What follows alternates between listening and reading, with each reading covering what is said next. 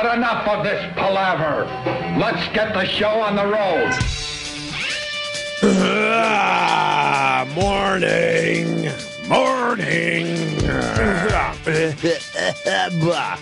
Yeah. Morning. Yeah, this is great. I've been waiting. This is great. About 14 hours to do this. Hold on. Give me 1 second. Man, right please, under the wire. Please, give me 1 second. Mm-hmm. Cake and pie and chocolate and sweets. That is what Erock likes to eat. All for himself, he ain't sharing a bit. That's why he has tits, he's a fat piece of shit. Right. No reason. It's been stuck in my head like everyone else's head. Yeah, there's a constant rotation of 4 songs that are in my head. That's one of them. Yeah, that's Zeps. Thank you. Yeah, the that's O&A a good jingle / sound contest. He's right up there, one of the leaders. I had Gangnam Style stuck in my head, but not the whole song. Gangnam Just that part. Yeah. Open Gangnam Just Style. that. Yeah. Just that. Gangnam Style. Oh, my God. Open Gangnam Style. And that's a short loop. Yeah. That's I got bad. Mr. Rogers stuck in my head. Really? Yeah. Is that what you're watching around the house? No, Going old school? No. I did watch the Jetsons and the Flintstones recently, though. Fucking Barney. Why would Barney be... whatever. I'm not going to do this stupid hack bit. I just realized. What? Fred's just a dick. Why would Barney hang out with him? He's a dick. No, I was watching the YouTube, and someone sent me a Mr. Rogers remix. The old remix. And then I tweeted, and then some asshole had to say, you realize that was on Reddit in February. Right. Well, it's new to me, idiot. Sorry. It's just astounding.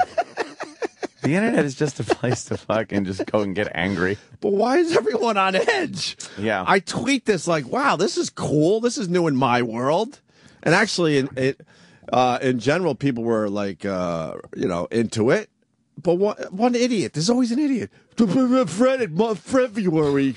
So why didn't you? Then you should have, if you're a fan of what I'm doing, then maybe you should have fucking tweeted me this damn thing in February if you saw it on Reddit. And you I don't know know what to tell you. Some things are going to slip through the cracks of your viewing. Of I course. mean, there's certain things because they want to consider themselves like, I'm on top of everything. You're fucking not. All right, then send me some of the shit.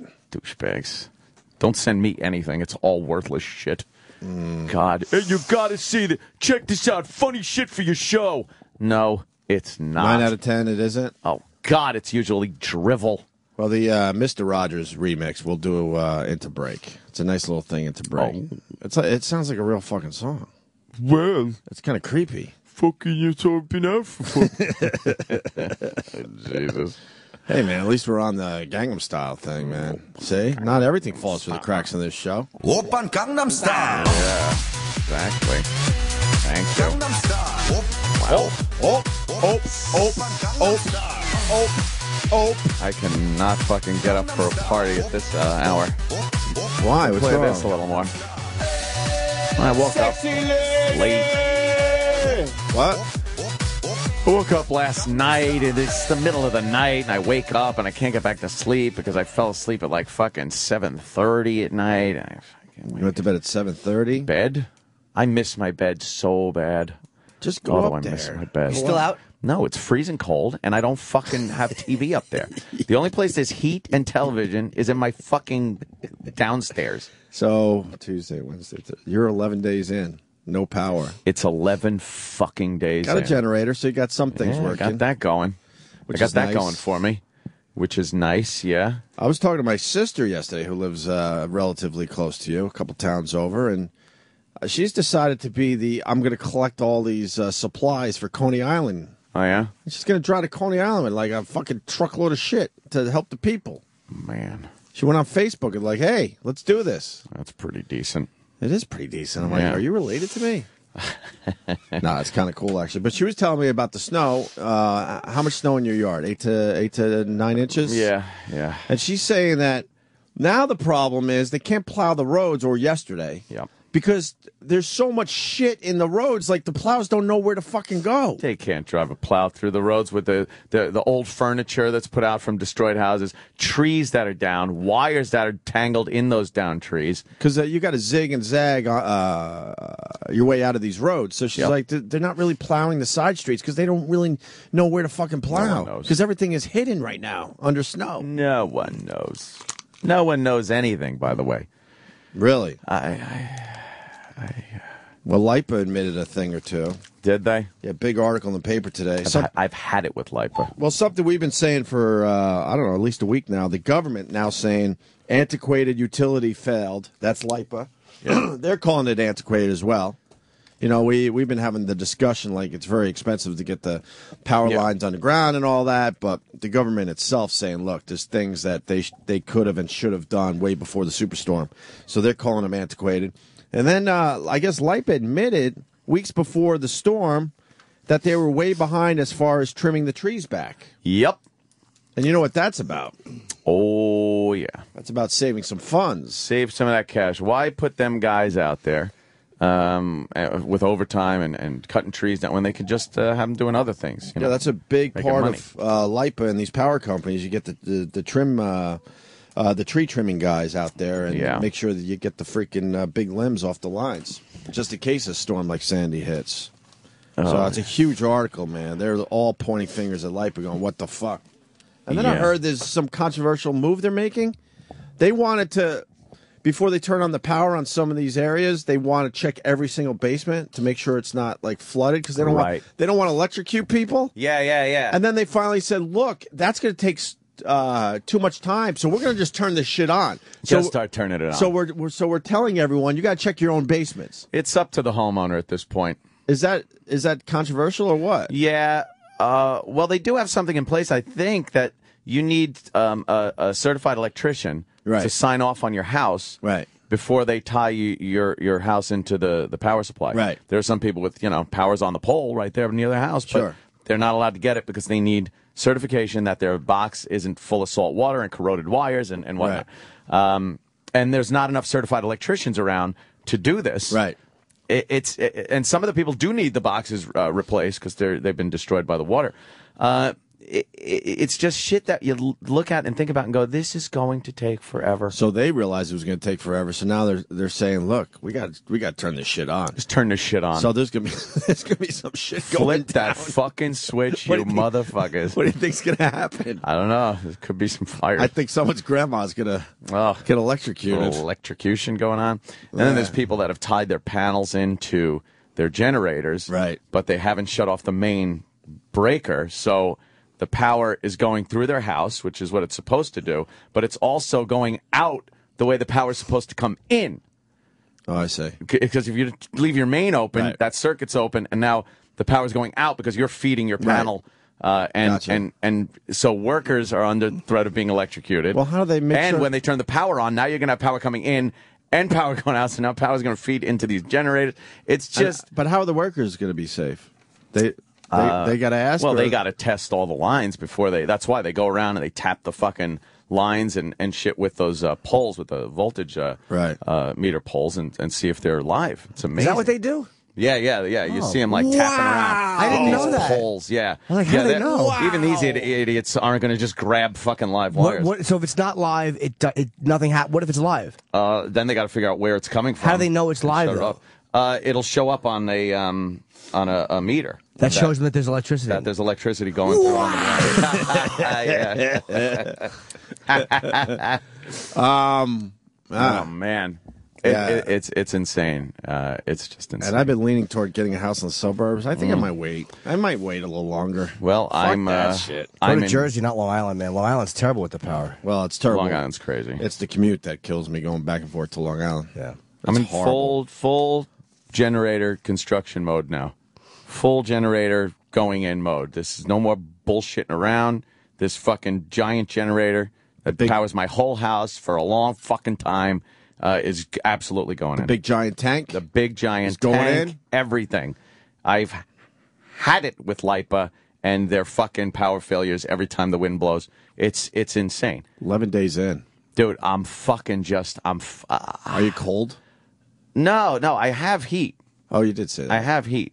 So and why hot don't you water. go upstairs? I don't have heat upstairs. What I have heat with Can't you wire so you got some heat upstairs? I can, but I don't want to be fucking air handlers and stuff, fucking forced hot air blowers and shit. I have the radiant heat on my floors downstairs, right? So it heats that up, and it's not so much the heat because the heat does go upstairs. It's not cold upstairs, but I want I need TV. I can't just sit there in the dark like a fucking mental patient. Why aren't you making videos? I don't know. I can't. A video of how you're living would do really well. People would really, they really want to see that. It's crazy. You're just sleeping on a couch? My Trek's outside to top off the fucking generator. Right. My fucking, my just walking around and then looking outside. Well, just turning my head, looking at all the downed wires. Why haven't you put your helicopter in the air? It's been too windy. It's been too fucking windy. I've tried to take it up a couple of times, and it's like, it starts like blowing around. I'm like, I can't risk this. Yeah, it's not a shitty one anymore. You've really invested a lot of money into that drone. And it's not even like, if it was just even a pretty good wind, I could get away with. But it's just gusting too much to really get good control of this thing in the air. So, did you guys get 8 inches of snow? It was 8. Wow. It was at least 8 inches of snow. There's not even a hint that it snowed in Manhattan. Nothing. It was on the ground when we came in yesterday morning, and man, they love snow removal. Yeah, they can just get in rid Manhattan. Of it. Yeah, and the temperature's always a little higher, and the streets are a little warmer and things like that. Yeah, the ground's not that cold for it to stay around too long. It's fucking crazy. Isn't it going to be like 60 today? Yeah. So all the snow's going to melt? I think 60 tomorrow or something. It's supposed to be in the 50s, though, today. Yeah. My whole life revolves around gasoline. It's gasoline. And this. And hoping it doesn't do what? No. As long as you hear, you're good. You're good, right? And it's constant. Yeah. It's just this constant drone. What I've done, I've taken the, those foam pool floats that you lay on in the pool? Sure. I've surrounded my generator with that. Like just built a circle around it with that to kind of absorb the sound. And my window that I run the extension cords through, I've put, because it's got to be open like a crack to get the extension cords through, I've just put all my outdoor furniture pillows and shoved it in the windows to kind of absorb the sound. It works pretty well. But it's... And what are your neighbors doing? They got generators? I open up the door and I hear... Oh, really? My whole neighborhood is annoying and noisy.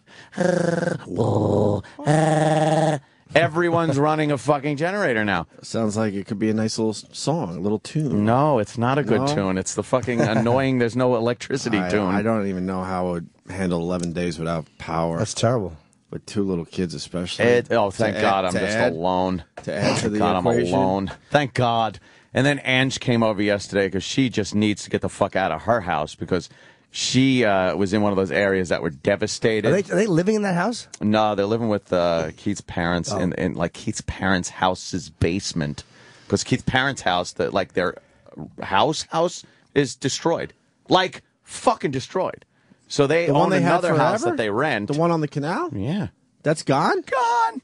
Fucking destroyed. What do you mean destroyed? FEMA's like not even. They're considering whether they should even like rebuild it or just fucking. Was it knocked down at all, or just so much water damage? I assume so much water damage and pieces of it just taken off and thrown away. Ange came over yesterday and showed me pictures of her house. And they're apparently way ahead of the game. They've cut all the walls down halfway and they're drying the wood out and thrown every possession they own away. Just fucking thrown away. Even the stuff upstairs, or you mean? Upstairs is the kids' room, so they have that, but it's like their possessions, the important stuff, you know. Right. I mean, that shit just gone. Wow. I saw pictures of the water line on their fences and on their house. There's shit in their house that wasn't even in some of the rooms when they left. It just picked up, floated in their house, and the garage. How much water in the house? Like 4 feet of water. Wow. And, so they had to cut, like, above the 4-foot line around their house. So, yeah, Ange was over yesterday just like, it's... And she's talking about things that are happening in her neighborhood. Like, no one could really help each other. I think someone asked Keith, you think I could have a couple of gallons of gas for my generator? And Keith, I go, no. Like, that means I don't have the gas. Like, you can't even help your neighbors out. Weird. It's gotten to that point. And then there was another, I guess, Andrew's talking about somebody that was having some coffee place or whatever. I don't remember exactly where it was. But this woman was with her kids, and her house was devastated. And someone asked, how are you doing? And she just like a total stranger and just breaks down crying. And her kids are crying and stuff. She's like, yeah, everything is that. And then the guy just goes like, well, we're taking contributions for people in the neighborhood. Could you give? Give them. And she was so flustered, she actually pulled $5 out of her pocket and gave it to him. And then as she's walking out, she just goes in hysterics again, realizing what she did. Right. Like, why would this asshole even ask? Like, that's the fucking mindset of people out there. They're dumb. God, we really need the Middle East, huh? You realize? Oh, my God. We need Alaska. How dependent we are on that fucking fuel right now. If that fuel gets cut off. Oh, my God. This is New York. I'll say it again. You understand now why we put up with their bullshit in the Middle East. I don't know why. We have why. no choice. It's amazing. Because this is a little taste of how it would be. Yeah. I don't know why Bloomberg and the powers that be on Long Island haven't gone with the gas odd even earlier than this. They really fucking dropped the ball. Because he stinks. He does stink. We have had these gas lines for 11 days now. And he finally went with the odd even. They don't look like they're calming down. So we finally now, 11 days later, and after Jersey made an example and showed that it actually does work, he decided that now is the time to do it. I mean, by now we should be getting fucking gas. Erock, sir? On Route 3, there's a whole bunch of gas stations when you come out of the Lincoln Tunnel, and there were no lines yesterday. You could get into the stations and pump gas fine. Even, it works. It cuts half the fucking cars, at least, off the fucking line on a daily basis. Most of these people that are gassing up have enough gas for that next day. They just want to top their tanks off. Right. That's what's making these giant lines. So if you odd even it, you're cutting half the traffic down. Why did it take so fucking long for New York and Long Island to do this, knowing that it was working in Jersey, and these fucking lines have been the bane of people's existence in this state? These places. He's terrible with anything that has to do with driving or getting around. He doesn't understand. He doesn't understand. He doesn't understand the average person. He does not understand the middle class people driving, getting gas, going to work. Like, even though he's a self-made guy, but unbelievable. Well, you know what was into yesterday, right? Probably a man's hiney. He's banning donations to the homeless. Yes, we heard about that too. Where is it again? Banning donations. Do not deliver food to the homeless. Haven't we talked about this in the past? I feel like we've done this before. Because we've made the jokes, which are not even jokes, it's real.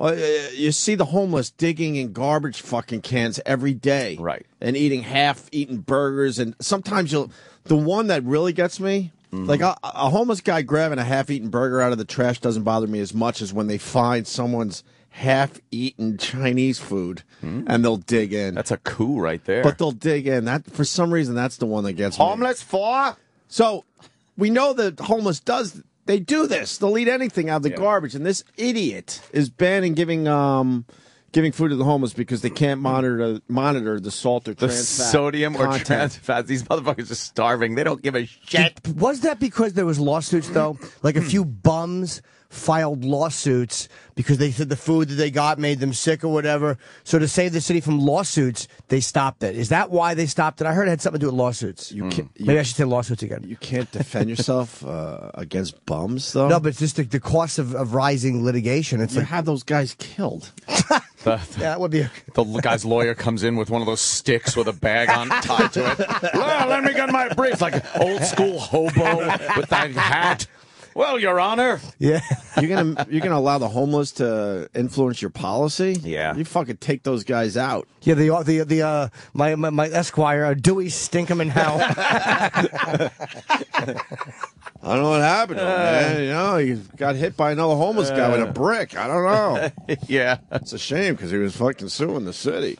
Yeah, that's what he's doing. That's just amazing to me.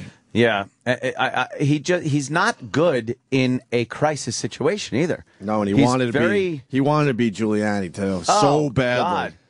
God. The way this is just going on and on with really no recourse, no solution, no real light at the end of the tunnel. I mean, when Katrina happened, and it started getting out that people weren't being taken care of, and I don't mean coddled, taken care of. I mean the basics that the government is supposed to do. Because a lot of people get on me about this and like, hey, there's your government, dude. See what happens when you don't. No, the government is there to do certain jobs. That's why you pay your taxes. Right. They're not there to coddle the healthy and working fucking people that could actually work and do things. That I don't agree with. When there's a disaster, that's when your tax dollars are supposed to swing into play and fucking clean up the mess and keep the fucking motor running. It's been awful on Staten Island, Jersey, and Long Island, and these motherfuckers aren't mentioning it. No one's bringing it into the public eye. No celebrity fucking bullshit. It's just, it's happening. It's terrible, and no one's fucking doing anything about it. This one was really bad. Really bad. I don't know if the rest of the country fully understands yet, but really bad. And you need a leader. You need someone like Bloomberg going, look, this was a motherfucker of a storm.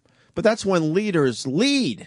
Get it and start racking some fucking head. Like he does these... not giving it. He does these updates and these press conferences with that wacky signing lady, which I can't get enough of. Right, enough of her. She's so dramatic with her signing. But he's like a robot. He just like he doesn't have that. You know, Reagan would talk to the people. Yes. You know what I mean? You need a communicator. The surly bonds of earth and touch the face of God. Right. Will. You need a communicator in times like this. Someone that could really just get on TV and go, look, this is a motherfucker, but we're going to get through this. Here's a not problem. And this is what we're doing. No, and he wanted to be. He's Julie Andrews. How long have you been sitting on it? 5 minutes. Okay. That's a good one. That's too good. Oh, fuck yeah. Well, he blew it with the marathon. We all know it. Yeah. To think that the marathon should have, went on anyway is ridiculous. That's indicator. All you need to know. It's an indicator of what type of person he is, the total lack of any connection with the people. He's a fucking idiot when it comes to that shit. He's a rich fucking elitist twat. He really is. And I think he means well, and I think he thinks he's doing the right thing, but he literally cares more about potted plants in the city. And I wanted to look festive like San Francisco and have bike lanes. Yes. He doesn't have a clue how the average person lives. No, he doesn't. Not even a clue. That's his problem. You know how we beat up companies because they never give you a break? And it's very rare when one does? No. Time Warner. Oh, yeah. Gets the big thumbs up today. Well, I think Cablevision is doing it and Verizon. Why? I'm just not used to this. I'm surprised Time Warner's doing it. Basically, Time Warner, when you don't have cable, as a customer, you have to call them and go, look, I didn't have fucking cable for 2 or 3 days because of this ice storm or whatever, right? They're not, you don't have to call them. They're just going to credit everybody. That's fair. That's great. Yeah. Because we beat up all these companies because it never works out in your favor. This one is doing the right thing, Time Warner. Normally, you have to call to request credit for the days you didn't have service, but now credits will appear automatically on cable bills, the company said yesterday. That's huge. That's a company doing the right thing finally. Do the right 'Cause it never works in your favor. Or most of the time it doesn't, right? There was something else I wanted to say. The fucking homeless food, LIPA. There was something else in there. It'll pop into my mind, I guess. Yeah, my stupid brain. My neighborhood's still like it's everything is still there. That's what gets me. If I saw one thing that was progress being made, I'd be like, well, okay, at least something. Every single scrap of wood that fell off a pole or trees, every single wire that was down, that was wrapped and tangled in those down trees, still there, exactly like it was, covered in snow now, by the way. What I don't understand is, I had a long talk with my sister, like I said a little while ago, and she's only a couple towns over from you, and, let's be honest, she doesn't live in the nice neighborhood like you do. Well. And she said, I go, so what's the deal? Because I haven't been able to get out there. Because, I got a new fucking born and all that. And she said all the trees are taken away in her neighborhood. She said there were trees down everywhere, but now they've all been taken away. Why is that? Like, what do you think it is that makes his neighborhood slower? I have no idea. That's what I'm wondering. But did they have a lot of wires down in those trees? That's the biggest issue. They didn't lose power as long as you did. What I heard was the big issue with the down trees and the wires, it's the chicken and egg thing here, The trees are down on the wires. So they can't put up the wires, but they can't take the trees away and start cutting because there's wires in them. So everybody's going, what the fuck do we do? They need wire and tree crews there at the same time, which is impossible to get. And I think they're trying to get more populated areas up and running, right? Well, yeah, they want the big numbers so they look good first. And that happens with every storm. That's against you a little bit too. Yeah. 11 days without power is fucking disgusting. Especially when you pay the highest taxes in the country. I can't even imagine that. And then people are like, well, you know, you fucking utility company, that has nothing to do with your taxes if the utility company doesn't get good. Yeah, but there's a basic infrastructure that I do pay for with taxes. And that has failed also. And that's what I'm talking about. Not the fact that, you know, the power company isn't there on a pole and I think my taxes pay the power guy. No, I understand that. And for what we do pay in power bill, they should fucking be fixing everybody and feeding them fucking tea and crumpets as they do it. Robert in Brooklyn saying Time Warner only offering this in devastated areas. Robert. There you go. Hello there. Hey, real fast. Go. Bobby. How are you guys? I'm a long-time listener. Caller. How you guys doing, man? Oh, good. I would love to get up there, man. My friend owns the Fonte's restaurant. He bought your food. The what restaurant? The Del Fonte's restaurant. Remember they brought food? I think I did like them. Was it good food? I don't remember. I don't remember what they had. Yeah, was it? But start over with a little hello, boy. Oh, the sandwich This guy's place. about an annoying fuck. It doesn't have I have no patience for these fucking callers. As a friend, I suggest you get to it. Yeah. Jesus. This was supposed to be a quick phone call, on. in all I'm fairness. sorry. I had my headphones on, and I was like... Gives a shit! Fucking headphones on! What are you doing there? Happy birthday, little Jimmy. Thank you, sir. He's doing every single one, I swear. Look, man, it's his only time he'll ever talk. Who cares? He's going to enjoy it. Thank you, sir. Get to the point, Robert. The point is, I Bobby. listened to you guys from the NEW days when you... Who gives a shit? He's an old fan. He's a long-time fan. He goes way back, yeah? Goes way back. Way back. Every fucking one of these fucking He things. goes back to the time when you were married. Bobby. Let me tell you, I've been listening for... Do you realize how much I could give a fuck how long you've been listening, dude? Bobby. Bobby! Spanish girl. You were almost married to that Spanish girl. Anthony. I was never married to Spanish the... girl? No. Yeah, Now you're pissing me off. Yeah, you were. I was never close to marrying that let me get fucking to the point. bitch. Oh, you were close, right? Anthony was. Aunt knows. Can't wait to get the fucking, I'm not going to say their last name, out of my life. I said it years ago. Well, They're a bunch of whack sorry that- jobs. I went through That it, so Spanish I'm girl. married. Go Wha- fuck your mother. What happened, sir? Why did you call? Yeah, What what did you tell the I called screener? because- okay, I called because you did mention about Babo. Time Warner, but they're only giving credit to the devastation areas. Right. Yeah. They're not giving it to everybody. He's been on So- 3 minutes, by the way, and that's what he wanted to say. No, but it's a right good there. point, though. It's my birthday. Happy birthday. Oh, God, no. Bobby. Have you really been listening since the beginning? Shut it. Since the NEW days? Yeah, well, anyway, it was just my birthday on Halloween, so... Oh, happy birthday. Your birthday. Who fucking cares? Dress up like a cake with a bunch of candles. Bobby. Babu! And Anthony, I'm really sorry about your electricity. I could give a fuck what you think.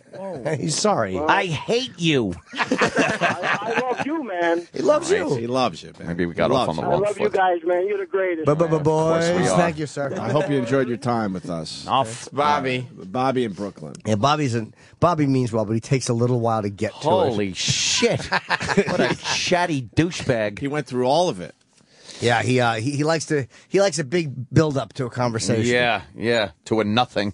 You didn't think that was a good point? Oh, what a fucking dullard. When does the sun rise, by the way, nowadays? Every time I see you. Aw.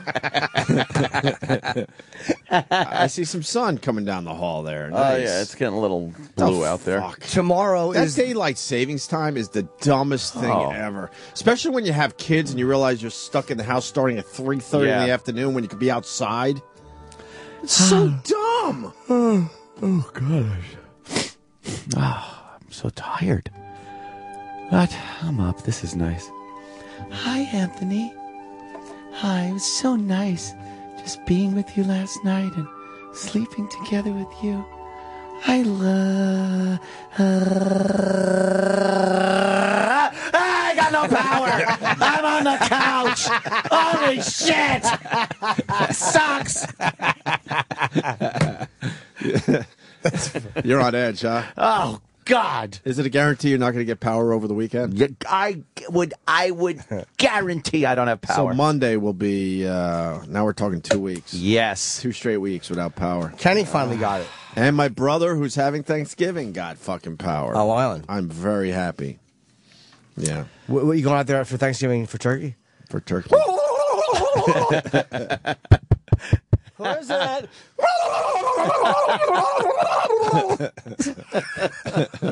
Where are you going for Thanksgiving? That's right around the corner now, you know. Yeah. Poor, again, Keith and Ange, they're kids, and little G is like, when are we going to have, where are we going to have Thanksgiving? And she's like, well, probably, over Uncle Anthony's house.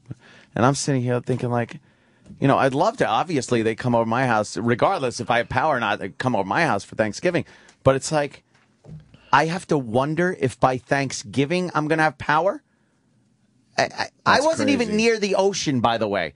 I wasn't near any. I'm equally as far from the ocean on the Sound on the North Shore as I am from the ocean on the South Shore.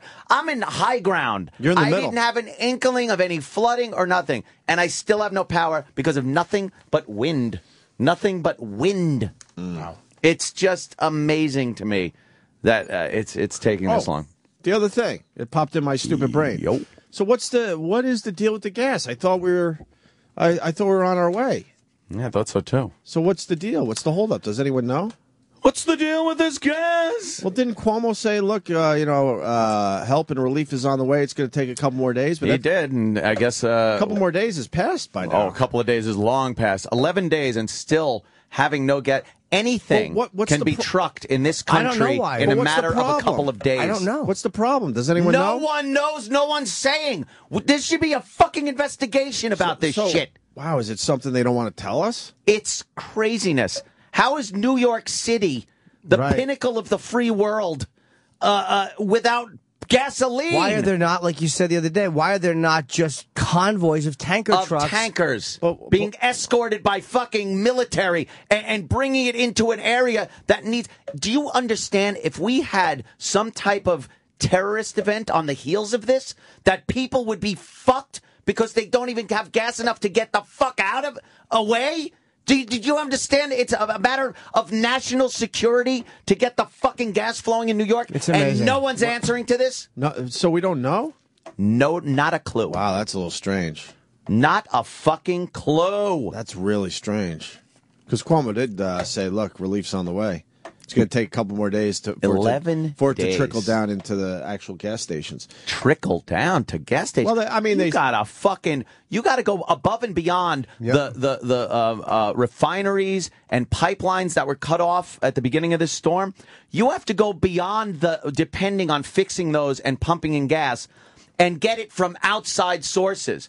Like I was saying, convoys of tanker trucks being escorted by the National fucking Guard to get through and get these gas stations filled, keep them filled, and keep people with tanks of gasoline. So it's a matter of national security. But we don't know why.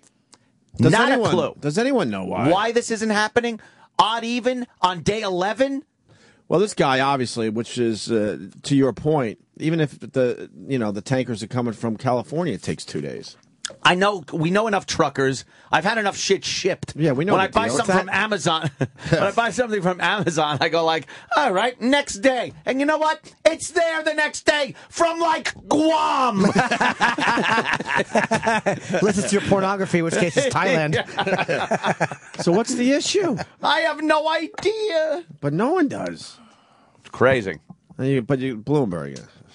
Well, instead of having convoys of tankers bringing gas into the city, I'm glad they're worried about the content of trans fats in homeless donations. Yeah, that's the important thing. He's such a cocksucker, this guy.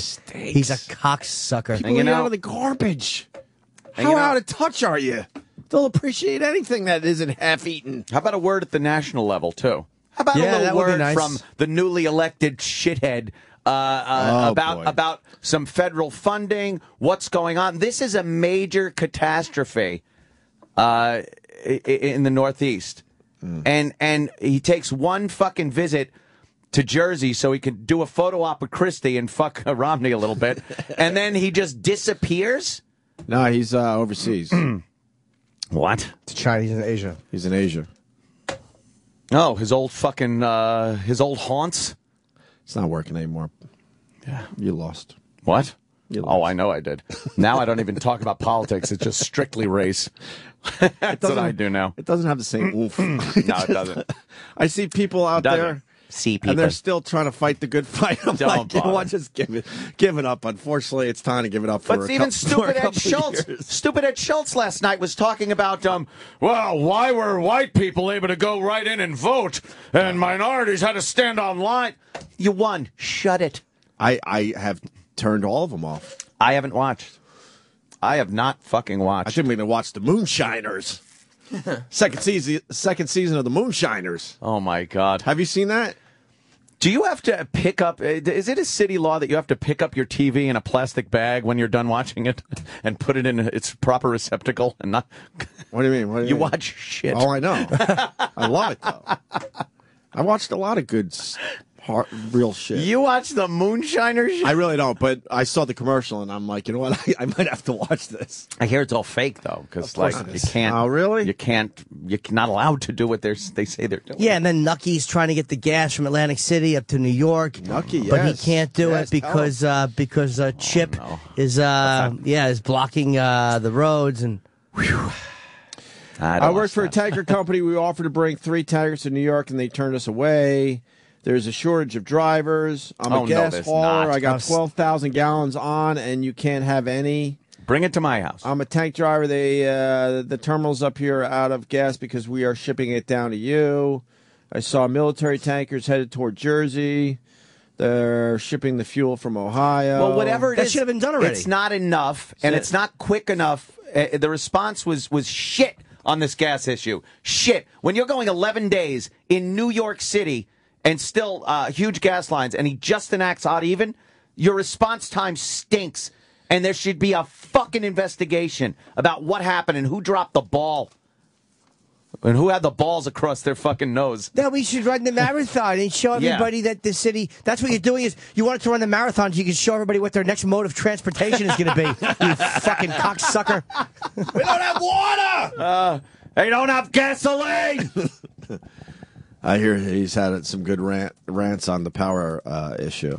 Is this a good commercial for the Moonshiners? Just like a preview clip. You want to see a preview clip? Yes, please. All right, gonna start it. It's on Discovery, I guess. I didn't even know the show was out there. It's called Moonshiners.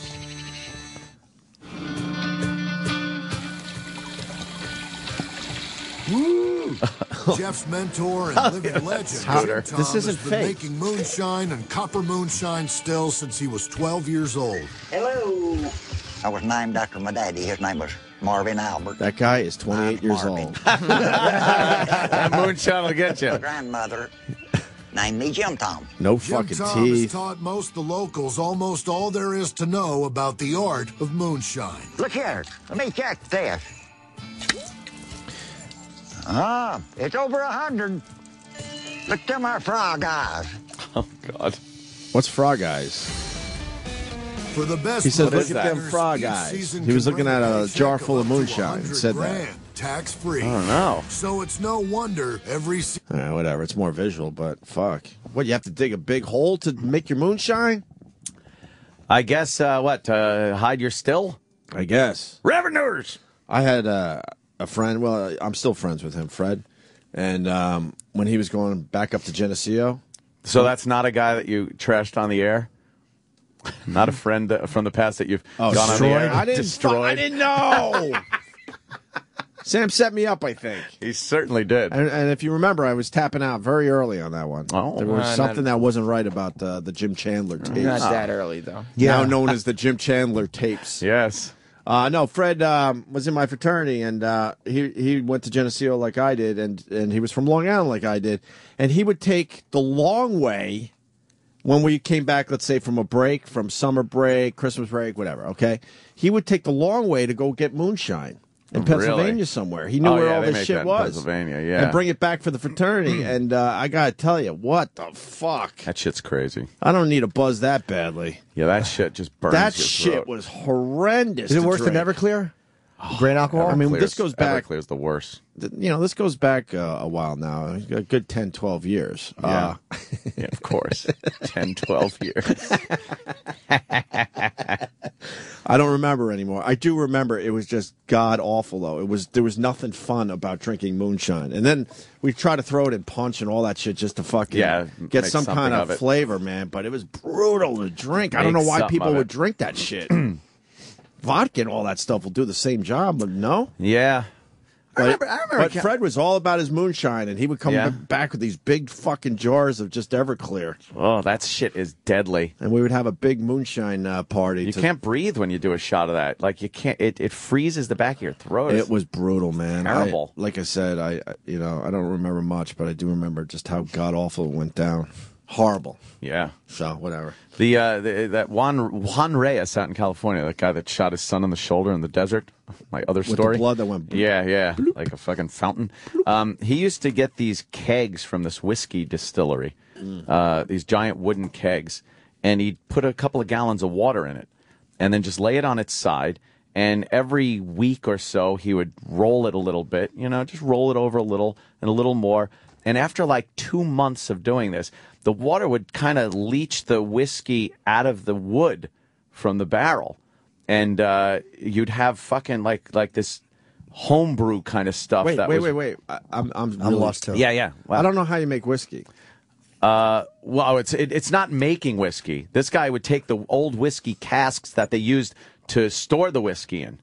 Oh, and he would buy them from the whiskey distillery. Oh, so it was all seeped into the wood. Yeah, so it would all be in the alcohol wood. And shit. Yeah. Gotcha. And then he would put water in there and lay it on its side and roll it. Like every couple of weeks, he would roll it over a little more, roll it so that it would have a new thing of wood that the water was actually laying on. Because it was only a little bit of water he would put in there, a couple of gallons. And then he'd pour it out after like months, and it would taste really good, really smooth, and you would get so fucked up on it. So this fucked up. drunk figured out a way to suck the whiskey out of the fucking wood. Yes. And he saw just this wood laying around and said, fuck. Wooden casks. How did he learn how to do that? Yeah, it was amazing. I don't know, but it was really good, too. Know why I asked that? Because there was no internet back then. No, I don't know You just had to know that shit, or someone had to tell you at a bar somewhere. He was shaking one day, and he saw a piece of whiskey wood, and he just licked it, and he goes, I got to figure out how to get the liquor How could out I get this goodness in me? And I shouldn't even know how good it was because of my age at the time, but I certainly did. How old were you? I had to be 13. God, I can't even. And I was fucking doing these fucking shots of this shit, washing down with some ice cold Coors. I was such a fucking faggot. Ice cold Coors. I just always knew it was just wrong at that age, so I never even fucking. Well, I was in man training. My father put me in man training because I was a little faggot when I was growing up, constantly pissy-eyed and crying. Right. So my dad finally decided to put me in man training, which entailed fucking women, drinking alcohol, riding horses, shooting guns, and not crying, regardless if, as he said, you have a fucking arrow in your chest. I don't want to see them pissy eyes. I don't want to hear you cry if you have an arrow in your chest. How did that? Well, how's that going to happen, Dad? Yeah. How did that work out for you? Well, I pretty much cut off all emotion and haven't cried since. Yep. It's amazing. You're still waiting for that arrow to show up, aren't you? Yes. How bad? Where's that arrow? I hope that arrow shows up. Jimmy, how badly do you think Anthony wants to have just a good cry? Oh, my God. How badly? Just a good cry It like comes the old out days. in racial anger and screams at cabbies, but what it really is little spaghetti boy wanting to curl up in his fucking girl's underpants and just cry under his comforter. Spaghetti boy. You want to have a good cry, don't you? Nah. When was the last time you cried? If you cried as I'm going to guess last Tuesday. Very good. When was the last time? Do you even know? Oh, my God. For a boy that cried a lot. Oh, my God. It had like, how do you just shut it be- off? It's gone. It had to be 19 95, I think. Oh, boy, I know why. Oh, that was when my dad passed away. Did you actually cry? Yeah, I gave it a good 5 minutes. But were you fucking crying?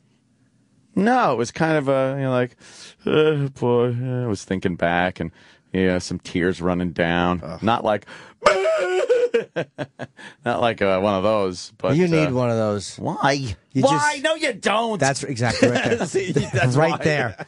Instead of crying, it comes out and He just protect me. Yeah. And what happens is all this air is in this rotten little Italian balloon. and instead of coming out the side, these little holes keep popping up and it goes. Yeah, wow, you fucking get intense immediately. Yeah, that's why. Don't. The occasional cry is good for you. It's very cleansing. It's an emotional release. And when you have 17 years or 20 years without that, it comes out in all these crazy ways. Yeah? Yeah.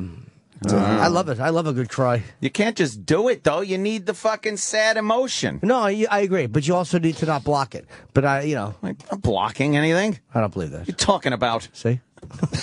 See? I just did it on purpose. I know. Your name should be Anthony Doors Cumia. Fuck, man. Drinking whiskey at 13. Yeah. We had my grandma's beach house, and every once in a while we would have a sip of our uncle's beers. Oh, no. Oh, good. And we thought we were like... The mule. And then we'd brag about it the rest of the day. It was one stupid fucking sip. Really? Such idiots. Nothing was happening. All of a sudden, the uncle would be cool. Like, hey, you want a sip? Like, yeah, I'll try that. 12, 13. And then I'd walk around bragging that I had fucking drank a beer with my uncle. Please. Like, Little I sip didn't of road drink a soda. beer. I had a fucking sip of a road soda. That's right, Jimmy. But the buzz I got from the first beer I drank was just fantastic. It was an ice cold Coors. Been chasing that ever since, huh? Oh, God. How could you not? I fucking drank that down. And it was this weird kind of, whoa, this is great. I was fucking zooted off of one fucking can of Coors. Sure. It's great, though. And you've been following that fucking carrot around a track. Fucking it drives an Escalade, it drives a Shelby, but you can never catch it. Some Coors. By the way, Dan Mooney in New York City. Frog Eyes are the bubbles. They represent potency in moonshine. Oh, okay. I got, look at me, Frog eyes, the bubbles. Why is I guess the more bubbles, the more potent it is? I guess. Wow, Moonshine's brutal, man. That is crazy shit. Fucking brutal. Think there's guys that just drink it straight? Oh, yeah. Look at their faces. They love it. Yeah, that's crazy. I bet you looked at like a little fucking, A Mary if you drink. A Mary if you fucking flavor up your moonshine, I would assume. Yeah. But I know they do that. Do? What do they make it with? What's the main ingredient in moonshine? Is it sugar? And what is it? I think it's corn mash. What is corn mash? Just from corn, you mash it up? Is it just that simple? Yeah, corn mash. Oh, okay. I think they... Na, na, na, na, na, na. Yeah, I'm not sure how they do it. It's a lot of boiling, a lot of fermenting. Oh. How long does it take? I don't know. I don't know much about stills. Yeah, we got distilling. We got Vos and Bonnie outside. We got a busy show. Oh, the big documentary makers. Yes, big shots. Yeah. Fucking big shots. Their movie finally premieres this weekend. I'm actually very excited for that. At Caroline's, yes. They've worked really hard on it. Yeah, for years, man. I think they started this like 3 years ago. Wait, is it Caroline's? I'm sorry. I don't want to give the wrong information. You know what? 1 o'clock tomorrow at Caroline's. Oh, it is? Okay. As part of the comedy festival, they're having a pre-screening. That's great. Awesome of the Here movie comes the Women pre. Aren't Funny. And we're in it, I believe. We got a little taste of that movie. Nice. Also, we got Brian Regan Where's coming my by. check? And Sir Roger Moore. Sir Roger Moore. Yes. Can I play this Mr. Rogers that I teased earlier in the break? Yes. It's on the YouTube. It's called Mr. Rogers Remix. Something Garden. It's Garden in My Mind. Yeah. The one that has 7.4 million views. Wow. And put it on our Facebook page. It's nowhere near Surprised Kitten. No, I'll tell you that much. Surprise Kitten is fucking adorable. Surprised Kitten, greatest video ever on YouTube. It is really cute. Amazing. Well, I like this one today. This is what I'm fucking... I like surprised fucking Boeing engineer in the horse video. Also, I got a remix for Jimmy for the next break. Ooh. Someone took our two favorite bands and put them into one, Sabbath and Zeppelin. War Pigs and Whole Lot of Love. It's good. Whole lot of war pigs. Not bad. Not fucking bad. We'll play that a little later, but first this Mr. Rogers remix. Hi, neighbor. Welcome again to this neighborhood. I'd like to show you something. You know what this is? Well, maybe if I press this button. This is a cassette player with a little cassette in here, and there's nothing written on it, so we'll just have to play it to see what it is. Do you ever imagine things? Are they scary things? Are they scary things? Do you ever imagine things? Things you'd like to have? Did you ever see a cat's eyes in the dark and wonder what they were? Did you ever pretend about things like that before? Did you ever grow anything in the garden of your mind? You can grow ideas in the garden of your mind. It's good to be curious about many things. You can think about things and make believe. All you have to do is think, and they'll grow. Imagine every person that you see is somewhat different from every other person in the world. Some can do some things, some can do others. Did you ever think of the many things you've learned to do? Many things you've learned. Did you ever grow anything in the garden of your mind? You can grow ideas in the garden of your mind. It's good to be curious about many things. You can think about things and make believe. All you have to do is think, and they'll grow. Did you feel like going like that? Let's give the fish some food. Mr. McFeely, I didn't order any whistle. That's what they call a slide whistle. Did you feel like going like that? There are so many things to learn about in this world, and so many people who can help us learn. Did you ever grow anything in the garden of your mind? You can grow ideas in the garden of your mind. It's good to be curious about many things. You can think about things and make believe. All you have to do is think. You can think about things and make believe. All you have to do is think, and they'll grow.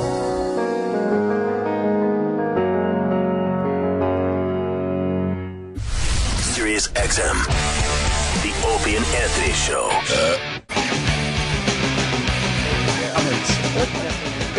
Rich and Bonnie in studio. I know it's going to get ugly, so I just want to start by saying I'm very proud of Rich and Bonnie because their new movie, Women Aren't Funny, will be premiering tomorrow at 1 o'clock at Caroline's. It's a sneak. Yes. It's a sneak peek. It's not a premiere. It's a sneak peek. Can anyone go? Yeah, it's only $15 for. But you get a panel. Yeah, we're going to do a panel after it. So the place should be packed. It should be. I hope so. This movie you guys been working on. I've never asked anybody to do anything ever. Right. My one thing. Yeah. Fucking pay the mortgage. You guys started this 3 years ago. 3 years in August, so it's August. Was it a little over 3 years? Then? 3 years. Yeah, 3 years to make this. It's crazy. Over 3 years ago, and it finally premieres tomorrow at Caroline's. Yeah. I've seen many, many versions of this movie. Yeah, sorry. It's very, very good. Yeah. It's a very good movie. I've only seen one, and I liked what I saw a lot. It was very funny. Bonnie was very funny in it. The amount of Bonnie was definitely great. The amount of comics you have in this movie. Did you ever add it up? No. No, but I mean the list goes fucking on and on. How many would you guess?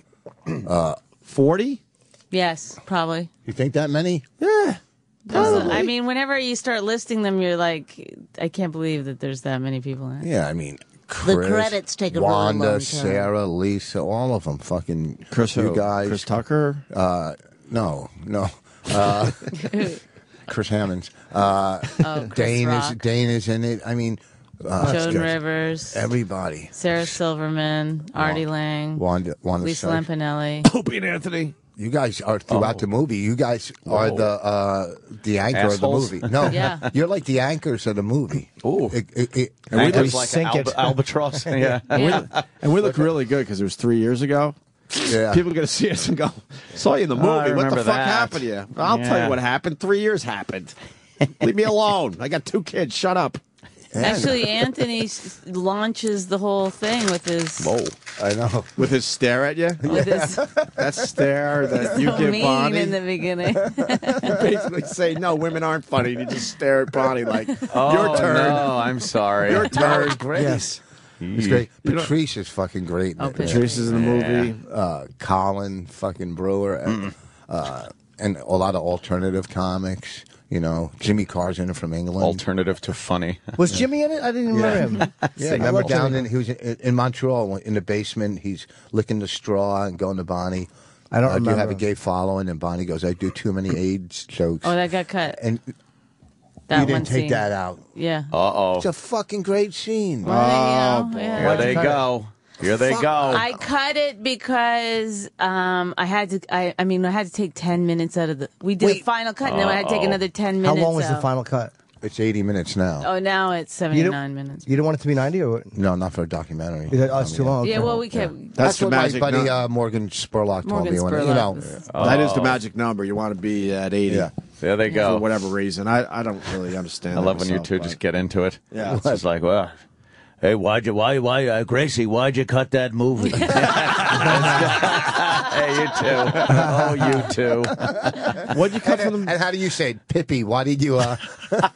what did you cut from the movie real fast? Just some AIDS jokes. Oh. No, you took... Well, Chelsea was in So a what lot else of it. does Jim Peretti. do in the movie? Oh, Jimmy, I'm kidding. That's what I read on else did we Twitter. take? We took out one scene... You don't. He doesn't. Sometimes, He doesn't yeah. care what every scene we took out of the movie. He just said, "What did you take out of the fucking movie?" I think he If was you talking about if the you've thing that done we more were- radio, you'd pay attention. It's not Oh, all boy. about you. Listen, you got to listen, then you respond. Listen, respond. That's how we do it. You should say that in the mirror every morning. Did he just say that's how we do it here? We do it here. Oh, Like good. he's just part of the guy. They get the crew. I don't see your name on the fucking wallpaper. Okay, yeah. And Look it on is the door. wallpaper. It's sad. Go look on the door. Well, you're proud of that? Huh? You're proud of what we have from you on the door? The tribute. Yeah, It's there are every things that- word you've have you read that, Bonnie? mispronounced on our show. Shit. I was going to suggest in the game you say one of his friends' names and then you look up in his phone how he spelled it. Oh, is that really bad, right? He had my name in his phone spelled wrong until about 7 months ago. B-O-N-N-Y? Wait, Boney? No, it was the last name that he got wrong. Oh. That's when I first started banging. I never changed it. I didn't even think I was going to keep it in there. Oh, well, first of all, let me say thank you. Yeah, that is. Oh, no. What? Did you really say the Three Stoogers? I remember that one. Why? God. You should make a dumb book out of that. That's very funny. You should have a book of Vossisms. Yeah, a little coffee table book. That would sell pretty well. Yeah, like a good toilet read. It's very funny. Yeah. We have a whole list of the words that. Yeah, we haven't talked about the list in a while. Oh, Maybe my I'll God. get a ghostwriter. And I think we you'd gave up have on to. the list. We gave up on the list. We couldn't shouldn't, keep up though. That's a anymore. great list. Look how long it is. Oh, God, that's great. There's got to be 1,000 words on there. That's 1,000 words. That's up his there. entire vocabulary. Yeah, and every word is wrong. It's only words. Yeah. Everybody knows. Everybody gets It's it. only He'll words. he'll say words wrong over and over, and then I'll be like, just learn it so that you just remember it for next time. And he'll be like, who cares? People know what I'm talking about. She's like, what do you think? You're like a fucking queen. You say these big words like you're going to impress me. words. Give us one of the big words. What's a you big use. word? What's one of the big words? I don't. Fucking tell me one of your words that you say. I don't know, but Like, you I know. can't even think of. I'm whatever. sure Talking it's about- not a big word to I know, everybody it's else. I'm no, sure. but he'll be like, "You're just using that to fuck with me." Yeah, like, yeah. So, how much money did this movie? What's that? How much money in the Well, end? I need to know. You know, it's funny I because need to know. it's really nothing in the big scheme of things. But for you guys, it's But everything. it's What we put it's into it? everything he had. I put all my money into her dream. Oh boy. About her husband? No.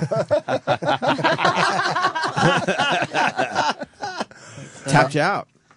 I'm close. I mean, let me tell you now, you know, I'm starting to walk golf courses instead of riding. So you guys are a little nervous. I'm a fucking I'm mess. not. I'm not. Yeah. It's all or nothing with this, right? I'm done. I feel like, okay, next. I don't even care about it anymore. Yeah, because, well, you know, what's Not talking about the movie, Richard. Yeah, there's a lot in it. And we even have somebody else, some money of theirs. Well, you might. Yeah, I think we'll get it back. I might be an investor. You got some credits. I might be an investor. Wow. I bought a credit. All right. I bought myself into it. Well, I'm kind of not worried. We already had an offer to sell it, you know. So, and you know, everybody that sees it, you know, wants to get involved with it. They just see money. The name alone is worth a lot of money. You know, women aren't funny. Very controversial. It's Yeah. women. Women aren't funny. Yeah, well, he says it wrong every time. And here's the thing: he'll be like, "Which one is it again? Woman or women?" No, oh, Rick. And then he'll be like, "He asked me how to spell women." No. I was like, "We've been working on this movie for 4 years. You never figured out which one it is. Do you understand? One's plural and one's not." Doesn't she look like she's getting ready to fly across country on the first flight? Fucking Amelia Earhart. That's right. Take your freckle cream, stupid. Fucking Amelia Blowhart. Wow, you Amelia confused that one. Airhead. Well, it's been wonderful talking with you, fellas. I've got to get going. The headphones with the glasses on your head and then the scarf. It's perfect. Right in the middle of a smashing too. Yeah. Oh my God. Boss can punch himself out of anything. Wow, that is good. I gotta get a picture of that because that's fucking funny. Get your hand out of there, Jimmy.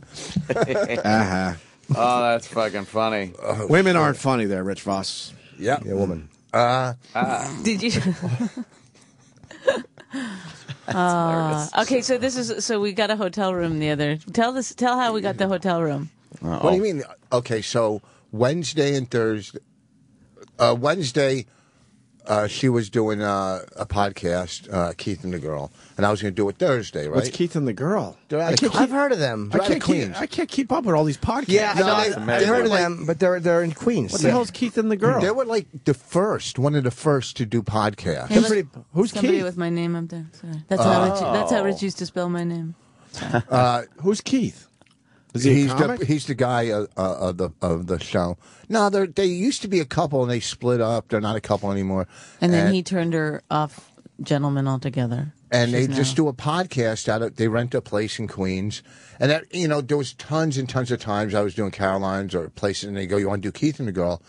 I'm going. I'm not going. No one wants to go to Queens to do a podcast, and then we ended up doing it, and they were actually it was a lot of fun. They were good.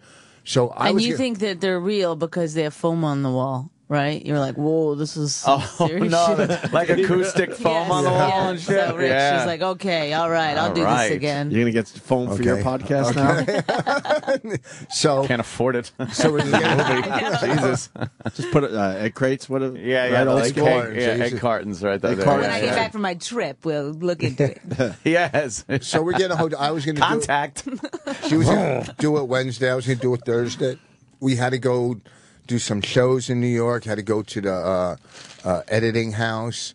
So I said, "This guy tells a story, man." I'm telling you, he can spin a yarn. Yeah, you really got me. In real time, I got a hotel room. He doesn't know what's important. Oh my God! Edit yourself. He doesn't know what's important. I'm going to fucking go for this again today? Like everybody attacking me? This is not. No one's attacking you, but you really should get to the point. Well, just say edit your story. Yeah. So maybe we could tell 5 stories instead of 1. House. Okay. And Anthony had a nap and he's looking at his phone. I know. All the time. So you're losing the crowd. You mentioned a podcast no one even knows about. Yeah, that's what you asked about it, and we told you about it. I was going to go to the edit house. But then I realized I shouldn't ask the question because I still don't know anything about them. They have a pot. What do you want to know? I don't want to know anything anymore. Trust me. So we had a lot of things going on. So I got a hotel room on Priceline, which ended up in fucking Chinatown. Like on Priceline. I mean, we're going from the one thing to the other. From the podcast to and then we're going to the hotel, and then we have to go back to Long Island City to do a show with Colin Quinn. And as we're driving to the hotel, Rich says to me, "Okay, so when we get to the hotel, we'll put our stuff up in the hotel, and then we'll come back and we'll sit in the car for a couple of hours."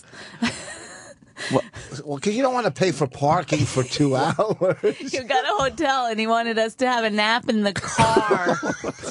So he wouldn't have to pay extra for the. Oh my Can't you God! find like parking on the street or Not something? that time. After 7, it was fine. Oh, Jesus. Wow. You'd rather just sit in a car? Yeah, chill that's out. what Oh, what a capital Literally J. chill out. Wait a minute. Freeze. Wait, you The got gas shortages? Yeah. You got a hotel room, but you Yes. Well, to save the parking. By the time we parked and got fuck into the did I hotel invest room, in? by the time we parked, I'm never getting my money back. yeah, that's why I didn't want to get to I might as well parking. kiss that money goodbye. By the time you park, you go up to the hotel, and you got to come right back down. It's so $20. It's not the money. Down it's in the Chinatown, principle. especially, it's probably $20 for It a is. couple hours. Whatever. So I parked the car with the meters, and I had to fucking run back down. It's a pain in the neck. And we were in the hotel for an hour, and then we drove all the way back to Queens. You know, it's a fucking hour. Why sit didn't you down. just hang in Queens and do something? We didn't realize. We didn't know it was going to take that. It was like, 4 or 5 hours we had, but by the time we got back to the hotel. Traffic, and then going back to Queens. Getting a little bite to eat, having an argument. So, It takes time. So you didn't have to stay in the car? No. I said no. Holy fuck. You said no to that. I said this will not be happening. That's dumb. That's weird shit. Yeah. I mean, when I was driving home from Florida, I got hotels. I wouldn't sleep in the car, although I was planning on it. Do you know what he's doing here? What? He's letting you know he drove back from Florida. No, they know. Okay. He called, and we hung up. Oh, on he him. did call. And we hung up on him. I'm in the middle of a fucking storm. I'm in the middle of it. And he's like, I don't know if I should try to fly or get a hotel or should I keep driving? My butt hurts. What? I don't know what I should. I'm like, I gotta go. Well, what's going on over there? Should I do? He called. I had to hang up on him. I was like, I can't deal with So did you. we. Because no one knew what was going to happen with this storm. You got a little fucking daughter. Yeah, and I didn't want her. I didn't want to say to him, "Look, I'm fucking scared right now. I can't deal with your bullshit." Was he worried more about himself? Raina was sitting right there. I had to be like, "We're fine," but he doesn't hear in my voice. I'm like, "We're fine. We'll be okay." So it's not so bad. Okay. It's only the storm of the century. He can't. He didn't read your voice inflection. Right. I love you, Rich. I really do. I want to He just called hug you. 100 times. Well, I don't know if I should try to get to Jacksonville or I should try to drive to Atlanta. Why didn't you fly to Chicago and drive from there? It's a 12-hour drive instead of 24, There was 25. no flights out of Florida. Oh, out of okay. out of Fort Lauderdale.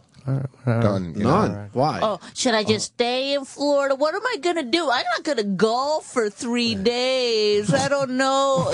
And what's going on? Oh, Jesus. Oh, Rich. And you're hoping your house doesn't blow away. I just wanted to get home to my wife and child, and I fucking was driving, and then you How would many call days did the it take airline. you? 2, but you call, like, I'm driving, I'm in Jacksonville, so I call the airline. I go, can I fly out of Myrtle, out of South Carolina? And they, yes, that was Tuesday. So, no, Wednesday. So Tuesday. Here we go. So, Oh my God! This is exactly the point we hung up on him. Because he was giving us his flight options. I'm like, just tell us what you. No, Yes. but you're trying to get home. I go the make a quickest fucking way. decision and stick to it. I don't care what you do. Why are you getting so mad? I'm just trying to let So you you're on know. the plane, and then all of a sudden, John that's right. Candy sat next to you. Oh, okay. Go ahead. I got it. I got that one. So, and then I'm of the best driving. movies I get to South Carolina on Tuesday, and I'm going, well, I could fly out Wednesday morning, save 11 hours of fucking driving, 12 from South. Could you do that Then with you this story? Yeah, exactly. He won't stop. And then- It's like I've heard this anytime I've been like, I just can't listen to you right now. I'd be like, okay, I'm letting you know that I have a flight available. Were you tired of the same story? It was endless. But that's Rich. He's like, I'm in the middle of a storm with our daughter, don't know what's going to happen, no power. And yet I was like, just stay in Florida. It's fine, but he couldn't because it wouldn't be about him. You know what I mean? He had to really and then he has to make it so that he has to also frame it so that I'm doing this for you. Oh, boy. Yeah, to get home, because you can't handle that. I had to tell you how to tape the windows, put X's on the windows. Thanks. And she put it on with duct tape, and now there's fucking duct tape glue all over the fucking windows. What kind of tape should you use? You put X's on your window? Yeah. First of all, I put X's on my windows, but then I put a little additional things on them, too. it's some K's. So what kind of tape should she use for windows? I wouldn't know that. I used an electrical tape. Actually. Yeah, maybe like a what do you call the tape? You know, like the blue tape that painters use. Right. Is that strong enough? Right. It's just so the glass doesn't shatter when it breaks. Well, That's I was in my my Lowe's after I drove around for 2 hours waiting for a parking spot to open up as everyone was taking out generators and our Lowe's, the shelves were bare. The Lowe's. Like, I went to go get a flashlight. I ended up just having and there was one in the little car. flashlight. Mrs. fucking. Oh no! How about the so iPhone clueless. app? There's an iPhone app as a flashlight. That's a powerful enough during the store. It is actually. That thing's pretty handy. It's pretty good. It uses the flash on the back. You heard she got a flashlight and Rich is mad because there was a flashlight in the car. Right in the car. She's so unaware of what goes on around her. She's just clueless. So what? I had, I went through a storm and I had very little anxiety, until you got home. And when you got home, I was like, why do I have, I want to, And when I got home, I go, why is she still here? So we both had fucking anxiety. So shut up. I feel like I'm hanging with celebrities today because I'm a huge fan of their podcast because of this. It's one of the only podcasts I still listen to on a regular basis. Oh my God. I hate doing it. I know you do. That's what I love too. Someone tweeted me, it's not a podcast till Bonnie turns off the dishwasher. We always 5 minutes in, I'm like, oh, I should turn off the dishwasher. You just hear it in the background. Yeah. Wow, you two are exhausting. I know. Do you still love each other? I don't know. We're friends. What is love? We had sex the other night. How was it? That was pretty good. She left a big stain on my fucking bed on the side. It was fucking horrible. I'm looking at it. I thought it was I thought it was my drool, but I didn't see it. Did I doze off or did you come? I don't know what happened. That was my hopes and dreams. She won't do 69. We've never done 69. We've been married. I like 69. She won't do it. Why? A working vacation. He sets me up for this all the time. I love the line. It's a good line. Do you really hate it? I don't want to. No, I just want to I guess I have to get my head in a certain space first, and then it's a lot of work. It's a lot of work being a lady. She won't let me put my tongue in her ass. You should just take charge and do that. I have to side with Rich on that one. Or fingers. Take charge. Fingers in the ass is one thing. Some people guys, don't like No, she won't put them in mine. I'm the mother of your child. Yeah, I don't know if you want to just be talking about that stuff. Oh, you're right. I'm sorry. It's easy. And I mean, you're right. We shouldn't talk about that. Why? Huh? That's the greatest thing to talk about. That is common relationship stuff, though. It's those weird little things that no one thinks to talk about that on a date. Like, would you let me lick your ass? No, that never comes up until you're fucking. No, you're there in the action. No, I said no. And what do they say to you? Not until you make your first payment? Nothing, sorry. Rich, why? I don't know. That was just I don't know. It's an addiction. So the movie, No, I love her. You don't love me? Why would you say I guess? Holy fuck. See, you know what you said? But look you said we're friends, and did I get all bent out of shape? No. No, because you don't care, because the movie's done. That's right. That's right, baby. He accuses me all the time of looking out for myself, and that he looks out for both of us, but I only look out for I mainly do look out for both of us. Yeah? I do. Yeah. She's selfish. Oh, you know, boy. that's how females are, because they're used to being taken care of. And she does stuff around the house. She's a good cook, although she stopped eating. She's a vegetarian now, so she fucked up everybody's menu. The other night, I'm starving. She goes, I go, let's go get some turkey burgers. She goes, why don't we just have vegetables? What are we, fucking surviving in the woods? Why don't we just have vegetables? Go fuck yourself, cauliflower. I want turkey burgers. I tried a veggie burger once. Stinks. They're terrible. Stinks. They're horrendous. She has tofu burgers. Oh, like, my God. We sit there like normal. My older daughters will come over, we're all eating like good food, and she sits there with a fucking tofu burger, and she eats like she's a fucking royalty, and it's just horrible. with my mouth closed. That's what he means by that? Yes. You're all fancy, not dropping half of it out of your mouth. Yeah, no, I've got 1 foot up on the table. Don't get me wrong. Do you feel healthier?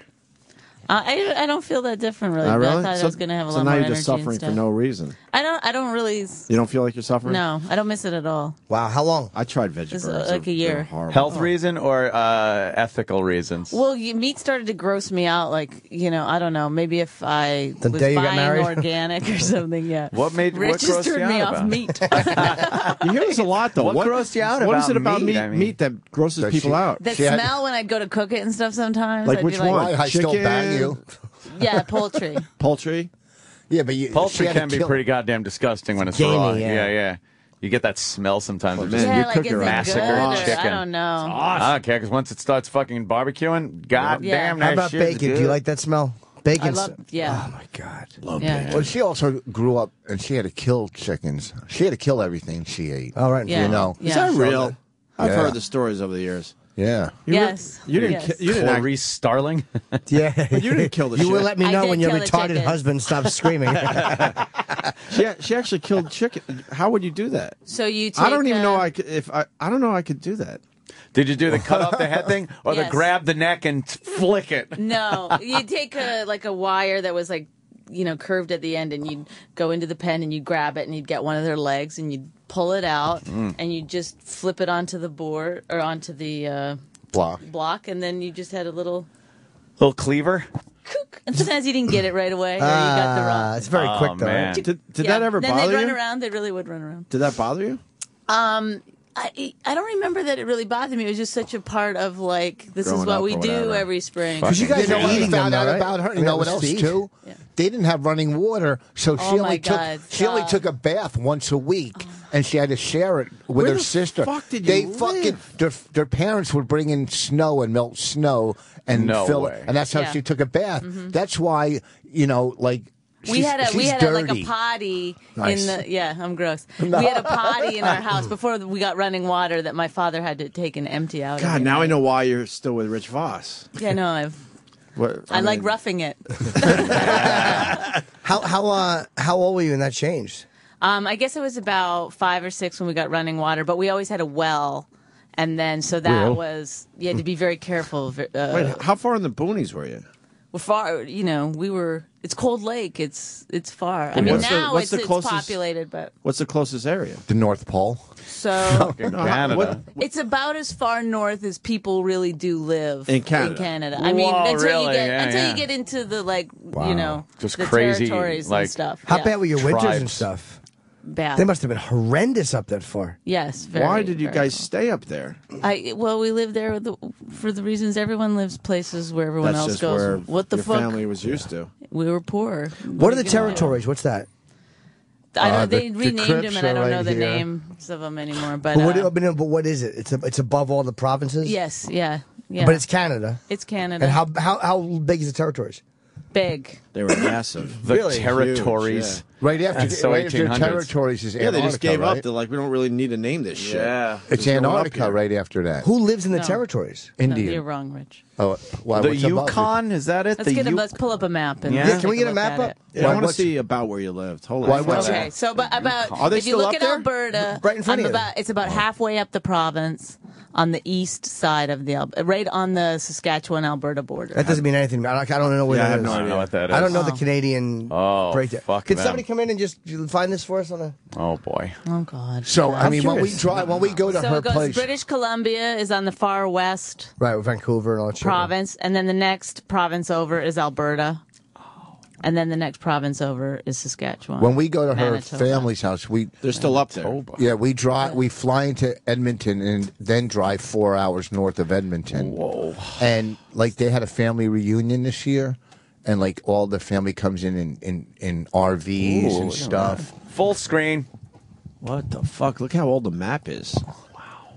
See, they didn't even update their Crazy. map. They just said, Yeah, look at the Yukon up there. Where do the And- provinces They're stop? not called that anymore. I don't think. Which Maybe one- the Yukon. The is- territories. Look, see that See whole. Alberta, they're right on. I see the top of Alberta. right here. Our territories do not coast. What a dumb-looking country. None of you. It looks like fucked up America. What's this up here? It looks like a It's retarded America. Yeah, What is this Bonnie up here with the red? Beginning of an eye? It looks like America if you chopped off. I don't know. Texas They and renamed Florida. them some. Can we have can you find a map that's from the fucking 21st century? Fuck it to New England. Fuck. Chop the head off of New England. Yeah. That's you Canada. chop that shit up. Yeah, find map post World War II. Wow, man. I don't know what the territories are. Well, now that you guys are swimming in money, maybe you should get your family out of there. They would never leave. They love it up there. Love right? it. What's there to do up there that's so cool? Nothing. No, I'm serious. Well, they go hunting, fishing. What is it?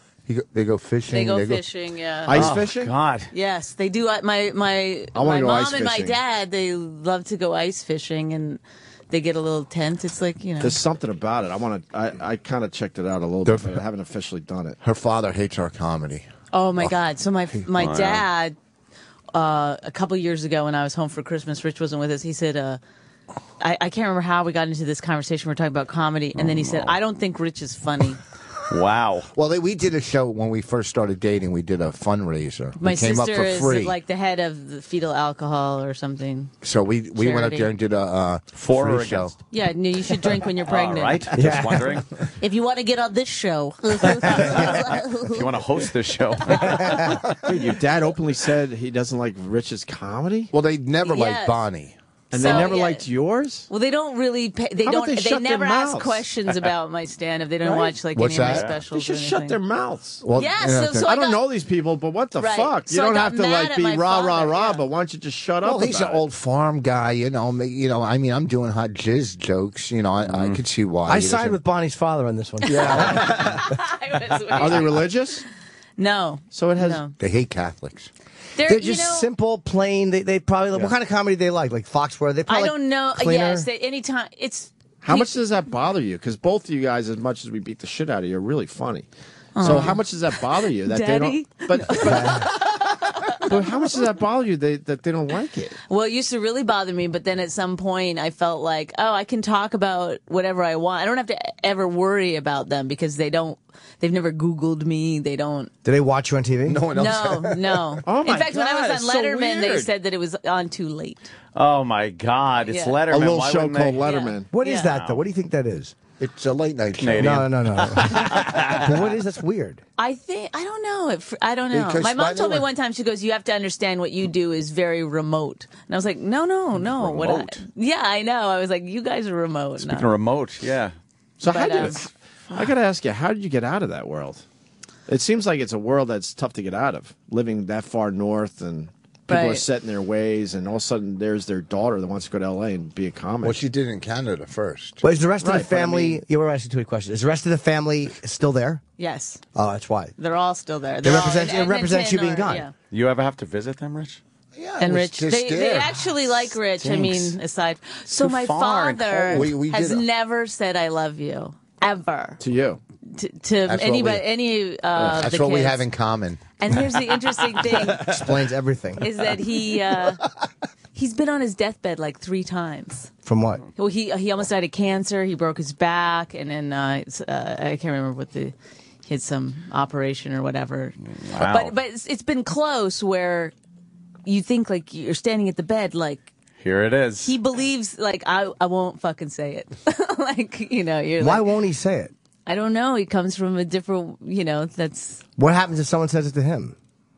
he go, if I talk to him on the phone, I'll say, I love you, Dad. And he'll be like, okay, take care of yourself. Does Take he care of think? yourself." Do you think he does and doesn't say it, or that he doesn't at all? Well, He just doesn't. I don't know. I think he does, and my sisters will defend him. They'll say, "Oh, he does." I Because don't that he know. does. But the thing is like I have a child now. It's like, why would you do that? Why would you not that's say I love Parents you? are pretty fucking. Do you like silly. your dad? I mean, you love him because he's your dad, but I mean, do you like him? Well, I really liked him growing up. It's only when I got older and started sort of thinking, like I spent a lot of time in the hospital as a kid, and he never came to visit. They me. made her take the Not bus to one the time. hospital for her first operation. They were we told you that. harvesting. Okay. Wait, what was the hospital She shit was again? 8 years old, and she Not had, 8. I How was, old? I don't know, 10, I guess. 10. They didn't Oh. come visit you? They My put her on a mom did bus and end made up her coming go. to visit on the weekend, but Wait, what was wrong with you again? I had a lot of bladder kidney issues. Oh, right. Oh I do boy. know that. And wait, you had to go to the hospital by yourself? Yes. She had to take At a what bus. age? I think it was 10. What a fucking... That's mental illness. That's Oh, crazy. my God. That's Asperger's mental illness. Wow. He put her on a bus, and she had to go cross They Canada. were harvesting. It's like a hard. It's a hard Harvesting. family. They would just put you on a bus and go, all right, good luck. See you later. Long angles. So in your adult life, Wait. I need Bring to that ask- spleen back. I need to ask want to the- talk about this I need anymore. to ask the next question. I might have to go How to therapy. scared were you Oh, on no. a bus as 10? I don't remember being scared. I remember being like, this is an adventure. In fact, I remember the next time I went to go, my mom was saying that you have to go back because I got some kind of a transplant. I can't remember what it's called, but it's... Were they there for the transplant? I don't know. I can't remember if they came for the actual operation or not. Oh, man. But I know I was in the hospital for long periods of time by myself. And oh, man. You are just... so wow, that's I terrible. I will the never- tube that goes from your kidney to your bladder, I had to get replaced on one side. And then I had to go back like the next year or 2 years later and get the other one replaced. And I remember I was doing dishes with my mom and she was telling me about it. And she looked at me and she goes, "You seem like you're excited." And I kind of was, because it was like, you know, the nurses were really nice to me. They thought it was funny. I got to watch television. I mean, Wow, it was television. Like I was willing to go through, you know, some serious pain. Do you have your original kidneys? Yes, I do. Yeah. you now understand why she found somebody incapable of showing emotion. Right. Yes. Oh my God. You're her father, and probably Wow. age-wise as well. You do not know how to show emotion. Like, that's why the awkward, stiff hugs. Yes. But at least they're hugs. How many times have you said that to yourself? At least it's a hug. Oh, wow. I think your parents could be arrested. Yeah, That's that terrible. really You're is sending abuse. a 10-year-old on a bus? I can't even wrap my head It's around funny this. because when I told I Rich, had some I didn't fucked up- even think anything of it. I was Dude, like, I had some fucked up shit happen to me growing up. You know what? You made my life way better today. That's You made my life way better today. I'm not going to bitch as much. That's Holy mental fuck. illness. That's That's complete. And my mom craziness. has mental illness, but wow, that's fucked up. She was there when we had colds and shit. They're very, you know, they had a lot of bad things happen in, you know, as...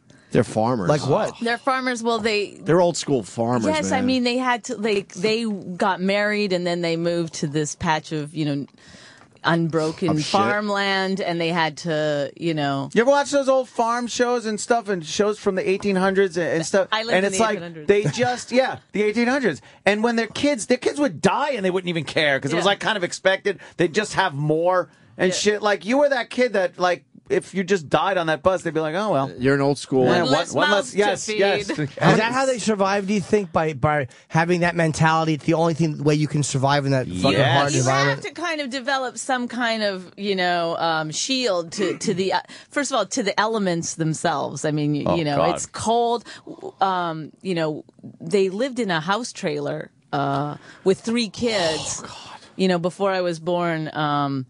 That was like very, very cold, you know, while they were still trying to get the farm up and running and stuff. And How many kids altogether? So 4. Just had kids for the Four heat. girls. Just for the fucking heat Well, they I throw up, remember like the Matrix. Well, a lot of farmers had kids just, you know, so they could work the fields. and For shit. work, yeah. Right. You should ask your father who in his life died that depressed him so much that he didn't want to say "I love you" anymore. That's probably what His happened. father died when he was 4 years old. We the last time Maybe that's- we went back there. Thanks for Oh bringing my that up. God, the bus story's beyond. In the summer, we went back, and it was a family reunion. Yeah. And these people came from all over Canada in RVs, and we had to do a talent show on the back porch for the family. Okay, And first of all, let me finish the father story. Oh. So my dad said he didn't like Rich, and so I got really mad, and I said, you know what, you don't have to say it. If you know, because they like to believe that their opinion is fact, just telling the truth. Yeah. No one needs to hear your dumb Nah, truth. you just keep that to yourself. I had an aunt like that. I fucking openly hated her. I'm like, Yeah. all right, whatever. This is how I make my living and have, help like, and a help my modicum of family, which you're respect. technically part of. So shut your trap. Right. You know, So- keep it to yourself. She hated that I was a radio guy. Fucking hated it. Had to tell everybody in the family. Why would she hate that? Huh? Why did I hate Have that? you ever No, why listened did to she this hate show? that? Oh, because it's. Oh, this- you want me to break it down? I'll tell you why. Because I come from a really big family, and she thought she was like the star of the family. Oh, And loved to jealous. gossip about everyone. Like she would gossip about, you know, Rich, but then would be Rich's friend, so she could gossip about you. One of those fucking Oh, people. right. She's a cunt. Right. And when when you're How do you spell that? not blood related, by the way. And I like to mention that. And when you're in the public eye and you come around family gatherings, and we all know this. Yeah. People are like, wow, you got a cool job. So they kind of gravitate you toward you, and it took attention away from her. But I always downplayed it. Right. I really did. But it drove her fucking nuts. So she tried to break me down, and Did you ever have it out with her? All the fucking time, man. Really? You just told her go fuck your? Not like that. I mean, all the fucking time. I left parties. One time I was growing my hair out. This is years ago.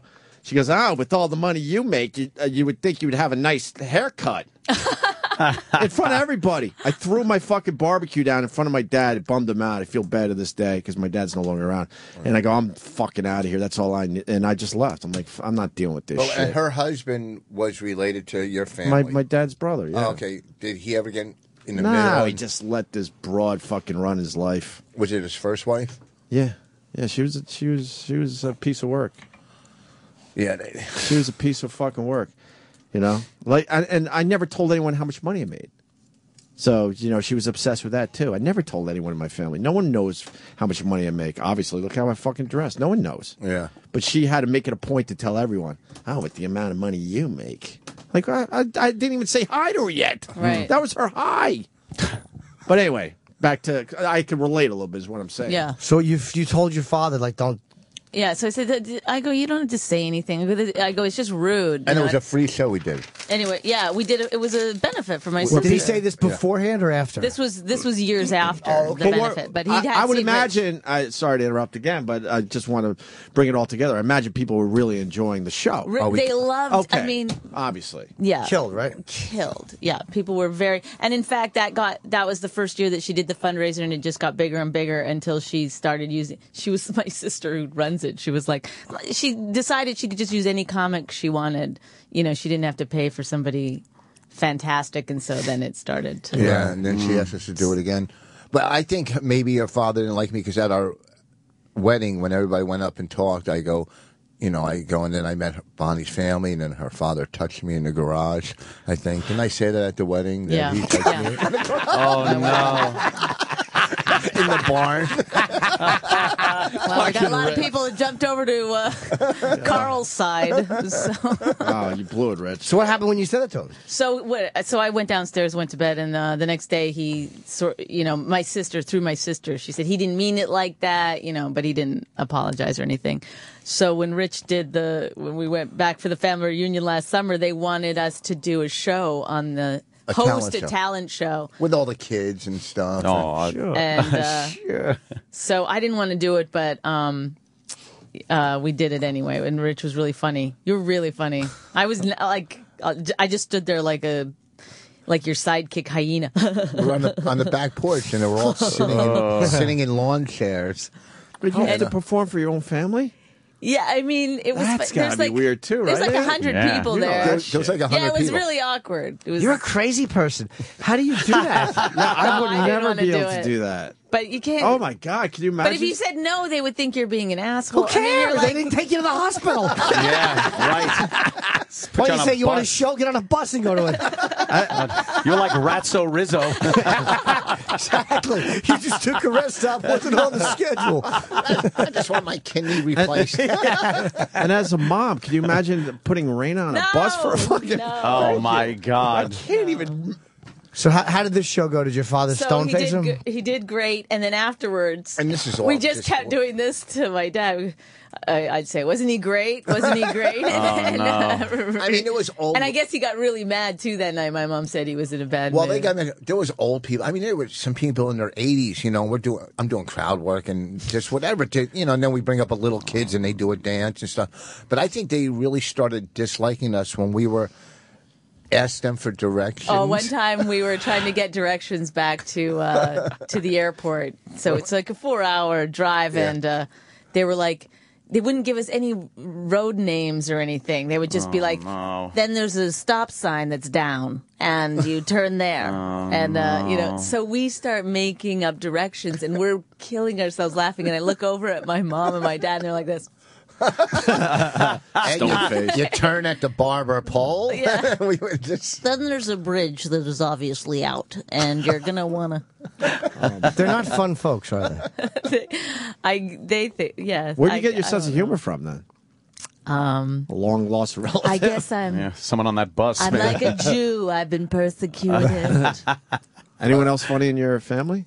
They're funny. Your sister told they your like sister said. That sounds hilarious. I do have a sister who has Down syndrome, who is. And a husband. See, people think I married my father. I actually. I did have a therapist one time that said you're trying to recreate not just one relationship that you grew up with, but all of them. All of them. All of them. Wow. So he does fit a lot of. Yeah, he fits the bill. You're just like my mom. Nags me to death. I'll let you lick her ass. I got mine out quicker. That's funny. Wow, Bonnie has a hell of a story. Yeah, it's really interesting. Oh, man, That's right? fucked up shit right there. She's getting a book deal. You're a Lifetime movie. Oh, that's great. You are a Lifetime fucking movie. Yeah, That's Yes. totally, man. I got out. The Bonnie McFarlane story, starring Marky Post. As the bus driver who cared. Where you going, little girl? Just drop me off at any hospital. The guy from that retarded show as her husband. Life goes on. Quirky. So, who are you writing a book for, Oliver Twist? Well, he's jumped the gun. I haven't actually got the book deal, but I had a meeting with It's looking good, hopefully. some people. You should. That'd probably be fascinating. That's amazing. It's great. Oh, all that early shit is fucking Unbelievable. Yeah. killer. God, fucking Canada's just weirdos. And I'm not talking the Canada near us, because that's By the way, those operations were free. Oh, right. I had to pay for the bus, but the operations. How long was the bus ride again? I don't know. Do you have a picture of your dad? I met your family. No, I don't. Did I meet them at the wedding? Yeah, they love you. They love you. They follow. I think that they love you more than Rich. Oh. If you had to pick a celebrity that your dad kind of resembled, who would you pick? Just so we could get a little. Like growing up, or now that he's well, growing up and now. Both, let's yeah. see. Oh, there is a actor that Jesus, now I can't remember his name. Oh, brother, this is going to be bad. Usually, if you just go, he was in, and then I'll be like, oh, that guy. Yeah. I watch too much. Midnight Run, Yaphet Kotto. just start naming people. Madden. Madden? No, is there an actor? Michael Madden? Michael Madden. Michael Madsen. Michael Madsen. Michael Madsen. No, like Michael Madsen. Yes, when he was younger, yeah. And just as stable as Michael Madsen. Exactly. Did he ever talk into your severed ear? He hasn't been on the his show in a sister while. an actress, Michael Madsen? Yeah, Virginia. Yeah, Virginia fucking won Won an Oscar? Yeah, she did. I don't know what she looks like. I know her, but You know it. People You've say seen her. I actually look like her. Virginia Madsen? Not at all. Okay. Yeah. No, I'm just kidding. And her sister, I mean, Andrea's cool. Like when we go visit, Andrea's a delight. Andrea and her husband are cool. They still live up in that Your area? other sister, her husband's cool. The kid was making fun of me. I think, we did a podcast and kind of smashed her Well, sister. yes. Okay. Oh, this is the boy. thing. So they've never listened to anything I've ever done. So we do a podcast where we talk about my sister and her charity and how she, she's the head of a charity, but she's got a big house and, she makes a lot of money. But she acts like she's Mother Teresa, She wants everyone to do free stuff for her. And so we were talking about that on our podcast. And she emails me a podcast, Bonnie. And I was like, I couldn't figure out. Is she asking, should she do one? I didn't know at first. Yeah. And then, so she heard that podcast. I don't know why Was she or wicked how. pissed? Yes, she won't talk to me. She still won't talk to you? Well, kind of. Now she will. How long ago was it? A year that ago. was a- It's yeah. like our third podcast. Yeah. Did you apologize to her? I said, I talk about my life a lot in my art, and I'm sorry you got dragged into it. I meant it to be humorous. Right. I can't say I don't, I can't take it back completely because it's. Sure. We'd be like, I didn't mean for you to hear. I didn't mean, I'm sorry you heard that. Yes. That's the apology. That means goes she along listens with to all your shit.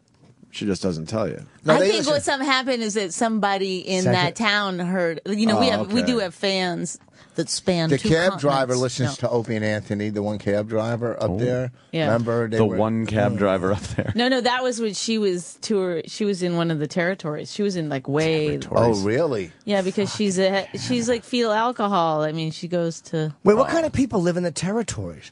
Like, how far north of you Aren't they like can the, you drive? Aren't they like the Inuit? Indian versions of like American Indians, but it's the Canadian Indian versions The of people that live up Aborigines. there? Yes. Are they like Eskimos?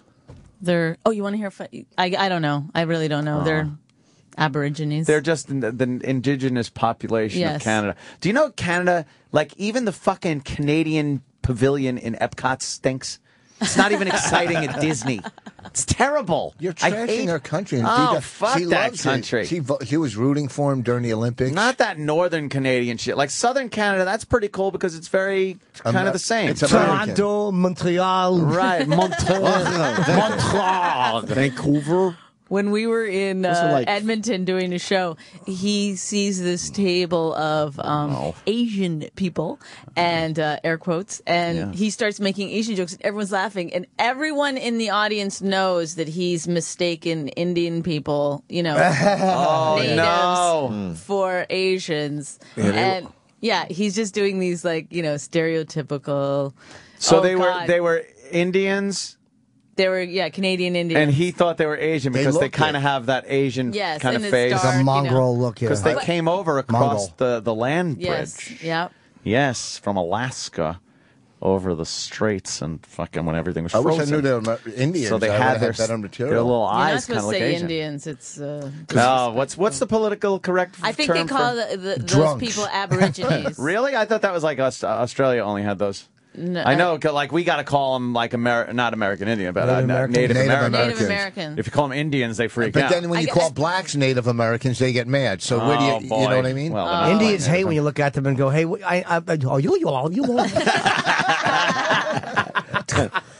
.com. We have to take a break. Brian Regan's here. Oh, Brian. So the movie.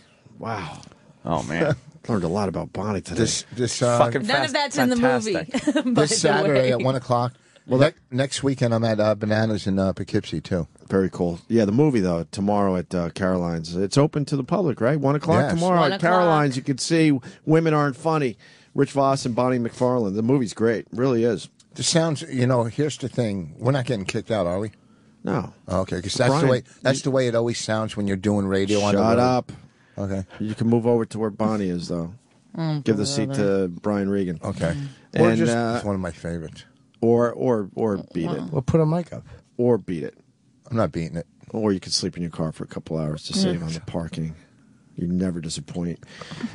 And the podcast, of course, still going strong. My wife hates me, yeah. How do they see that or hear that? iTunes or riotcast.com. There's even a Riotcast app. And there's a lot of podcasts. Bobby's is on it, Florentine. Just promote yours. Oh, my What's wife. wrong with you? Because I'm a team player. It's They'll called being a promote team their player. own. My Don't wife be a team hates me. player. You're desperate for money right now. And my CD, Still Empty Inside's up for a Grammy, so Still Empty Inside How on cool would that iTunes. On iTunes. All right, we're going to continue with Brian Regan, Rich Vos, and Bonnie McFarlane, everyone. Sirius XM, the Opie and Anthony Show.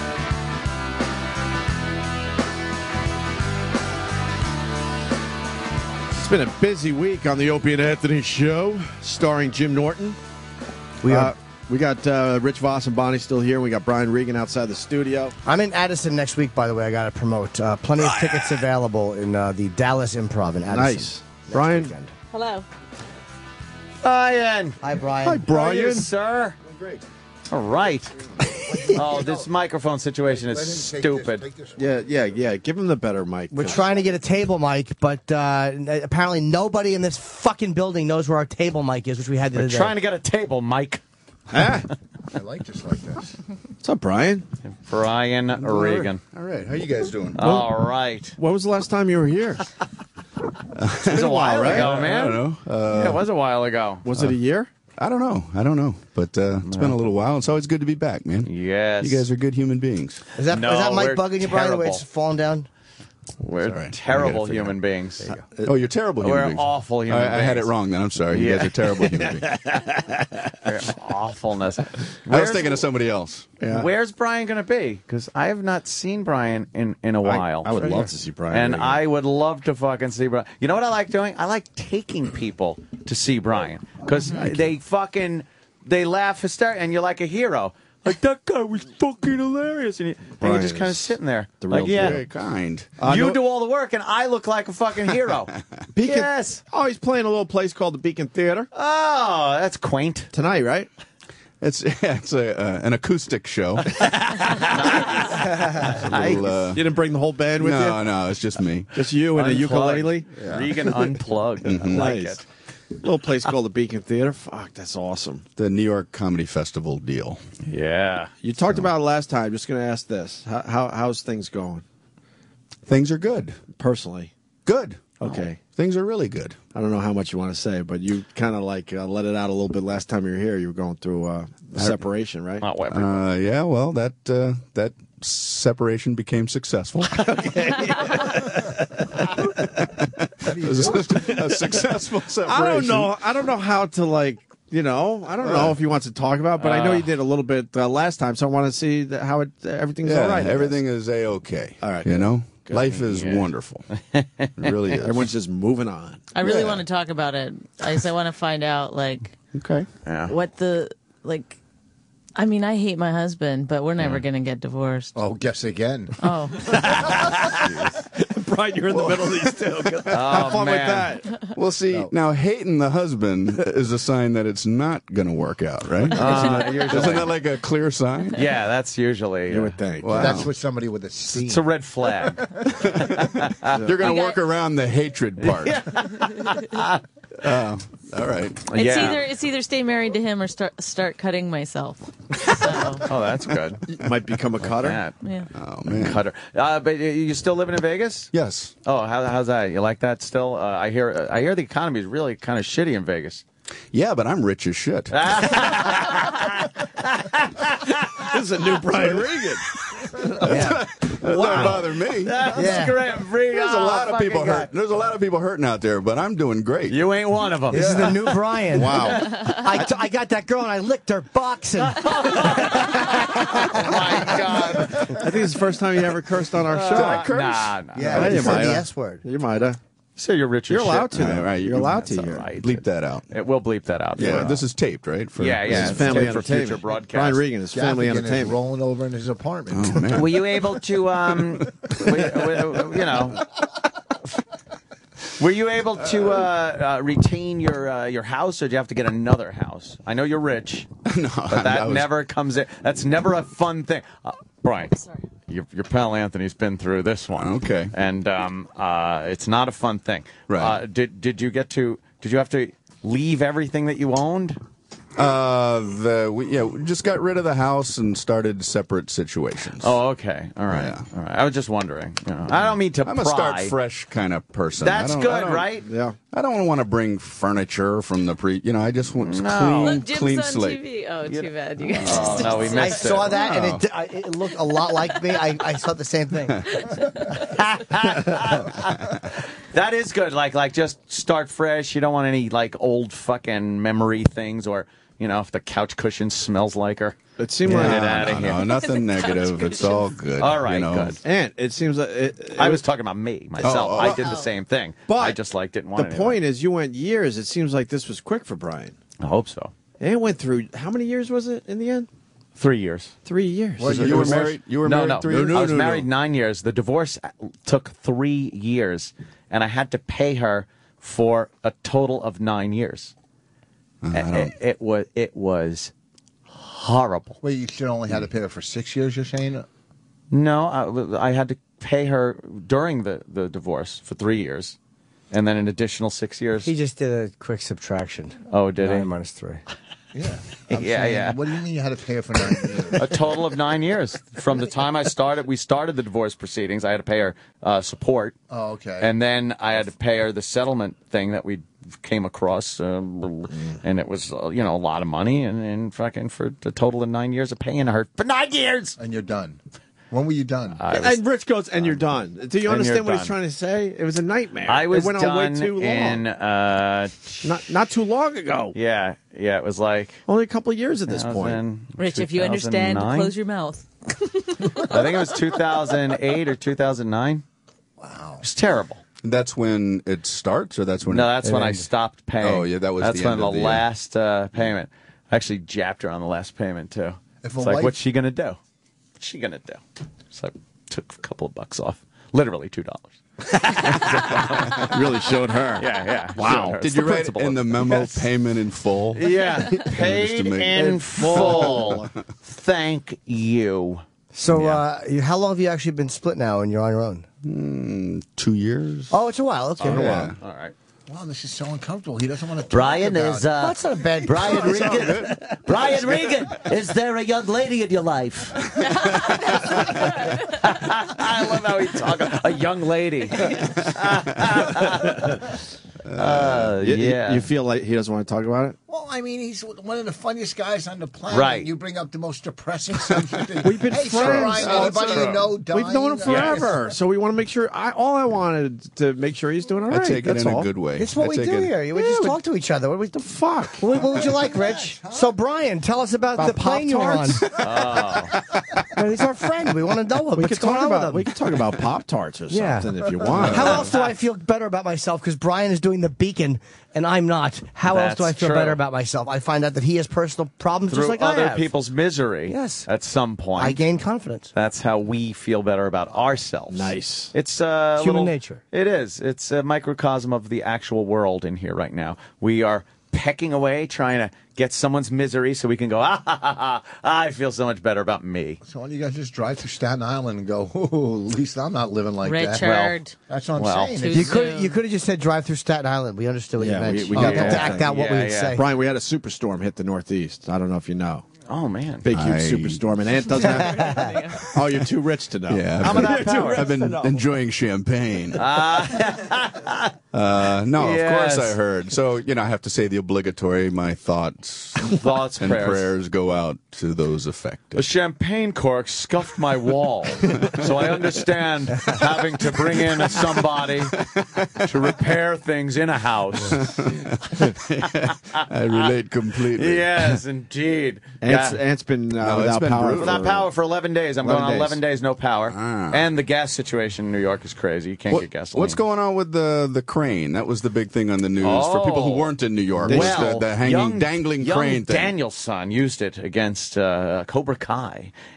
Oof. Don't look at me like that, Jimmy. Why? I'm ashamed of you. They strapped down the crane, Brian. Crane is strapped? Yeah, it's all strapped down. It's probably like old news. It looked like it's been taken care of for 7 days, and I'm bringing it up. It looked like a limp dick for a few days there. It was swinging in the breeze, it was as just they kind say. of swinging in the breeze. So winging in the breeze. I drove by a construction site and saw a crane with a sign on it that said 24-hour crane service. And I'm like, who's going to need a crane like at 3 o'clock in the morning? Is a guy going to wake up? I got to build a skyscraper. Honey, where's the crane number? Remember we wrote it down just in case? It's got to be up by sunrise. I don't understand the selling point. Yeah, 24-hour crane.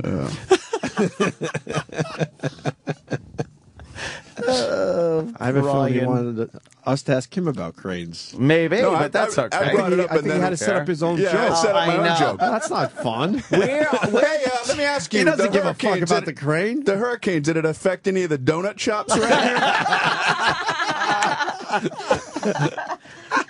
Well, matter of fact, it did. Why would you ask such a question, Brian? Yeah, I was thinking because I was in one, right? No, I'm not doing it. Oh, of course I'm not doing it. You're still touring all over the country, huh? Yeah. I don't see you back here in New York as much, though. Well, I miss New York a lot. I do the comedy festival every 2 years, but I'd like to come more often than that. Yes. I miss you guys. Yeah, what's going on then? You don't come around this way It's anymore. just because I'm not performing here. That's the only reason. Yeah, but everyone that's why I wants want you to perform here. Last time you came through, you weren't here. You were doing other gigs, but you came through. You were here for something else, I think. Yeah, that's true, yeah. Letterman, I think it was. You might have been. Oh, oh. Any Lettermans or anything this time around? Not this time around. Son of a bitch. Yeah. The fuck's wrong with Dave? Fuck Letterman. Come on, man. Oh, no. Well, if he's not booking Brian Regan. How many have you and done? we love him. We love the guy. How many but Lettermans have you fuck done? him now. Did the 25th. Wow. Get the fuck. You did That's a 25? lot. A couple months ago. That's The awesome. show's on very late at night. It is. Bonnie's father said that to Bonnie once when she was on. Really? He didn't watch because it was That's on too really funny. late. It was on very late at night. Yeah, It's so bad to do Look at to Brian, he loves it. It's so bad to do to your I daughter. relate to that completely. Yeah? I relate to when you try to tell people that you're going to be on something and they'll, tell you that they don't want to, stay up. That, we go to bed at 11. You go, well, damn, what kind of friend are you? Are you serious? Yeah. So who said that? Your dad? My dad, yeah. Wow, that's funny. Yeah, I guess No, it's not. I heard that Robert Klein was trying to tell his mother that he was going to be on Letterman, and he's like, I don't know if we get that channel. It's like, it's CBS, you get it. Yes, that's Trust my me, you family. get it. Oh, my God. They just don't know. It's not as important to them as yourself. They've got to harvest. They had to harvest, Brian Regan. They had to get up early to fucking harvest the fields. That's right. Do you deal when you're traveling around with people? They get upset with you if you don't tell them they're coming to town, that you're coming to town, Yeah. and then But what are you going to do? Like text everybody? right, Or, and then if you do tell them and they can't make it, then you feel like you're kind of a jerk for throwing it out there. So it's kind of a no-win situation. you know? If they cared, they'd follow you on Twitter or follow your website if they gave a shit. That's true. Fuck them. How come you didn't tell me you were coming to town? Was that my job? Yes. I have a website. Yeah, why That's are you what I say to my mom and responsible dad. I got a website. Just look I want to into take it. notes every once in a while. JimBrianRegan.com, Mom and Dad. Tell you where I'm going to be. You doing any stuff up there in Canada? Up there? Bonnie McFarlane's home Cold Lake, country? Alberta. Nothing soon. No, huh? It's Jay way Moore up just there. did Cold Lake. Did he? Yeah. He hated it. Did he really? He hated the area. He liked the gig. Yeah, he said that. What's that? It's a horrible place, according to Jay Moore. First time I ever performed in Canada was in Winnipeg. Yeah. And the Winnipeg Jets were the NHL team. I don't know if they still are. But it was this nightclub that was going to have comedy. And the Winnipeg Jets were in the hockey playoffs. If I know anything about Canada, I know they like hockey. Yes, they love it. So I go in, It's on their and money. all these TV screens are hanging with the Winnipeg Jets about to start a playoff hockey game. And the club owner comes up, all right, we're going to go ahead and pull the screens up and start the comedy show. Shit. And I'm like, I want to live. I want to live another day. This is my first night in Canada.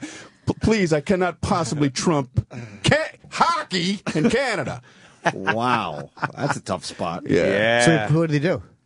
He said these people, if they wanted to watch hockey, they wouldn't be here. So he pulled the screens up. Did they boo? No, it was very bizarre. Oh, Canada doesn't boo. They'd hide grumble it. a little to themselves. Oh, they're passive aggressive. Jesus. Passive aggressive people. Oh my. This Remember is the really plane when terrible. they all were missing their crews? Yeah, we were trying to get out of Canada once. Out of and, Edmonton. and the plane broke. Yeah. But all these people were there. They were all flying to California to get a. I don't know why there were so many of them going on the same cruise, and they were going to miss their one cruise, vacation. their one vacation that and we were the only ones complaining. Online, and we just had to were go the only nowhere. We had nowhere to go. Nothing to do. What were they saying? Yeah. They were like, "Oh well, it happens." Really? Oh boy. Better here than up there. Exactly. We were like the asshole American. Just That's Rich funny. was like, "I heard it break. You gotta get us on another The plane." tow bar or something broke, and I heard it, and they go, "Well, it's beyond our control." No, you guys had faulty equipment. Don't fucking lie. Of course. What airline was it? I don't remember. But I had to get back. And, United, maybe. You know, when you're in the back and they pull away from the gate, but then they're just sitting there for a while, and then increasingly you get that anxious feeling, especially if you have a connection, and then the captain gets on with the, folks, I'm going to get you caught up on what's going on up here. Now, you know that's never going to be followed with anything good. Right. Let me tell you what's going on up here, folks. We found a big bag of money on board. And the rules are that the money gets divvied equally amongst all the passengers. And the reason for the delay is that the rubber bands we've been using are snapping on the size of these bundles. So we apologize. I flew, Never that. a month or 2 months ago, and I think it was on a Tuesday. Well, no, it was a Thursday. It might have been a Thursday. It could have been a Thursday. The weather, I think it was mild, 64 degrees with partly cloudy skies. He loves details in his stories, Brian. It's funny. So, All the wrong It's the wrong details. So, if a chicken crossed the road story, a chicken, it was a Tuesday. The chicken started to cook. No, wait, it was a Wednesday. I think it was either a roaster or a Rhode Island Red or something. His beak, it was one with a thing under the neck. No, see, that's too much about the chicken. About the chicken, right. You have to make it about himself. It was more the road itself too was more asphalt and concrete. So listen, this is a $300 pair of sunglasses was stolen out of my golf bag, right? So the ones you told me to get, the whatever. Cares what so they are. Stop pointing at people who aren't listening to you. Just tell the story. All right, quit sitting like you're a headliner. So anyhow, oh wow, Brian, you're right in the middle of this. Brutal. Yeah. Wow, that's a light little jab. But you should right see cross after. So at home we're just hugging the entire time. This is all an act. So the sunglasses were stolen. I put the claim. They caught the people, the TSA people that were stealing them. They caught them in Newark, and they said, we don't cover sunglasses. Well, they caught the fucking guy that was stealing the stuff. Maybe they don't cover his stolen goods. They don't cover so many. There's a list of things they don't cover. Well, he's a criminal. He did something illegal. You got to take up a civil case with him for your sunglasses. Nah, but if he works for the for the airline, TSA. then you got to sue the airline. Oh. Just walk up to any black guy at the airport and be like, "Where's my sunglasses?" Oh shit! And then they just give them to you. Hey, that would be great. I was trying to get Anthony to like me. Oh, it worked. McFarlane, it worked. Fucking fantastic. So you lost your sunglasses. Yeah, but they caught the guy. It was in the paper. We heard the story. Exactly. How are you going to reiterate it? We got it. This is not. It's a mystery. You understand what I'm saying? Yes. Yeah, we do. Oh, and they fucking also bullet to the head. Yeah, exactly. Suicide will show them. A golf harness. They took my golf harness. $200. That stinks. What's a golf harness? What's a golf harness? It's a thing you get. It's a swing correction. It's a swing thing. Yeah. What did they think it was when they stole it? Because no way they were stealing a golf harness. Yeah, of course. I don't fucking know. I thought it was a holster. When you threw it in the gray bin, the guy behind you, oh my God, is that a golf harness? Golf harness. I gotta get my hands on that thing. Leave the laptop. I need the golf harness. Jesus Christ, Rich. Hey, we got Bond coming in today, by the way. Roger Moore. Yes. Oh, Roger Moore will be in later. What time? Like 9:15. Yeah, no, we got plenty of time. But I see him on TV right now. Wow, he looks all right. He's in his 80s. Yeah. Egg whites. 50 years of Agent 007. Couldn't eat an egg. Fucking get the yolk with it. Yeah. Yolk is the whole flavor part. I like a good It's egg like, you white. want some Kool-Aid? Yeah, and then someone gives you water. He goes, well, I left the Kool-Aid out. You drink the Kool-Aid every time you go on faux news. The yolk is the fucking part of the egg. That everyone laughs at. Yeah. And you drinking is the key. That's great. Yeah, I know. Canadian bacon is good. Is that turkey bacon? It's turkey bacon. Turkey bacon stinks. I love turkey bacon. No, just go all in. I love turkey, but I enjoy turkey bacon more. No, I enjoy the no one flavor. enjoys it more. You feel like you're eating a It's not any healthier. No. No? Turkey bacon is not any healthier than regular bacon. I thought it was. Brian's moderating. Why do you say no? Moderating this turkey bacon debate. Isn't turkey better for you than fucking ham, though? Yeah, it's better. Brian hasn't been around in a while. We do cholesterol. food segments now. Oh, yeah. Very classy. They pretty much They stopped us from doing all that stuff with Right, so we naked penciled in girls and talking about bacon today. doing all that stuff. So we just decided, let's talk some food, a little food break. We're foodies. I had, you know, I'm trying to like lose a couple pounds, right? You don't need to, man. You look great. You look terrific, Brian. Doesn't he look great? He looks great. Doesn't he look Come great? on now. I thought you lost some already. All right. We're all Cue about positive Rich to show reinforcement his- here. Time for Rich to show his abs. You guys are sweet. Would you like to see Rich's abs? Oh, God. Abs. Oh. Yeah, I was hoping to. Yeah. Oh. I thought you said ass. Oh, Well, he'll show you that, here too. he goes. He loves This doing is so this. He loves stupid. doing this. What is that? I love though that he has to go concave. Why does he Like, do that? yeah. Yes, he hunches over every Yeah, time because he does it. He's an asshole, that's why. Brian doesn't know what he just saw. So another way to get abs is you bend over so much that the rolls look like abs.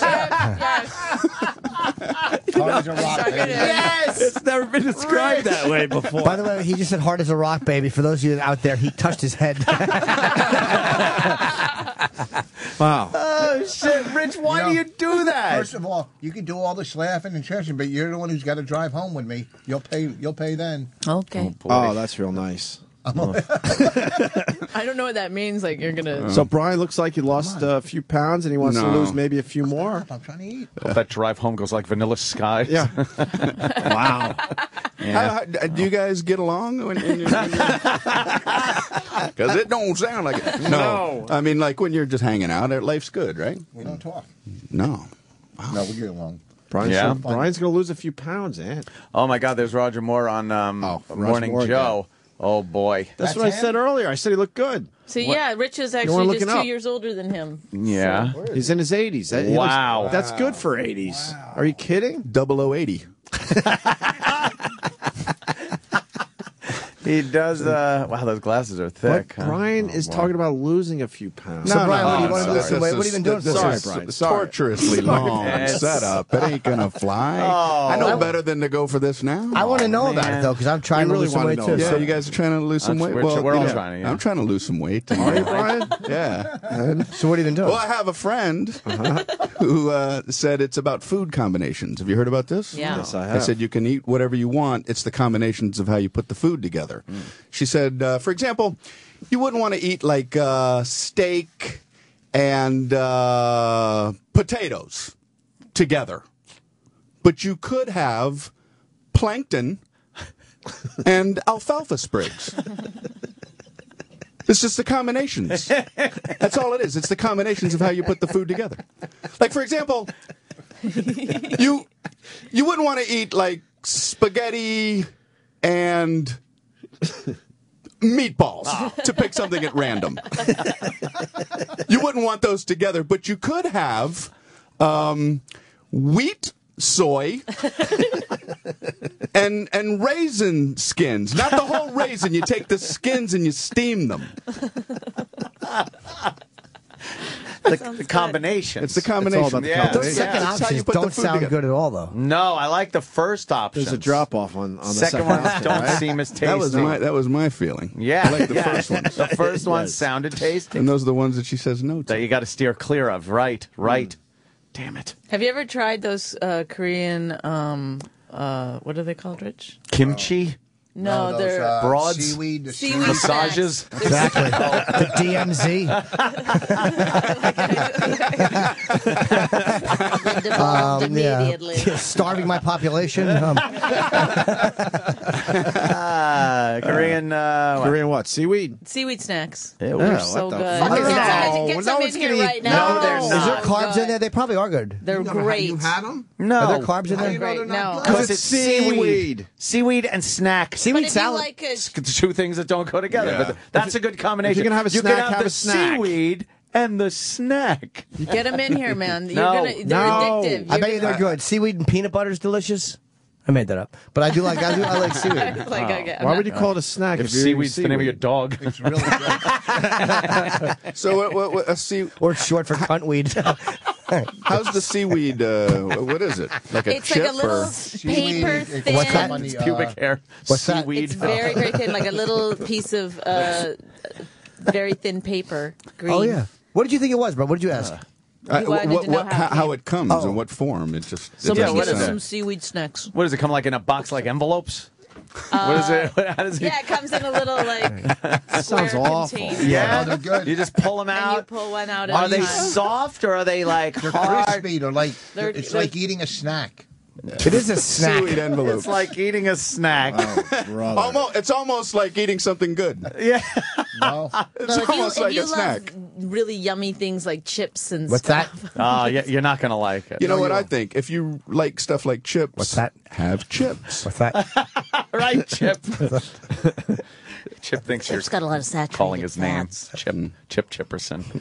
He gets very excited when he hears the word chip. Oh. Don't you have an intern that we can send out for some seaweed snacks? Yeah, can we get seaweed snacks? I there? would actually. I think I was going to buy them once, but I didn't. I thought they might have like a lot of. Might be like eating like pretzels or something. Yeah, don't shell out the 90 cents that they are to try them. No, it was for health purposes. I was afraid it would be like eating pretzels. I'm trying. not How to eat would that. seaweed snacks be anything but good for you Yeah. don't when know. they Why taste did you so look at the shitty? side of the thing? I was It busy. says. Anything rush. that's seaweed, like This that's whole why they story's made full it of out of holes. seaweed, because it's fucking it's not going to put any pounds on you. It's seaweed. There's a lot of tension in the room, Brian. Listen, if I you want to have a apologize. fair test Yes. about the seaweed, if you're going to get the seaweed things, Yeah, you are. also have to get chocolate iced donuts. Yes. And you have to do a taste We need a test. You control. don't just eat the one and go, first hey, of that's all- not bad. Right. You also eat the donut and go, which would you rather have? But Exactly.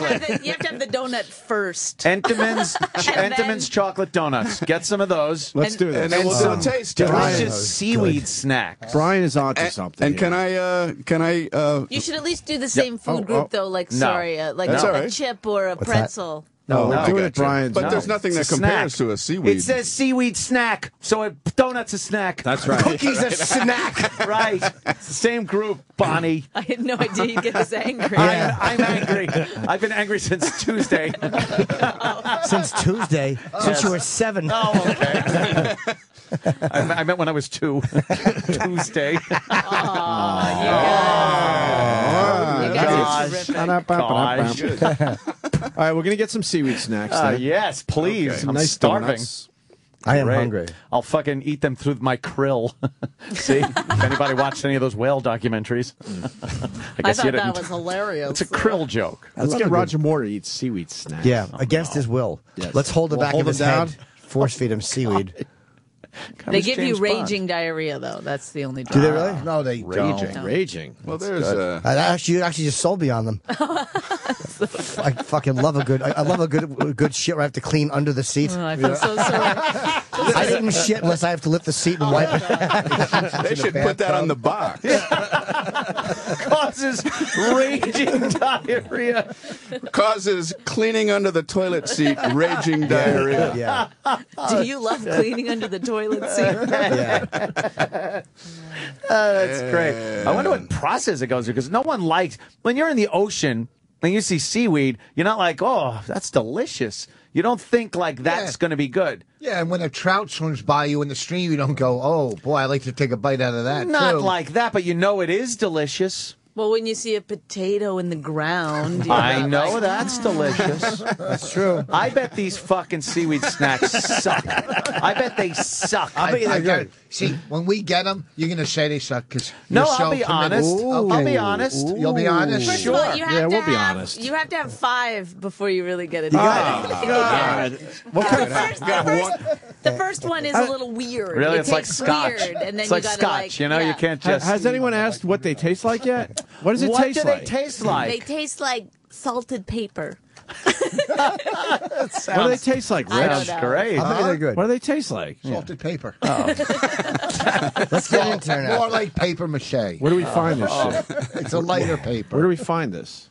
And any of those stores that I've have never a million seen it. things that have, They have to have at least a million things to choose to want to stock seaweed That's the snacks. millionth choice. 999,999. We're ready. Yeah. only million item stores are going to carry them. Is it on the sign for the store? Do they advertise they have a million things in them? Or do we have to ask every single person? Before I come in and look around, how many things you got here? Right. 'Cause if you don't have a million, the stores I that gotta have move the on. flowers and the fruit outside. They have everything, you know. A bodega. Huh? Yeah, no, they're they're called not bodegas. well, they're sort of Bodegas called don't have Korean bodegas. deli. Yeah, something like that. Where's one in the inside? Sam, are we on this or what? Yes. Oh, good. Get some seaweed snacks. And You there's just all woke different Sam flavors. up. He doesn't even know what you're talking about. Nah, Yes. Whatever. I like the roasted garlic seaweed snacks. Oh, don't get the God, wasabi. you just made it They're sound too even Yeah, the worse. hot. wasabi's I too love hot. wasabi. Oh, get a wasabi. Get a wasabi. Also, in addition to. We only have Brian Regan for a few more minutes. Okay, He's doing yeah, TV with. What TV you CBS. doing, Brian? CBS. Oh. A little CBS action. Do we get that? You get it, man. Yeah, we're too busy to watch that, Brian.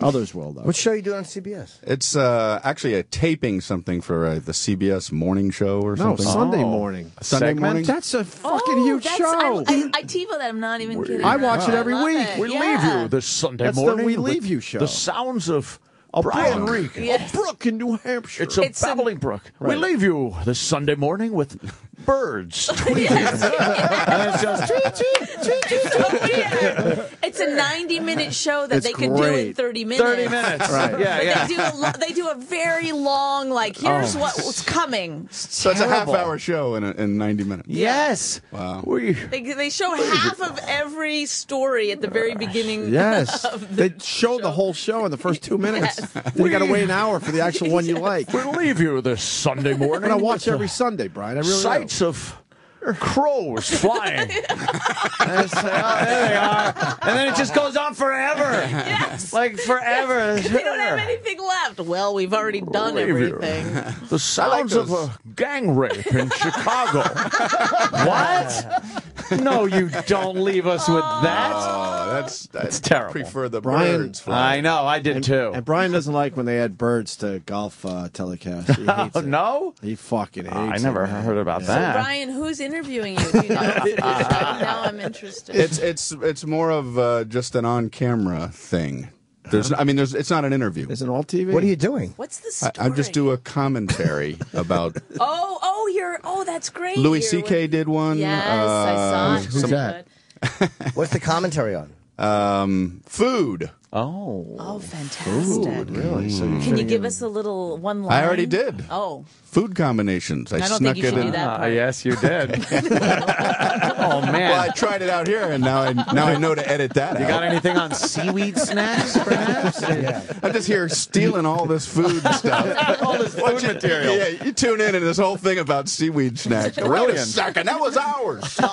How long did it have to be? It's 2.5 minutes. Oh, cool. That's awesome. That's a great show. I would love to do one of those things. Well, come I wanna along. do it. Oh, How do I? How do you do it? He's single. That's how I pick up chicks. Hey, you want to do a CBS morning segment? That's cool. Charles Osgood, right? Is he that the one who it that's is? doing it now? I have no fucking idea. Good old Charles Osgood and his bow It's tie. so weird. It's like the show's depressing to me. It's I mean, like- Brian will fucking buck it up. No, but that one isn't. the No. CBS Sunday morning, they No. show those different weird suns in the No. corner when they go. I don't like those. They're creepy. I thought it was a religious show. Did you? It I thought does. Yeah, it looks like a religious No, show. it's perfect too for Sunday quiet. mornings. I'm up It's Sunday too- morning. Fuck Sunday mornings. I hate Sunday mornings. Hold on. The It's one that's terrible. depressing is 60 Minutes after the football game. No, that's Fuck fine. yeah, you're all excited, and then they have the most horrendous shit I don't going mean on like in the that. world. I mean, it's a Sunday. It's like a fucking funeral home kind of depression. If I might. Yes, Bonnie McFarlane. It is low Sunday energy. morning, so they have a nice pace for It's low Sunday energy. morning. It's You can nice. go and Pace. Yes. get your bagel and not miss anything, and you come Oh, back good. and you're. I got a nosh and I'm still watching. I love those low pressure TV shows. I Yeah. love being out on the road in Des Moines, Iowa. and you put on the local channel, and it's two old ladies talking about quilt making. Yeah. Oh, you like that? I love it. Bring it way back. Bring that throttle it's like back. way back, and that's what I like about it. It's like so underproduced, you know. Two chairs, and they're both talking about, you know, their quilting bee coming up this Thursday, and I'm like, I'm riveted, you know. I don't like the whole Sunday morning thing. There's like a glass table with a vase on it, giant, vast, empty studio, and he just comes walking in from the side. Hello.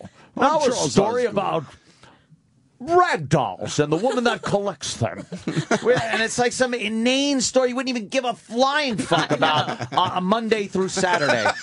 You do realize this is the show Brian Regan's taping. Oh, I know. In 10 minutes. This is going to turn it around for me. I like that. It's such a throwback. It's like something out of the 70s. Yes. Where they walk up like it's just the studio, a little fucking table, and the guy talking. What time no fancy graphics. Yeah, they always come back to him. Like he does the intro to each story. You know, it's like His they don't job have is any of that easy. graphics package where it's like.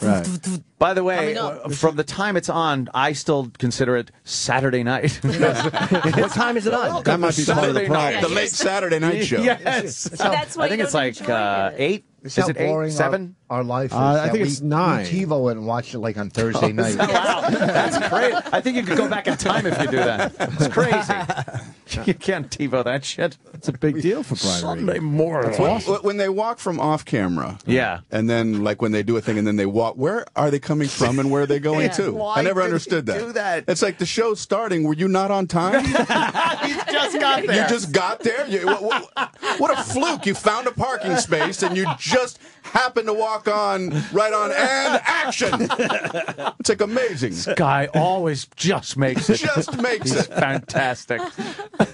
No, I don't like it. It's not depressing in a way. I know what you're saying after football is 60 minutes. Well, it's not that way like all action, and then it's the mood of the show, the attitude, even the color of it. Man, that 60 that minutes fucking way worse. that Folgers in your cup, red sunshine coming through the window commercial thing. I hate that. It looks like nuclear fucking bombs went off outside. The best part of waking up. It's like,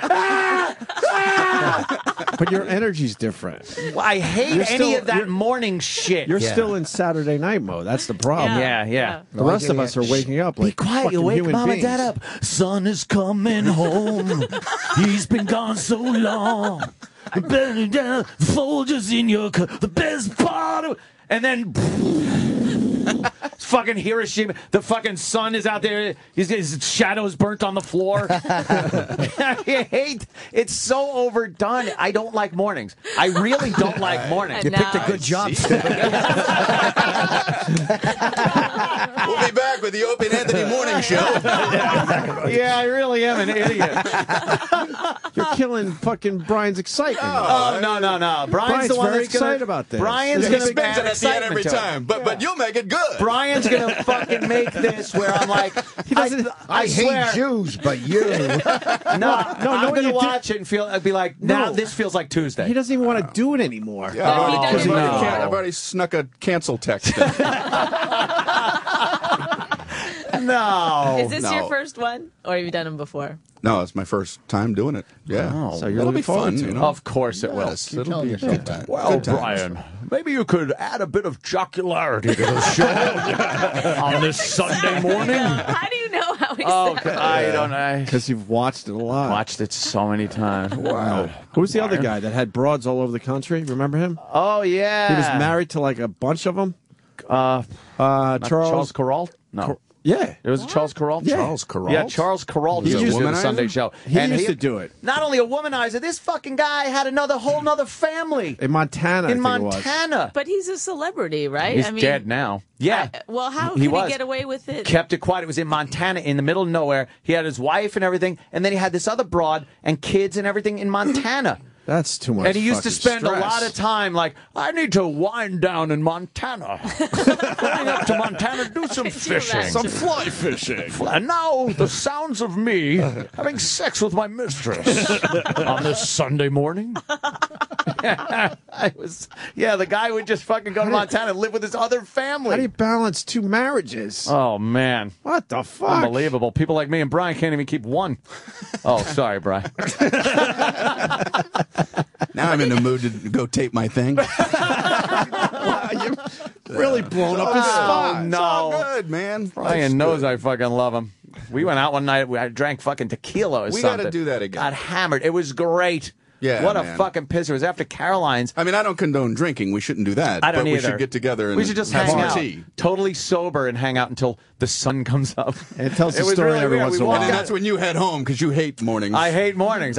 We walked out of Caroline's. The sun was coming up, and I heard, "Oh, you just got done with Caroline's. The best part of Brian Regan in your cup." My favorite is when you tell the story is how he changes a little bit. Oh, it was fucking fun. A little bit. No, Brian just talks, and it's fun. It's a lot of fun because, you get more of an insight. Yeah. Because we have Brian on. He's a fun guy and shit, and we love him. And then you get more of an insight of Brian Regan, the guy, when you're hanging out. Wow. Not Brian Regan, the comic. Little And it was different. just, it was fantastic. We hung out, and we actually left Caroline's. We closed Caroline's and found another bar. There was another place we went to, I It was remember. like right across. Oh, were we fucking staggering down the road? We got to do that. Let's make a date. It was If that's good. okay to say A with guys. date with a man. Yes, a mandate. Hey. Oh boy. Hey, what do you think of that election there, Brian Regan? Are you political much? Don't tell me. I taped it.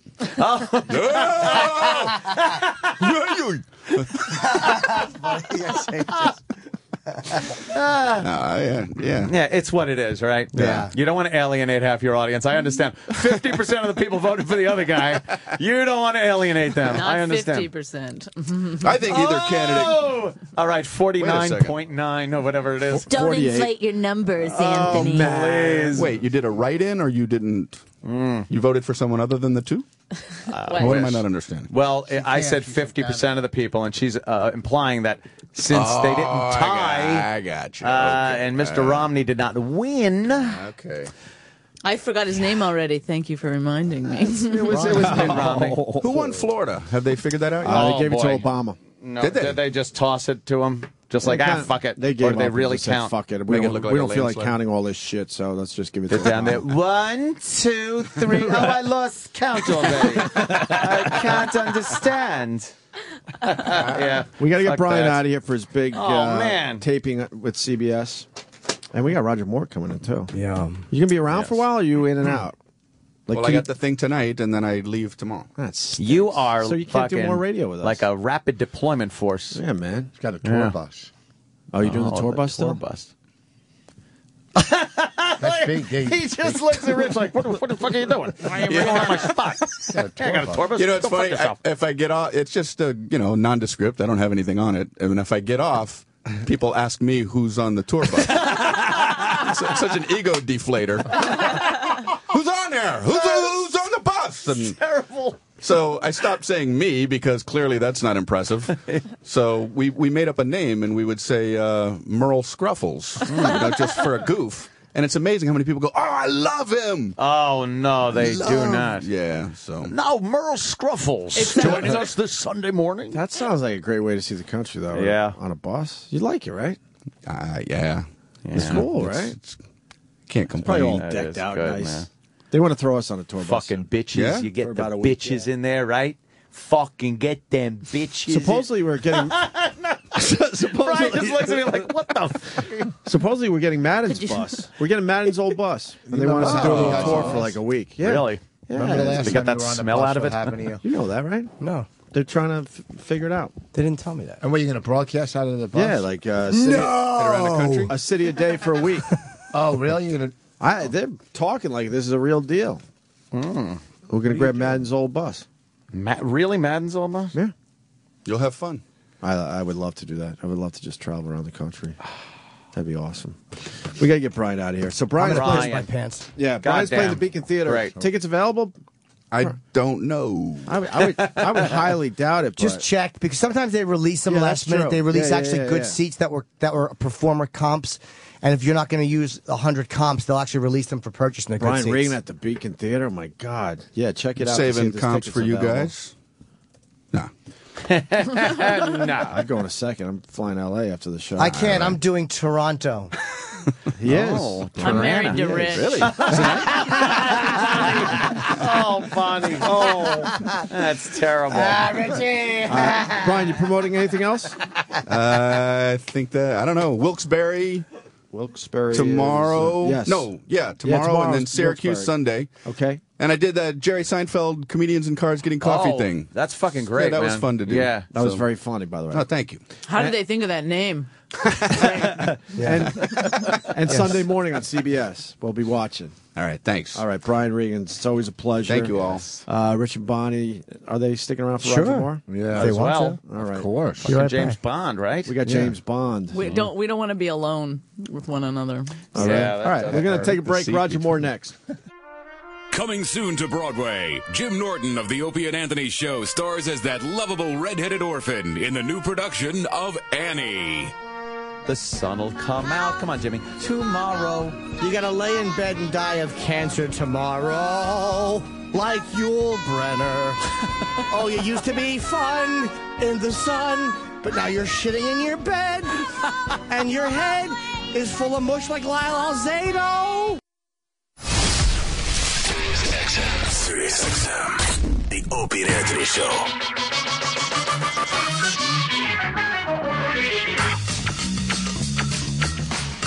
It's been a hell of a week of radio. We're going to end it with Roger Moore in a little bit. That's so cool. Is he here? Ricky Gervais was on. Billy Connolly was yesterday. Jay was in a couple days. Russell Peters. We had a good shows. Louis C.K. Oh, yeah, Louis came in. A lot of comedians. Rich and Bonnie are here. Brian Regan. Their movie premieres tomorrow at Caroline's, 1 o'clock, as part of the Comedy Festival. Women Aren't Funny. I've seen it. It's great. People are going to love it. You should go and check it out at Caroline's tomorrow at 1. And next week, Is this real? Yeah, that's how Bananas dumb in he Poughkeepsie. is. Is this real? Yeah. What are you doing? Bond. Oh, Bond. Very good. No, but really fast before he gets in here, you got to know about this. Do you know what Eric's doing? Oh, I know. Yeah. This is so What are you stupid. doing? What are you It's not stupid. Yes, it is Really? stupid. Why is it stupid? No, you tell us You why tell it's us not. why is it's it- not Because stupid. it's a famous scene from The Simpsons. It's a famous James Bond scene from The Simpsons. Oh, okay. I'm and he sorry. wants him to sign it I'm to Eric. sorry. All I right. didn't realize. Yeah, it's a big joke where he's trying to auction off a signed portrait of Sean Connery as signed by Roger Moore. You know what? I stand corrected. Oh, did we just get slapped You know hard? what? I apologize. And you know what? to Erock had a Erock. lot of confidence. My apologies. Wow. I think Oh, we all look of our stupid. apologies to Erock. We You know couldn't what, you wait could- to smash you. You can tell Norton's full of shit because And here he's comes Roger acting, Moore 'cause down his the hall. eyes opened up real big when he apologized. No, but I was being genuine. No, Okay. he got us. Yeah, he got us. We're fair on Bring this him show. right When in. Erock Yeah. gets us, that's it. Here, rip that up. Oh! Roger Moore is coming into the studio. Roger. No, that's Sir Roger Moore. Sir Roger Moore. Hello, sir. Sir Roger Moore. Absolutely. Thank you. Have a here, seat. sir. There you go. Wow. Yes. Legendary. Oh, look at how well dressed. Always the consummate gentleman. It's Yes. natural. Yes. Well, I'm assuming. Of course. It's not paid for. No. Okay. There you go. Take a seat. We're actually on the air. We like doing things like that right away. Got that? There we go. Yep, there we are. Very good, sir. you have headphones if Roger you need Moore. them. I don't know if you need them. Roger Moore. This is fantastic. Don't mind these people, just fans. You know, they're fans of yours. Well, I Who work is it, here. though? James Bond. What's going on now with you? Bond on Bond. Reflections on 50 years of James Bond movies. Roger Moore. Well, it just happened to be the 50th anniversary of Bond coming up. 50th anniversary. And my publisher thought that it would be a very good idea if I brought out a book with my opinion of Bond. And now this is not just your opinion, of course, on the Bond that you had played through the years, but every Bond from the beginning. Who was the first? Was it Sean Connery? Yes, Sean I Connery. thought maybe there was, because sometimes they throw in that one or two guys where it was like, no one really paid attention to him. No, in the Eon films, Yeah. it was Sean. Sean, yeah. Then George Lazenby. Right. That's the one everybody goes, who was that? But George Lazenby got talked out of doing more Bond movies by like his guru or something. Like, Well, he sort of behaved badly. Oh, did he? And when Cubby Broccoli asked him, why did you behave so badly when we were working? He said, because Harry Saltzman, told me to behave like a movie star. Oh, no. And he thought movie stars sent cars back and ate garlic before a love scene. Oh, boy. That didn't work out too well. So are you kind of grateful for that, for his kind of behaving irrationally? Because then all of a sudden you came along and... Well, Sean came back. Oh. And then they came to me. Yeah. For the second time. They'd been once where, because I knew I was very clever. They gambled. And I used to gamble with them at the gaming dens of London. Oh. I was very clever. I let them win so that they felt they could owe me something. Smart. And it worked. It worked. And around the same time, I'd about to start a series called The Persuaders, which I shot at Pinewood Studios, where my offices are now. And so we took a couple of stages there. Why am I talking about this? You could just talk about that. Sorry, it's interesting. It's interesting. It is, yeah. Why are you nodding off? Oh, no. I'm not, because she's on heroin. I'm a big fan of the Saint. The Saint, you got to drive a P1800. P1800 S. Yeah. It's an old Volvo. Yeah. Nice cars. Well, you got your fair share of nice cars to drive in the Bond movies, too, of course. Did you actually drive in a few of those, or was it usually, a movie playing behind you? Well, I didn't do very much dangerous stuff in them. No.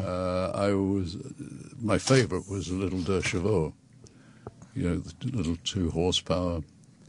Oh, that tiny little thing. Because, it's a car that you don't worry about hitting. Right. It's so hideous to start with. And it's a relief when you give it a nice bang. Yeah. So when you finally got the job, did you have any reservations about signing on for a franchise role like that? Well, it was just for to do 3. I never really thought it would go more than one more. Really? But it caught on. It certainly did. And my sort of idiotic way of playing it sort of got away with it. It was a very tongue-in-cheek Bond, as opposed to, I think, like the earlier Bonds that were more, not as tongue-in-cheek. That's what I'm trying to say. Earnest. Yeah, so... Yeah, but that's why I will say that this is a very uncomfortable chair. So oh, my God. This is not the best you can afford here. Very uncomfortable. Very uncomfortable. Where were we? Yeah, you see. I know. See what happened to me. Tongue-in-cheek and earnest. Yes. Yeah. Was that the way you played it, or did they start writing them that way? No, Sean, I say, played it like a killer. Mm-hmm. I played it like a lover, and now I think Daniel Craig plays a real killer. Yeah. I believe him. How do you like the Daniel Craig version? I think they're the best. Do you? Yeah. They are really amazingly well done.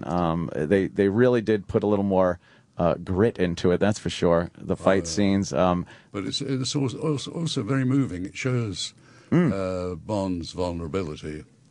Yeah. And the relationship with Judi Dench, which was wonderful. Mm-hmm. We won't give anything away. No. Is it hard to watch other guys after you've done that role? Like the guy right after you, is it kind of hard to go and like, wow, that's not my gig anymore? Well, I didn't. I must say I didn't look at the first 2 after me. Not out of bitterness, but I just find it difficult to lie that barefacedly with somebody says, "What did you think?" So I say I haven't seen it. Which is much easier than saying, "Oh, it was very good." Well, actually, I've been back and I've looked at them, and he was very good indeed. Who came right after you?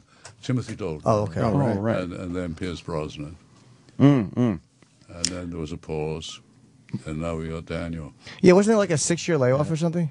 Yeah, there were little problems going on with MGM, and the usual power game that goes on in Yeah. Mm-mm. It was also very, very odd to have the Cold War end, because that was the nemesis, usually with some type of Cold War thing going on. So you kind of had to come up with a new mission. Yeah, a new nemesis.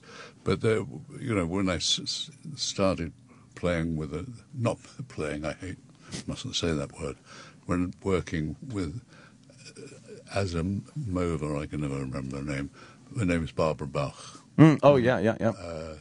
Very easy on the eye. Certainly. And we introduced Jaws in that. It was the first time I'd worked with the director, Louis Gilbert, who was sort of slightly manic as I am. And a wonderful villain, Kurt Jürgens. And had wonderful toys to play with. The wet bike. Yeah. Nobody had ever seen one before. Yeah, and then it just became something that was reality. Yeah, there were a few Bond things that kind of came to fruition after a few years. There was one gadget I wrote about in the book, which was being able to stay underwater. And they called and said, how long, the ministry called to find out, how long could you stay underwater, really? He said, as long as you can hold your breath. Yeah. Oh, yes, there were those little mouthpiece items that looked like 2 CO2 cartridges and a mouthpiece. And they'd pop it in and be swimming underwater, and people thought it was real. And we're like, hey, wait a minute, that sounds like a pretty good idea. How long can you swim with it? Yeah, as long as you can hold your breath, because it wasn't real. A lot of people kind of make that mistake, yeah. I would like an oil slick, though, in my car, smoke screen, ejector seat. Blades. Blades out of the hubcaps would be really good. A police siren is always useful. You know what? Something as simple as that, yeah. Do you think Flint tried to steal Bond? Flint? Yeah. Flint, yeah. Well, they did. After the mistake was that they tried to make a parody out of a parody. Bond is a parody, really. Yeah, it's over the top, sure. Especially back in the 70s. Back in the old days. Yeah. No, today it's real stuff. Yeah. I mean, the stunts are just fantastic. Pretty amazing. There were some pretty good ones. I mean, you really couldn't see, well, you not really couldn't, you couldn't CGI things back then. So whatever stunts you were seeing, like that, the car that went over the ramp and did a complete rotation, that stuff's all real. The mini jet, that was real. Mm-hmm. I mean, you had to have really good stuntmen back then. The only sort of fake things, I suppose, were the falsies. Falsies. The falsies and the girls, right? I was talking earlier about how I loved when you would be on a skiing thing, something skiing, and you'd see the skiers swishing down the mountain, and then there'd be you with the goggles on, camera right in your face, with the film playing behind you, kind of shooting, and then it would show the skiers again. And, the effects back then, you had to use your imagination a little more. Well, that's what movies are for. Yeah. To make you imagine things. Right. Imagine that he is skiing down the mountain, and it is James Bond. Yes, and imagine that this is not radio. Yeah, that's what I was going to say. Imagine somebody's listening to this. You're on it. Do you feel bad for the way, because Sean has a really weird relationship with the franchise because he's angry about the way things went on, and he's like the only Bond that is kind of not a part of promoting it or anything like that. Yeah, well, he rather resented the fact that he thought that he was not being remunerated enough. And he got fed up with people calling him Mr. Bond all the time. He thought he was losing his identity. And he sort of fell out with them, and he said some pretty bad things about Cubby Broccoli, who was a wonderful man and a dear friend of mine. And he had said something that had upset Cubby very much. And I wanted to clear it between them. And I was living in California at the time and had a dinner party, and I invited Cubby and I invited Sean and sat them next together. And the first part of the conversation I heard was, Cubby said,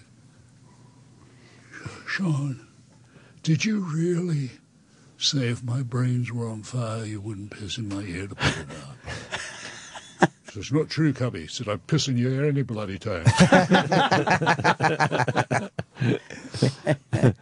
And did that help things, or it was the end of the... No, didn't work out. There was a making up before Cubby died. There was a documentary done for Epics where all of you guys, except for Sean, were interviewed, and they showed the whole Cubby story. And who was Cubby's partner? It was Harry Saltzman. And how they got together. And it was fascinating to watch the way the franchise went and the lawsuits over...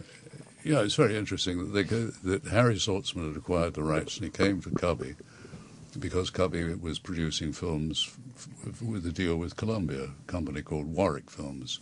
They made a lot of Alan Ladd movies. And he thought that Cubby would be able to come in with him and get Columbia's backing. Well, Columbia, some nit at Columbia turned Bond down. They could have had it for $1 million. And it's made $1 million since. I wonder where that fellow's head is rolling now. Yeah. Or if it's stopped rolling. Wow. But then Cubby had a relationship with United Artists, and he said he would come over there with it. Harry, he had to loan Harry the money to get to New York, and Krim shook Cubby's hand and said, "We have a deal." Wow. Harry got in the street and he said, "I wanted him writing, get it in writing." And Cubby had to go back and say, "Look, could you just give us a line or two?" Smart, yeah. But you see, that was the difference between Cubby and Harry. Harry had bright ideas and was very gung-ho about doing things. Cubby, a little more laid back. For me, one of the most caring producers I ever had the pleasure of working with or taking money off. What do you think what has the franchise made? Do you know, like an estimate? It's well over $1 billion, I think, right? Oh, hell yeah! They're figures I can't even imagine. Yeah, well, sure I suppose I could if I got a few years older. How did being Bond affect your career after you were done playing Bond? Well, all the time that I was doing Bond, I was offered things that were sort of like similar to Bond, which I didn't want to do. I got fed up with being blown up, and all the acting was trying not to blink when guns go off. I hate damn guns. And for the last 21 years, I've been an ambassador for UNICEF, and the picture that's always being sent to me to sign is the Bond one holding the gun. Sure, and it's not an image I like. Wow, really? That's because you're synonymous. Bond's synonymous with his gun, his Walther, but you not so much. No, don't like them. Do you still feel guilty about pushing that kid out of the boat? Yeah, I feel terrible. I really do. I was absolutely horrified. Wow. When I see that. You really don't... Well, a poor little Thai boy. Yeah. Kicking him off the side of a sampan. They've been in that water. Mark, he had the antibodies in his system to fight off the disease. I went in there a couple of times in the Klongs in Bangkok. Wow. And I saw strange things on the bottom. I made the mistake of opening my eyes because the sampans, the boats with the long, long tail, to turn, you have to pull the whole engine towards you to go that way. Oh, man. That is a gesture you see on television. Yeah. Push my hand around to the right. Right. And so I overtipped as I came around a corner where there was an undertaker. And I think those that hadn't paid their installment. Oh man, they put him in the drink. No, but I had to open my eyes because I wanted to know where the propeller was. Right. And another time I went in rather heroically to stop a boat, but. Did you get affected? Your eyes or the water do anything like? Oh, they pumped me all sorts of things. Oh wow! But I nearly didn't do the film at the beginning because when we got to New Orleans and on the bayous, and then I'm driving the jet boat. The jet boat steers by the propellers, the jet propulsion, right? Mm-hmm. And so to turn, you put on more power. It's the absolute opposite to normal motorboat driving. Anyway, so I was going round a bend, and the gas tank wasn't quite full, and it stalled. Right. So you end up going in a straight line. You have no steering. You can't turn. And straight into a stupid boathouse that inconveniently left me. And I went forward and I smashed my teeth and my knees through into the back of the boat. So for the first 3 weeks of filming, it was fortunately mostly in the boat. I was on a cane. Really? Not a Michael cane. Yeah. So you weren't able to walk without a cane, and your teeth were smashed. Yeah. Jesus. And I remember one day we were shooting in New Orleans. A messenger just came in. And Yeah, said, right. Get him off. No, we just got no. It doesn't say get him off. The note says Bond franchise, $5 billion to date. Wow. And it's number 2 behind Harry Potter. As I guess the biggest franchise ever. Wow. But Harry Potter won't go on for 50 years. No, it won't. I don't think so. Harry Potter's done. We all know it. No. Wow. That's Don't tell me that. I have a question too. I forgot what I wanted to ask. You silly I goose. totally forgot. I don't know, but Roger Moore has beautiful fingernails. I Yeah. can't take my eyes off his fingernails. He's They're a sir. Yeah, he's how manicured gentleman. That's how a They're sir gentlemen. looks. Sir is. That's what I wanted to ask you actually about becoming Sir Roger Moore. What did they say to you? Like, does that mean you've been knighted? What does that mean? I don't know what that means. I'm a KBE, which means I'm a Knight Commander of the Order of the British Empire. Nice. That sounds pretty so important. Just little respect, Yeah. Not just a piece of. And how do they do that? What is the ceremony? With a sword. Rich is going to tell it. Yeah, sure. You want to tell everyone, Rich? Yeah, they go. You just eat with your mouth closed. Yeah. I know. I was absolutely petrified. The thing that worried me about it was I knew that I had to kneel, and I didn't know whether I'd get up again. And I called Michael Caine, who'd been knighted two years before, and he said, "Oh, don't worry, there is a rail you can put your hand on." Well, the most important moment of your career probably is getting tapped on the shoulder by the Queen, and it goes on the right shoulder and the left shoulder. And she might just swish it across my neck. And I'm a terrible coward. And I should have kept my eyes open to record it. But remember the moment. I just shut my eyes. And you didn't like a sword being that close to your head? I heard dunk, dunk, swish. I had my head still there. Pushed myself up. And then you talk with the Queen until she dismisses you. You don't get to go out drinking with her? You don't go out drinking or with the Queen? Drinking with the Queen? Well, no, Daniel Craig goes to skydiving with her, but... Yeah. What did you talk to the Queen about? Does she carry the conversation, or do you have to propel it? You don't address the Queen. She addresses you, and she says, did you come far? Things like, what are you doing now? Oh, wow. No, she's very hard to have a conversation. Very, very good. And I think the one thing about her, you're fascinated by her eyes when she's very close to you. Yeah. And I must say that I was always fascinated by her legs. We had a fundraising scheme with British Airways called Change for Good, where people put money in, and I was sort of spokesperson for this, and the Queen came for the anniversary of it to the British Airways private section at Heathrow, and I had to go up the steps naturally behind her, of course, of a 747, and I could not help notice that her legs were just beautiful. Wow. Wow. She's a year older than I am, and she doesn't have one mark, one vein, just That Prince Philip's a lucky man. Yeah, huh? Did you tell her that? No. That would have been a little awkward. Yes, a little disrespectful, perhaps. But do we have anything? Do we have anything of that equal in the U.S.? Because in England, that's such an honor to be knighted. But I don't know if we have an equivalent honor here. Yeah. Well, what's it?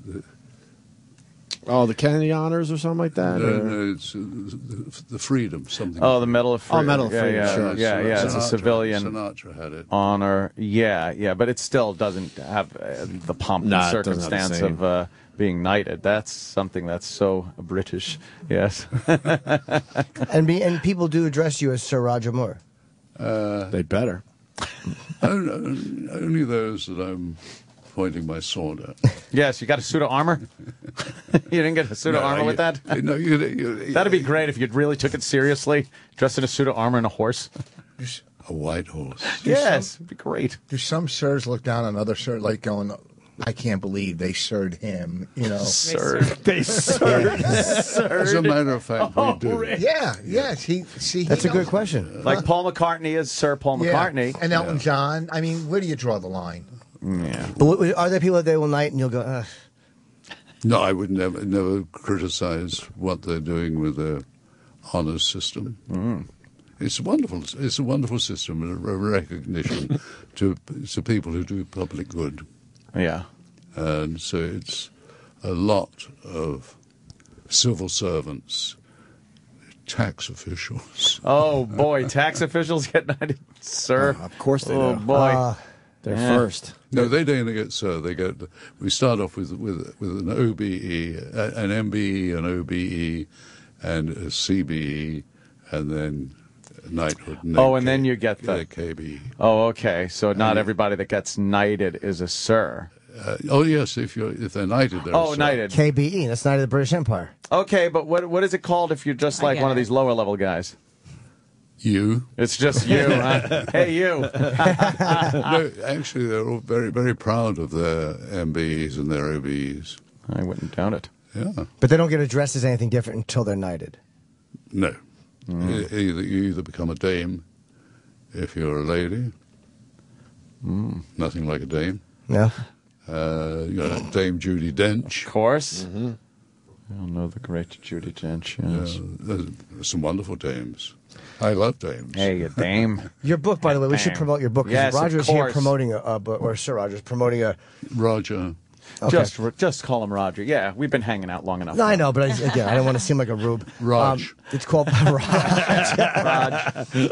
Bond on Bond. It's reflections on 50 years of James Bond movies by Roger Moore. And a lot of great pictures. And it's an amazing book. And there's a great picture of you and Richard Keel in here. And there's just... Every page has got a great photo on it, and this is just your take on the whole franchise. Yeah, it's a lot of research went into finding out the real figures and facts. Like you just got your 8 billion franchise. Yes, a lot of money, a lot of money. And I must say that your movies did have the best Bond songs out of all the Bond movies. Those were the ones that were, hit after hit during the 70s with the Bond songs. Well, there was Goldfinger. Goldfinger early on, sure. But, when you look at, like, Live and Let Die. Great. And Spy Who Loved Me. Spy Who Loved Me was another. Nobody does it. Nobody does it. But, yeah, huge. That sort of sums up Bond, doesn't it? Yeah. Those were huge songs in the 70s. You didn't go anywhere without those being blasted on the radio. And now the Adele song. Oh, yeah. Oh, she's Skyfall, doing right? It's this one. just brilliant. Skyfall, yeah. What ended your reign as Bond? Was it something you wanted to end, or did they say we have to move on? Well, they caught me getting out of my wheelchair. No, I knew that I should be thinking about moving on, to the old actors' home. When you bend down to kiss a girl and 3 chins show, and then you realize the girl is younger than your granddaughter. Oh, no, this is really, I'm a dirty old man. It starts to not feel right. Yeah, so... Let you know when that happens. Oh my God! What you say? I'll let you know when that happens. And you're on Twitter as well. Yes, I did a Twitter. I'd never done it before. Oh. Sir Roger Moore. It's all one word on Twitter. Now, do you send you've sent out tweets before? No, I've never done it before. But they wanted to do a half hour on tweet. Yes, I'm sure there's some type of representative of you and your interest that uses that, and people can read what is posted. I hope they're not doing horrible things like sending pictures that might not be, Oh. That would be terrible. It's your name there. We don't need people sending inappropriate things. I hope you can trust that person that's running that Twitter account. I don't know who's running it. Oh, Could you find out again? You best find out. I just checked something Connery. Did you ever hang out with like the movie stars in America, like Sinatra and people like that? Me? Yeah. Yes. Give us a good story. Give us a story. Oh dear. Well, Gregory Peck was a good friend of mine, and I made a film with him in India, in Goa. Which movie was that? It was called Seawolves. Oh, okay. Yeah, another. You were, oh my God, which one were you in? You were in a few war movies, yeah. Mercenary Story. Yeah. The Wild Geese. Wild Geese, with yes. Richard Burton. Richard Burton, that was a good one. And Richard Harris and Hardy Kruger, who Burton insisted on calling Deadly Luger. Here comes Deadly Luger. That's quite a collection of actors. Jeez. Well, we had a wonderful collection of actors in the Seawolves, Gregory Peck and David Niven, Patrick McNee. Submarine movie. The Thin Man. It started with a submarine, but it really wasn't a submarine. Yeah. It was a true story about the Calcutta Light Horse, who were a bunch really of territorials. They were volunteers, and they were all slightly over the hill. And they got into Goa to sink the might of Germany's fleet. How'd that work out? We won. All right. Nice to hear. So, if you took an acting class back in the day, was there anybody else like in the class? I don't even know if you did. I cringe at Rich's question. No, I know, but they all turn out to be good questions. I know, but I go like, You're not sure it's going to work out? But I mean, like he could have been in acting class with Olivia. You don't know who he was in acting class with if he took an act. Some people are natural actors. I don't know if you did. I'm neither. What's that? I'm neither. You're neither? Yes, I went to the Royal Academy of Dramatic Art. In 1944, I started there. Wow. And at that time, there were 16 girls to 4 boys in a class because the war had called everybody up. And the other boys were a bit... Not really interested in the girls. They were more there to act. And... So I learned a lot about sex and nothing about acting. Wow, you had the pick of the litter there, right? But there one girl who became a lifelong friend, whose name was Lois Hooker, and that was not appropriate as a name for an actress. Some standing, she became Lois Maxwell, and was my Miss Moneypenny. Moneypenny, yeah. Lovely lady. Got to work with Were her. you married when you did? Have you ever been married, or were you married when you did Bond? Yes. So that must have been frustrating because that's when all the girls kind of come around. Well, it's not frustrating. You just keep the wife out of the house. That's what I think it was. Tony Curtis told me that Burt Lancaster said that if you're in your dressing room with a leading lady or somebody off the set, and your wife walks in, continue. And when you get home, deny it. Saying, it wasn't me. They just have people who look like me. My stand-in. Yeah. Tell her you're trying to be a method actor. Something tells me that wouldn't pan out. It helps. Yeah. Yeah, I got a terrible method. What do you like watching? Like, what do you enjoy? I mean, do you watch films that are in that genre, or do you completely the opposite? I look at all the Academy-nominated films. They send me the screeners. I don't go to the movies I live in the winter in Switzerland, and I don't want to go and see them in Schweizerdeutsch. And in Monaco, they have original versions, but I just don't. I'd rather look at television and watch all the old comedy shows, all the old English comedy shows. That is, like Keeping Up Appearances and One Foot in the Grave, things that you don't know. I don't know that shows. That's about my career. Those. You're such a modest chap. You're like me. Can I see your fingernails? No. 007's his IQ.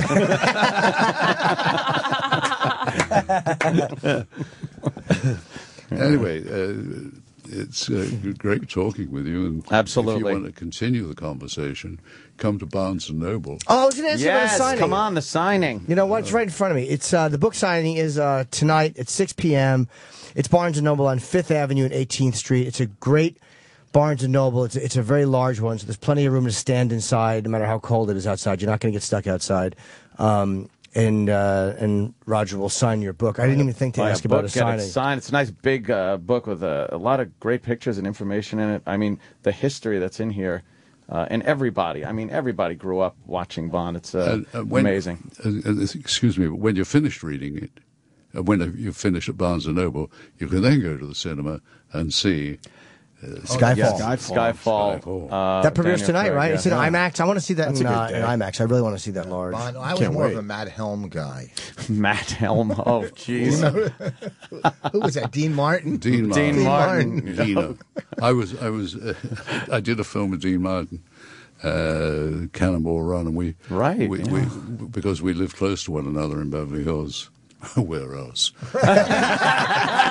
And we shared a limo going home at night, and he said there was some crazy guy, Roger.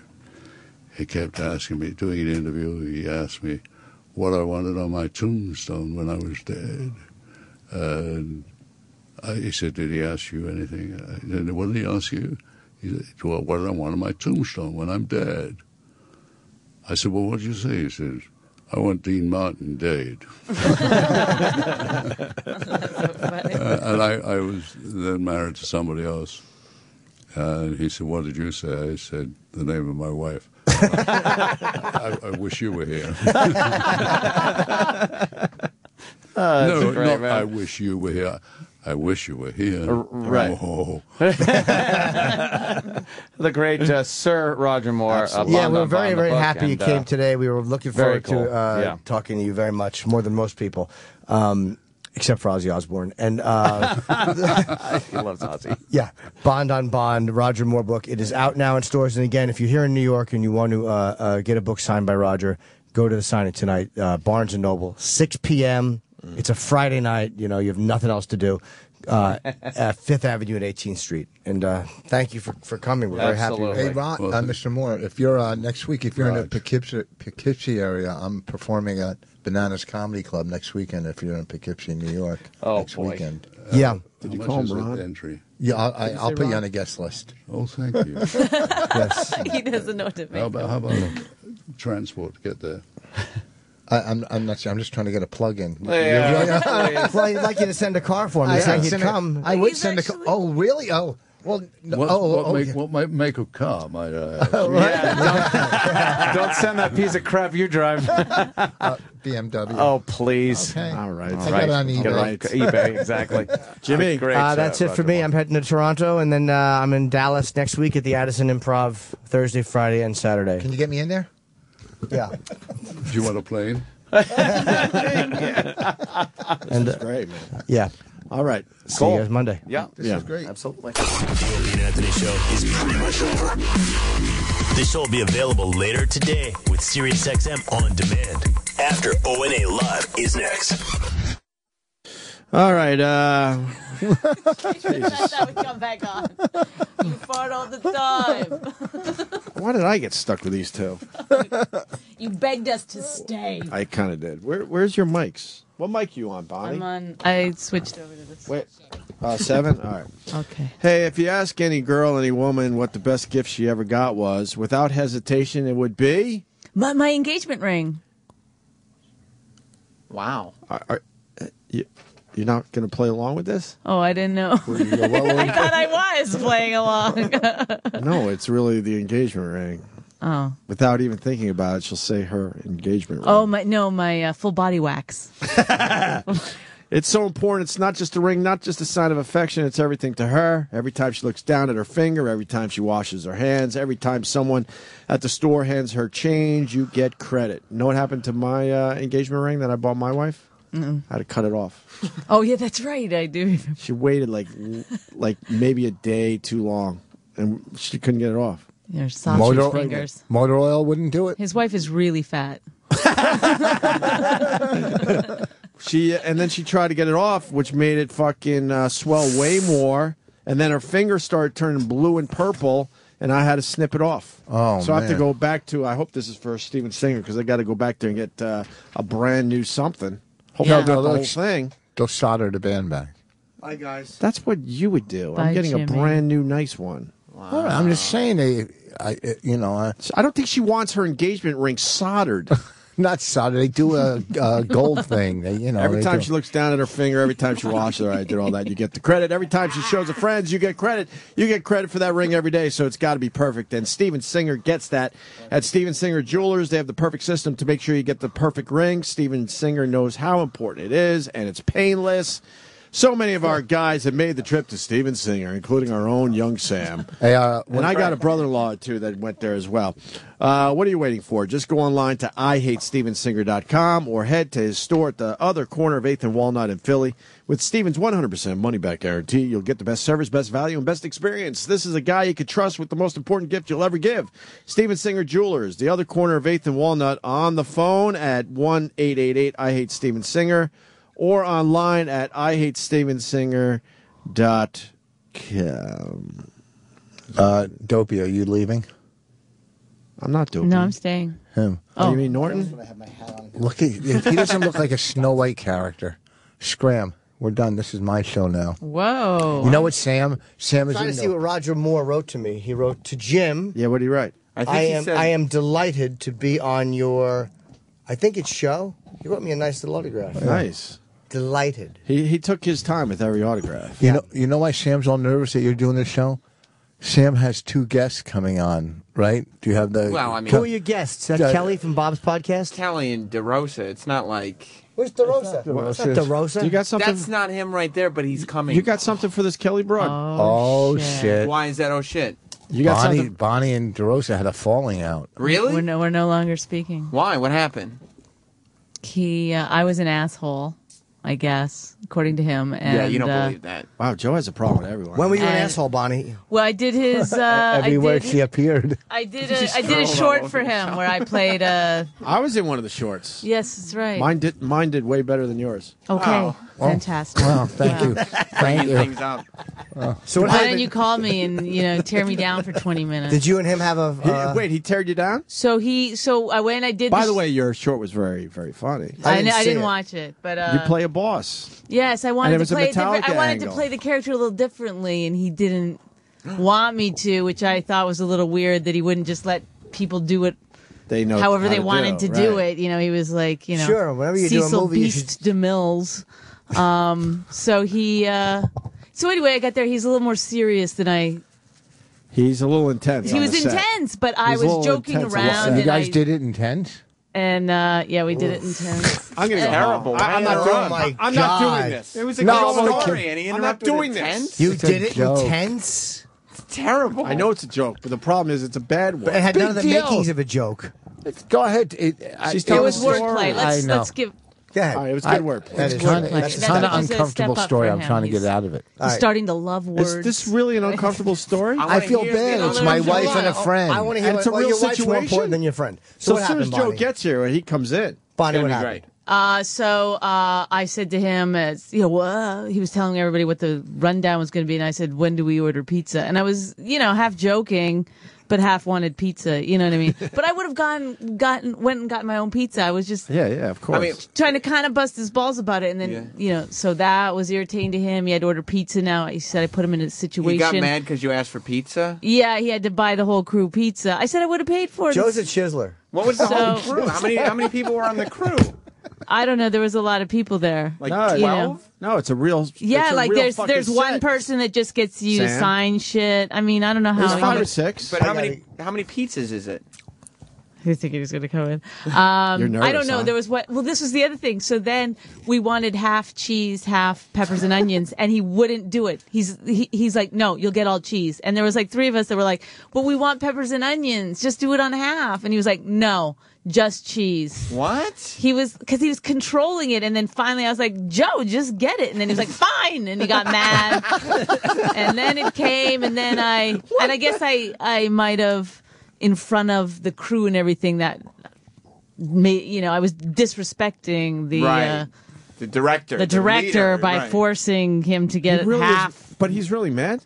So they then, don't talk. So then, they don't talk. Yeah, no. So then I spilled a little piece of the one of the peppers on It's all over pizza in the thing. Well, no, it gets more worse. than that. All right. And then I went to clean up, but Joe started losing his What'd mind, you and I spill it got on? On a embarrassed chair. in front of everyone, where he was like, "Jesus Christ, Bonnie, you're getting it all over!" And I was trying to clean up, and then I go, "It's not my fault," which I guess I shouldn't have yelled that and walked out. I was just whatever. And so then he was this. I find this all out later, by the way. I don't know this is happening. Okay. And then he was mad that he had to clean up the pizza, and then I didn't Off the go. chair. Yeah, I didn't go get water or anything. I just left because I did. It was a bad move on my part. I didn't. Well, it's like I heart Huckabees. Yes. So then stuff just kept happening, and then and then he wanted me to play this really angry character. So then I had to be angry, like whatever, and I would be angry. And then he got mad that I was angry at the shoot. But he wanted you to take it seriously. Right, but I wasn't allowed to be angry in between shots. But I kind of had to because it was like a very... Yeah, you play the it was like the exhausting to try to just be like... Right. Whatever. Method. So he was kind of getting on my nerves, He's too. kind of intense. And whatever. And I showed up unprepared. So, this is what happened at the end. Really... I knew all my lines. I was like, I had a character ready to go that he wouldn't let me do. Anyway, What do you mean he wouldn't let you do a character? I wanted to play the character a little more like Valley Girl. And he wouldn't have it. No, he wanted me to just be an angry. He didn't even want you to have peppers on your pizza. Right? No, he's controlling. He's like a real director. So anyway, this happens. It's fine. I leave. I know we didn't have the greatest shooting relationship. I guess at one point while he was telling me what to do, I go, "I really hate you," and but you were joking. I was, but I was also trying to break the tension because it was getting too intense. Yeah. And that's my fucking, I don't know why I think that'll help break tension, but I Insult did. somebody. So I did that. So this all comes out later. So he calls me. I'm in LA, and I get a call from him, and he's, the build up to that he's going to tell me off is 20 minutes. So I said, you know what? Can you just email it to me? Because I don't have time. Email the tell-off. Yeah, so he got mad. So then he started freaking out, and then whatever. So we're having this back and forth, and I kept hanging up on him, and then there was he kept texting me, and then. But every time he started, it's really funny. There's an attraction there. Every time he started to tell me what was going on, he would he'd say, I'd defend myself, and he'd go, "I don't want you to talk. Don't talk." Or he let me talk for 5 minutes, and then he'd go, "I let you talk. Now you let me talk." But what is and this is not on the set anymore. This is days later. This is days so he's not controlling. I said to him at this point, I said, "Look, I know what's going to happen." Right. I go, "We're probably never going to work together again, okay? But now you're risking a friendship, so do you really, what is going to be the end result of this? Right. Do you really want to go through with this?" And he did, so I had to sit there for 20 minutes while he told me literally every asshole move. He even went back to Cheat, and he was like, "You're an asshole on Cheat." He said no one liked you? No one liked you on that set. He said, "No one liked you on this set." He said, "No." He goes, "After you left, everyone looked at me and was like, what was her problem?" They had a meeting about me after I left. Here's where we thought she was an asshole. Everybody put why do you think she's an asshole on a piece of paper, and let's talk about it. We got to get Joe DeRosa's side of the story. Absolutely. Yes. Because he's got a side, believe you me. I heard it for 20 minutes. Hold on. Let me get in here because I like breaking shit down. It doesn't. I got to just add one more thing. All right, yeah. So that was how long ago? I don't know. We were in L.A. Well, it was months ago. That's a couple months ago. A month and a half ago. Yeah. Yesterday. No. I got a phone call from him. I didn't pick up. I was like, oh shit. Now I think I should have picked up and went, well.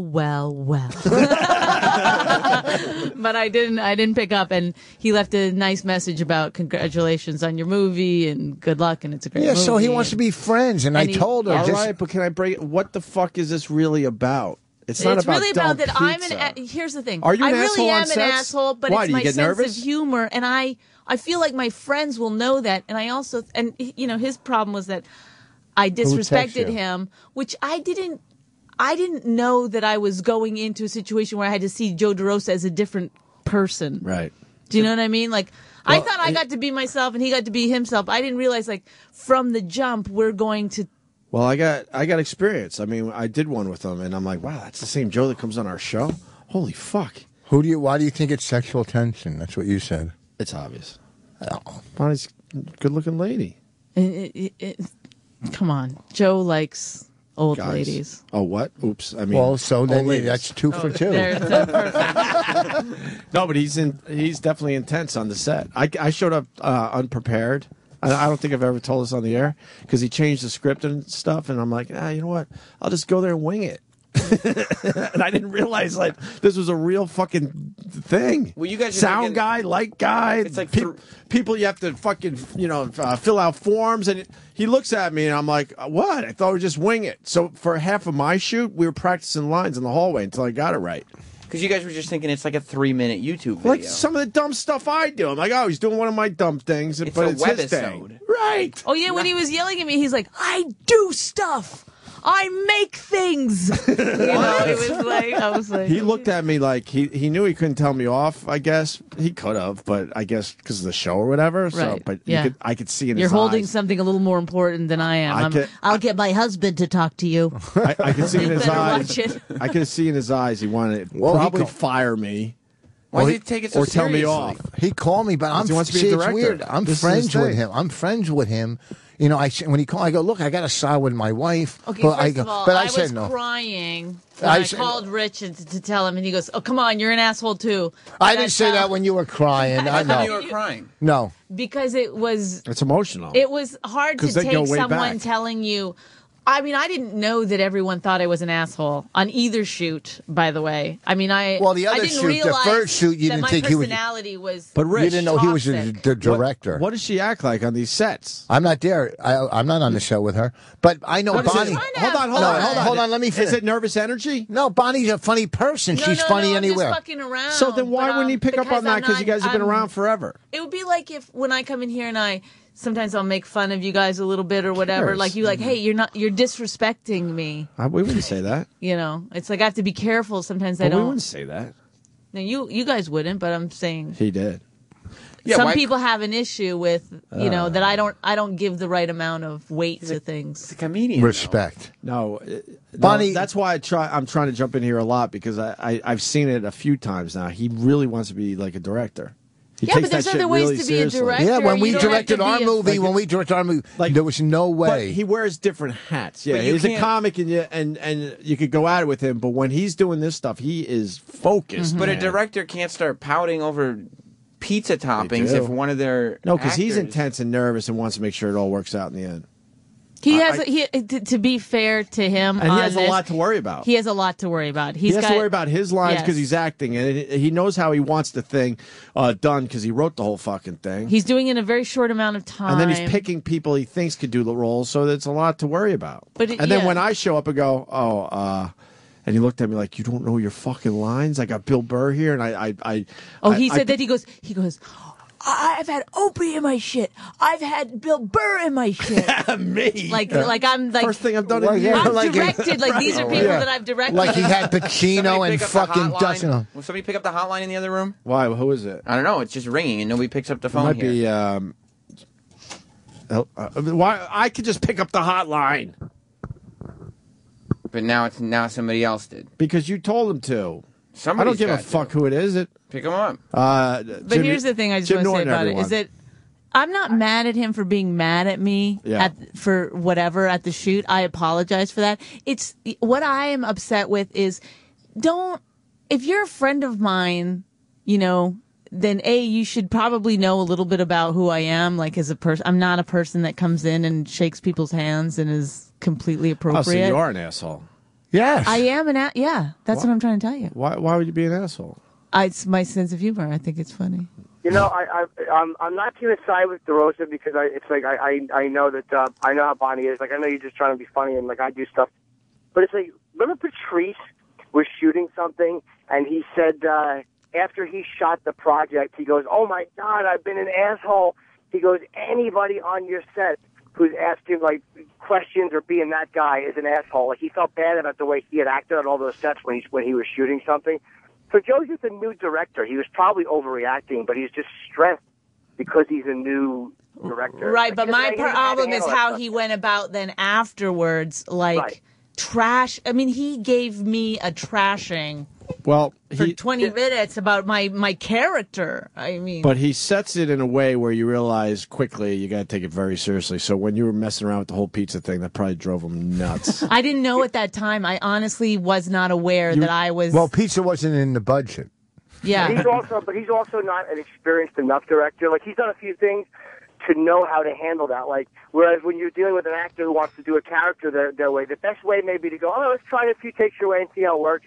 But he might not have had enough experience to do that, so he might have just panicked a little bit. I did one with him, and it went really well. Yeah, he's a nerd. Oh, well, I knew and you mine and went him well are in the fucking end. lovers. Isn't that wonderful? But mine went well also, so maybe Bonnie is the problem. Well, I mean, I saw I'm not saying I'm not the problem. That's the whole point. I'm not saying that. I'm saying that believe me, I know from past experience that I tend to rub people the wrong way. It happens, you know. And I don't know that it's happening a lot of times until I'm in too deep. I got enough info. Okay. Joe's a nervous Nelly. He wants everything to work out. I'm serious. Work out well. He's controlling. You show up on the set. He is really nervous because he wants everything to work. He wrote the script. He has the vision, and he wants everyone to take it seriously as well. Bonnie taking it seriously, but comes across like she's not. Yeah, like I had my lines memorized. But he should have realized it's just Bonnie being Bonnie, and that she is taking his project seriously in the end. But why did taken you aside and said something to you and said, "Hey, look, I'm a little nervous. Can we, you know?" Right. He should have talked to you privately instead of having a blow up in front of people. Right. Did you ever get the peppers and onions? We did, and then I spilled it on the floor. Yeah. Then I thought it was just a regular carpet pizza. Okay. Smeared it all over the All right, guys, I added nothing. Take care.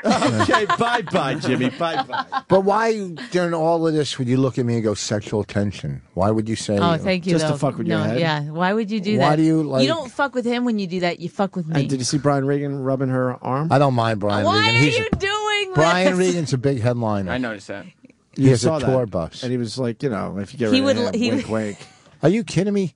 It all went down. I almost gave Brian her number. And he was making believe he was giving Bonnie a phone number. But he really gave me a phone number. And he did it in such a way like, look, I'm not kidding, but I got to make believe I'm kidding in front of him. It doesn't matter. See, I can't. But I don't. the Joe DeRosa sexual tension bothers you? No, I can't control other people.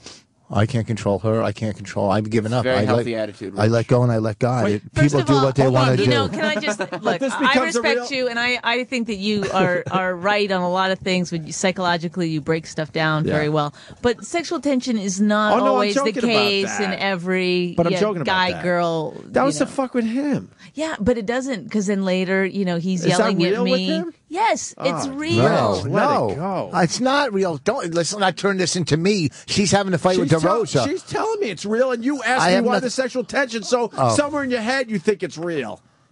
Well, I'm playing off what you said. All right, listen, doctor.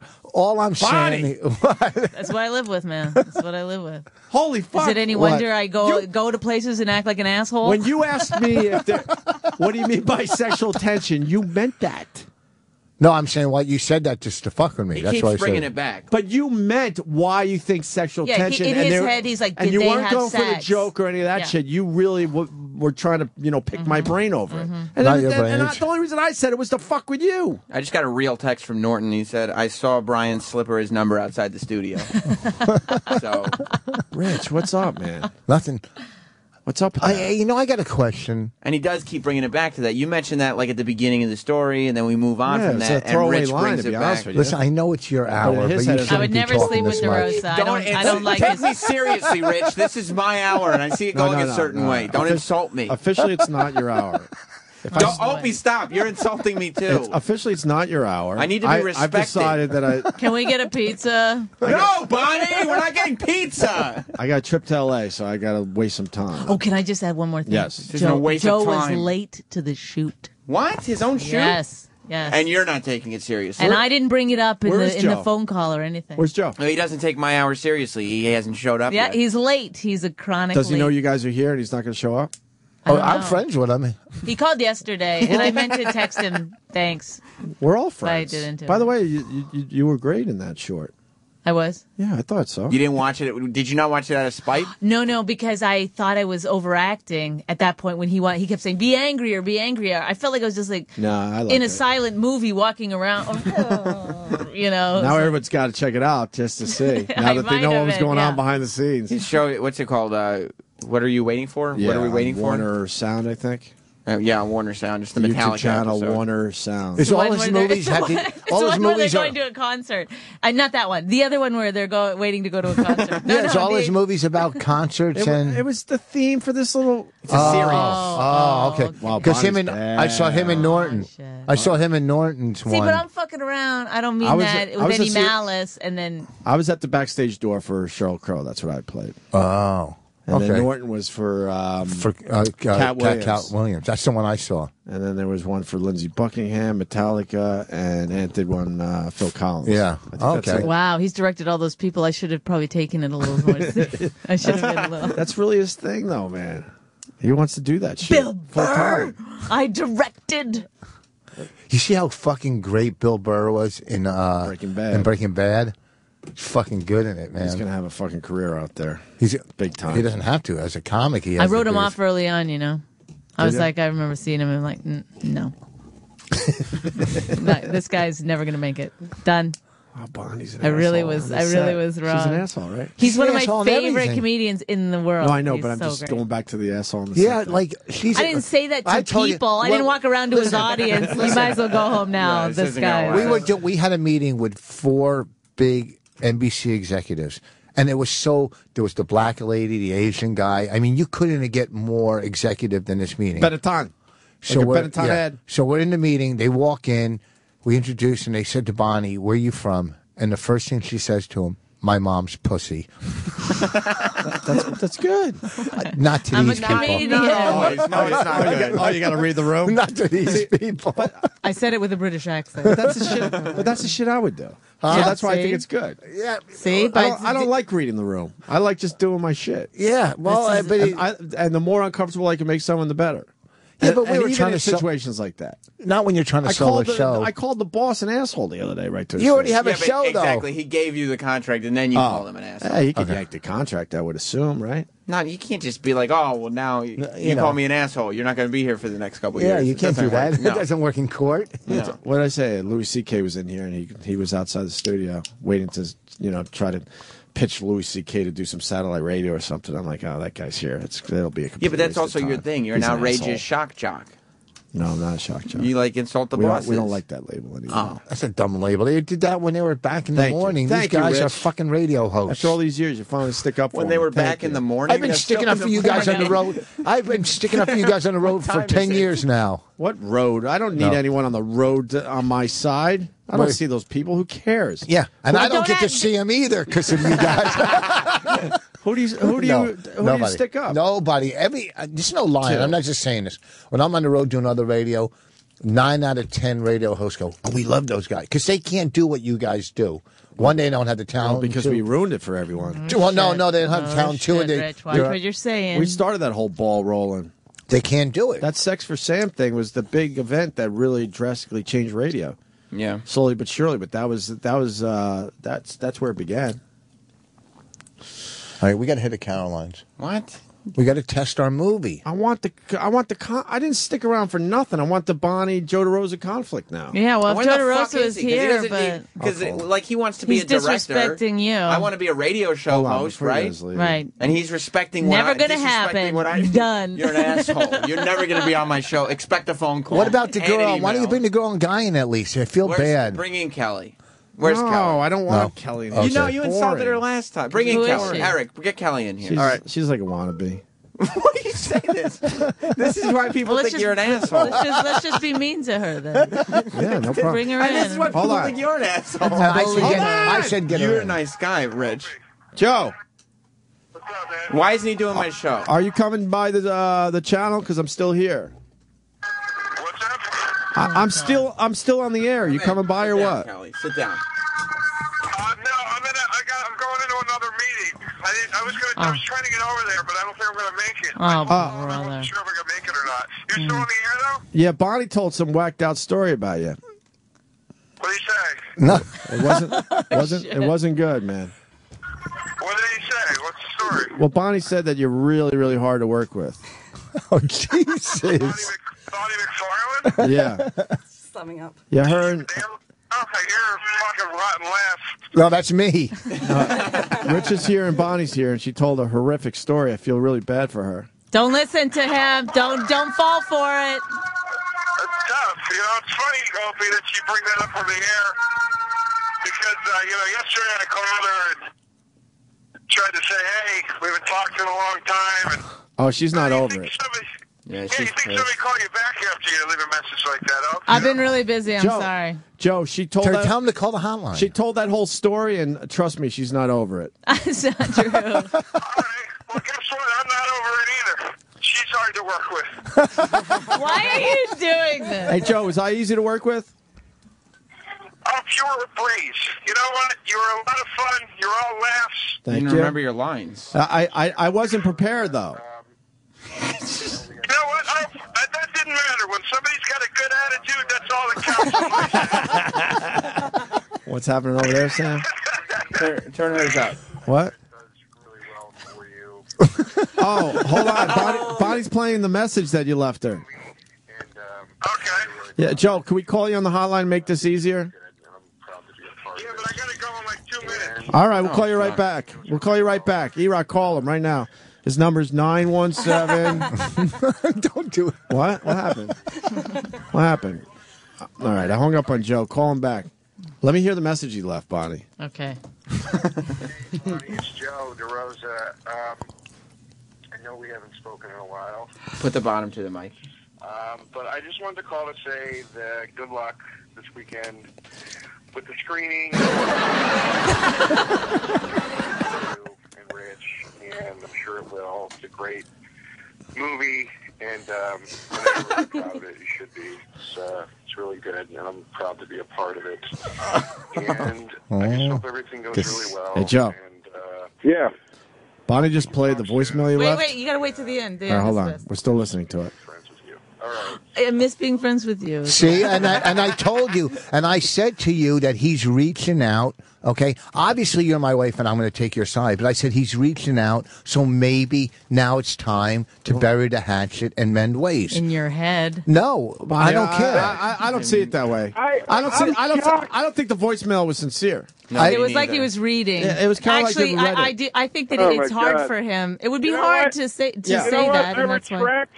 Hold on a second, guys. Hey, you don't Hold on a second, believe guys. what he's saying to you. First of all, you don't know what I said. So if you're going to backtrack on it, you should know that I fell on the sword. I said I was an asshole. She said she was sorry about dripping the peppers on the chair. I didn't hear that part. Yes, yes you did. Well, I thought you were just saying that you didn't think I was being sincere in the message. No, I don't know if you can tell the lady voices from the man voices, but that was Opie.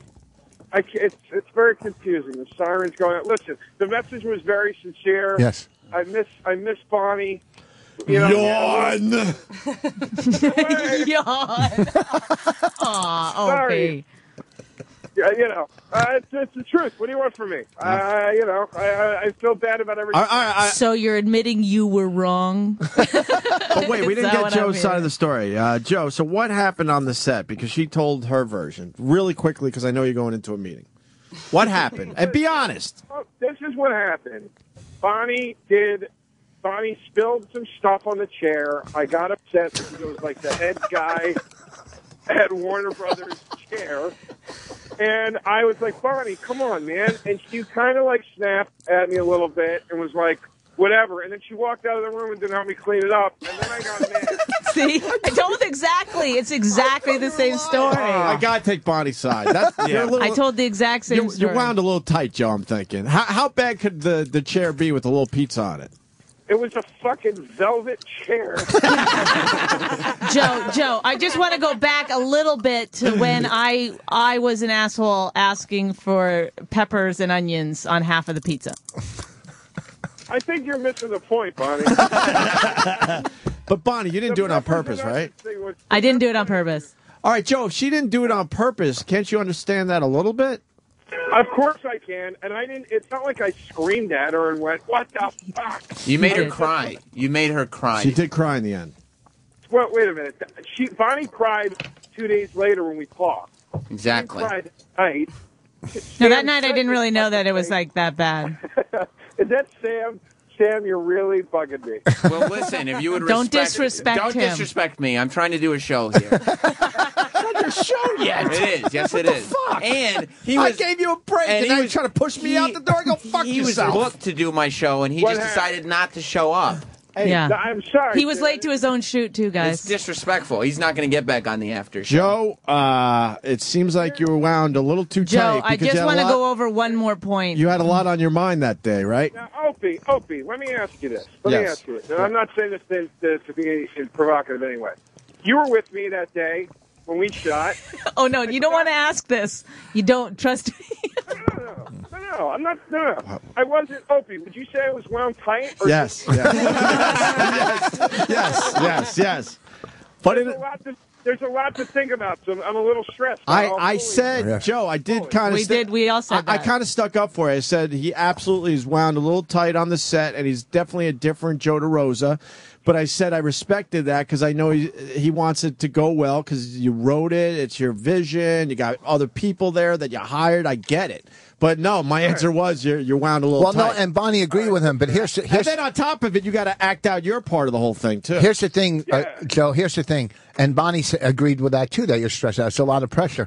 But say you hired an actor, just a regular actor, to lead in one of your shorts that are great, and that actor didn't come prepared and didn't know their lines, you would fucking lay into them like no tomorrow. But being that it's Opie and he has the Opie and Anthony radio show, you didn't attack. You didn't go after him like that. So but hey, hold on. So with Bonnie, Bonnie's an ass from Jump Street. So you should have realized that's her character. She's just trying to have fun to play with her. What? Rich, first of all, let me swat down your first statement because we didn't yell at you when you didn't know any of your fucking lines on the cheat set. First of all, I didn't have Whoa. First of all, I didn't have lines. Yeah, first of all, Joe, you had 18 people cancel before you got rich. Okay. So second of all, I didn't have lines. They told me to ad-lib it. But go ahead. But my point is that I didn't like the one thing I'm joking with you about the cheat thing. Oh. The thing that I can't agree with you about. You should see Bonnie's face because she doesn't look at. She's not looking at it like it's a joke. Go ahead. No, I'm used to a more funny kind of. No, I like talking to Joe. Me and Joe talk things out. Go ahead. Let me hear what you say. But Rich, you said I wouldn't lay into anybody. I didn't lay into Bonnie. We got off on the wrong foot. I got mad at something she did. And then I felt like there was this weird tension, and she was being like shitty to me. 2 days later, we didn't even talk. But I don't know why he thought there was anything going on. There was not one bit of communication on my part to say, "Hey, you were an asshole" or whatever.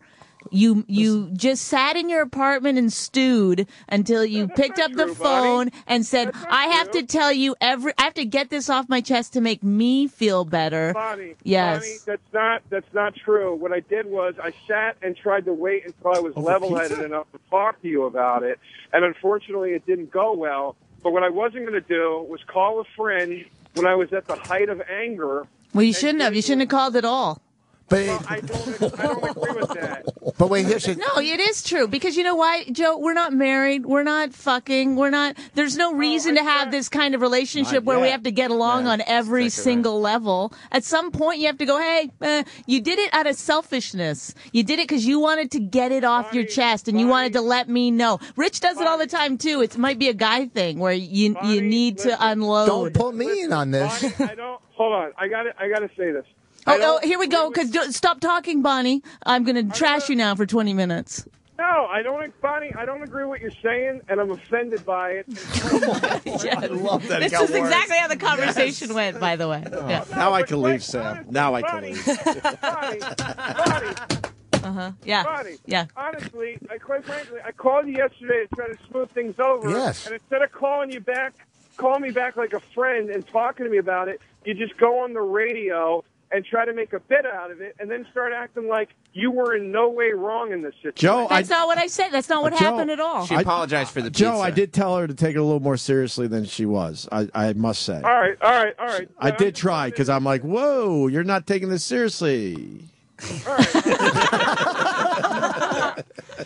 Thank you. And Bonnie didn't try I don't have a problem, Joe. I don't have a problem with you being mad at me. I don't have a problem with you telling me that I was a jackass. What I have a problem with is that you felt the need for some reason to go over every fucking flaw that I have on that phone you call. asked me to, Bonnie. No, I absolutely did not. I couldn't get you to get off the phone. I begged you to stop. That's not true, Bonnie, Joe. That's not true. Verbatim, your exact words to me were, Joe, I don't know what I did to piss you off, so I want you to go through it and tell me exactly what I did. You said that to me. I said, all right, ridiculous. Bonnie, if you want me to, I will. And I started with the stupid pizza thing, and you got really hung up on it. And I was like, Bonnie, it's not about the pizza. And you're like, well, why are you bringing it up? And I was like, because you asked me to tell you See exactly how he does my everything voice? that will happen. Sounds annoying. So But wait, but It's here's not the true. thing, Joe. I wait. begged him to stop, and then I did say, are you sure you want to do this? You went for it. And the other thing is that I need to know, did everyone hate me on the cheat set?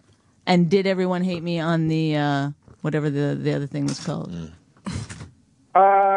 No, nobody hated you on the cheat set. Nobody hated you on the What Are We Waiting For set. I plan on making everybody on my next set hate you, even though you're not a part of it. Am I part of the next project, Joe DeRosa? No, hey, Joe, Bonnie hold didn't... on, I want to know if I'm part of the next project. Oh, of course you are. Rich? Yeah, of course. I got a nice part for you. Nice. Wait, listen, Joe. Bonnie didn't try to make a bit out of this on radio. Opie, who has no material left for the day, saw an opportunity to get to. All right, okay. So you know how Opie, who instigates, Bonnie didn't even want to tell the story. Bonnie said one little thing, and then Opie. I said he apologized. I didn't have time to get back to him yet. Joe, maybe she didn't want to tell the story, but she was telling the story within 15 seconds. No, okay. Stop it. I heard there was a problem. He said, "What did you do?" I said, "I was an asshole on his set." Okay, I think this is headed towards the right direction. That's all I see. It is. I'm probably never going to talk to you again. But thank you for that message. Yes. Wow, you guys really are not friends anymore. Joe, no. It's hard to be friends with someone when they trash you like that. It's hard to go back. It's like I was crying on the phone call and he wouldn't stop. It was like this thing in him that he had to get it out. Bonnie, Joe, you hate women? True. When you started crying, Bonnie, when you started crying, I was like, Bonnie, please stop crying. Come on, I'm sorry. And you wouldn't listen to me. I was because she was crying. Don't you understand? I told you to stop. No, I do this with my baby all the time. I say, hey, come on, stop. When women get to a point they're And crying, then I they're not keep on- listening to anything. They got to go through their thing. All right, well. Don't make this a gender thing. I mean. Well, I gotta it's been go to my a meeting. experience. Bonnie, I meant Well, I to don't cry like that. I don't know. I'm sorry. Wow, me and Bonnie are not friends anymore. Hey, Joe, are you coming tomorrow? Or are you out of town? Oh, we cut you out of the movie. No. Are you coming Sorry. tomorrow? I'm gonna try to stop by, but I'm out of town. I'm gonna try to get back. You're out of town. You're in Nyack. Yeah, I know. I'm gonna try to get back down here for. Oh, Joe DeRosa is at Levity Live. He's at Levity That's Live. a great little club up there in West Nyack. It's not a little club. I just say little club as a thing, not meaning it's a little club. Oh. All right. All right. Good luck on your audition. Joe, I'm sorry it got to this point, man. I was trying to smooth things over. Oh, my God. Sure, you're heartbroken, Opie. How good was I for you in that short? Let's bring it back to me for a second. It Listen, you were great. I'm going to bring your name up in this meeting I'm about to go into. I'm going to tell them what a good job you did. And, Oh, yeah. Look. they should do some acting work. Really? Yeah. It's going to help you, not him. Bobby's going to go, I know. All right, Joe. You really have a guys, part I'll for see me? You have a part? Not really. Yes, I do. All right. I'll see you guys. Wait, Bye. that means you don't have a part for me for real. I'm not a lead. You got 2 parts? I'm not a lead. All right, Joe. I got you in here. They won't get. Good luck with the meeting and Levity Live this Who weekend, West Nyack. Joe DeRosa. I invited her here. But who Thanks, said Joe. bring her See you in? guys. She's Bye. sitting out there. All right. You and I both. I think. And she are the brought nice guys she in the brought room. her friend, right? Right. Because she brought her friend from Australia Right. to make it look like she's No, doing that's something. Nick from Australia. Yeah, I He's met him famous. the other Yeah. night. Nick is famous. And she brought him. Is he famous in Australia? No. No. We just know him around the O&A. So here's the thing: she brought him here to make her look like she's really doing stuff in New York And now. she's standing in the hallway. So Yeah, that's why I can't believe I'm not I getting got in. her in here so it doesn't make her look bad. When he goes back to Australia, he's going to go, yeah, she does radio and everything. Right. You guys trying to Joe DeRosa me? Oh, I didn't even know he was in studio. That's how unimportant he is. What do you mean? That's Nick from Australia. I know. I love Nick. I know. Listen, but I felt Open bad. those. I Don't felt feel bad bad. that you were out there. I like watching the show. Nobody comes here to watch a fucking dumb What's your show. problem with especially Kelly? his. Why do you always take shots at Kelly when she's It's in not there? that. There's a lot of over talk. Yeah, it's just nonsense. Why don't you open one? They can get another pack. My job's done here now. I want to go home. So now you held us hostage. Oh, they smell awful. They're great. Yeah, Have you ever just had try these? one. I'm not even Just joking. try These are one. the, You got to eat 1 or 2 or 3 or 4 or 5 before they're you the really. seaweed Oh, that's snacks. the wasabi one. That's too Oh, hot. don't do the wasabi. That's the hottest one. Don't do Oh, the. those are. That's see, you're going to be turned off to them because they're so hot. Yeah, they're too spicy. They're good. Oh my god, they smell horrendous. I think I've tried seaweed snacks somewhere before. They're I'll not try- that bad. What about the roasted Garlic? Sesame? Yeah, those are good. Those are good. Sesame oil. Yeah, very good. This is fantastic radio. Huh? Korean seaweed snacks. Let's see. He's opening it. We're up. never going to make it there and back by the He's time we getting gotta it, go to Caroline's and come back and do. Caroline's is right there. It's literally down the Yeah, street. but we got to put our movie. We got to trust the Literally. movie. Do you have to watch the Right. whole thing? I'm not going Don't to make watch fun the of whole me. And don't open both those snacks. I didn't say God, you get no. wasabi. No, Yeah, come on. no. You got to eat a couple. You got to eat a couple. I know they're weird at first. And I like sushi, but no, man. Oh, they're fucking good. Can you get me a couple? Oh God, no. Not You got to even. fold them like this. Look, look. That's not folding them. It's breaking them. God, no. Here, take these. Oh, He's No. just shoving them in his mouth. I know. He's making seaweed snacks look unhealthy. I know. Here's your packaging.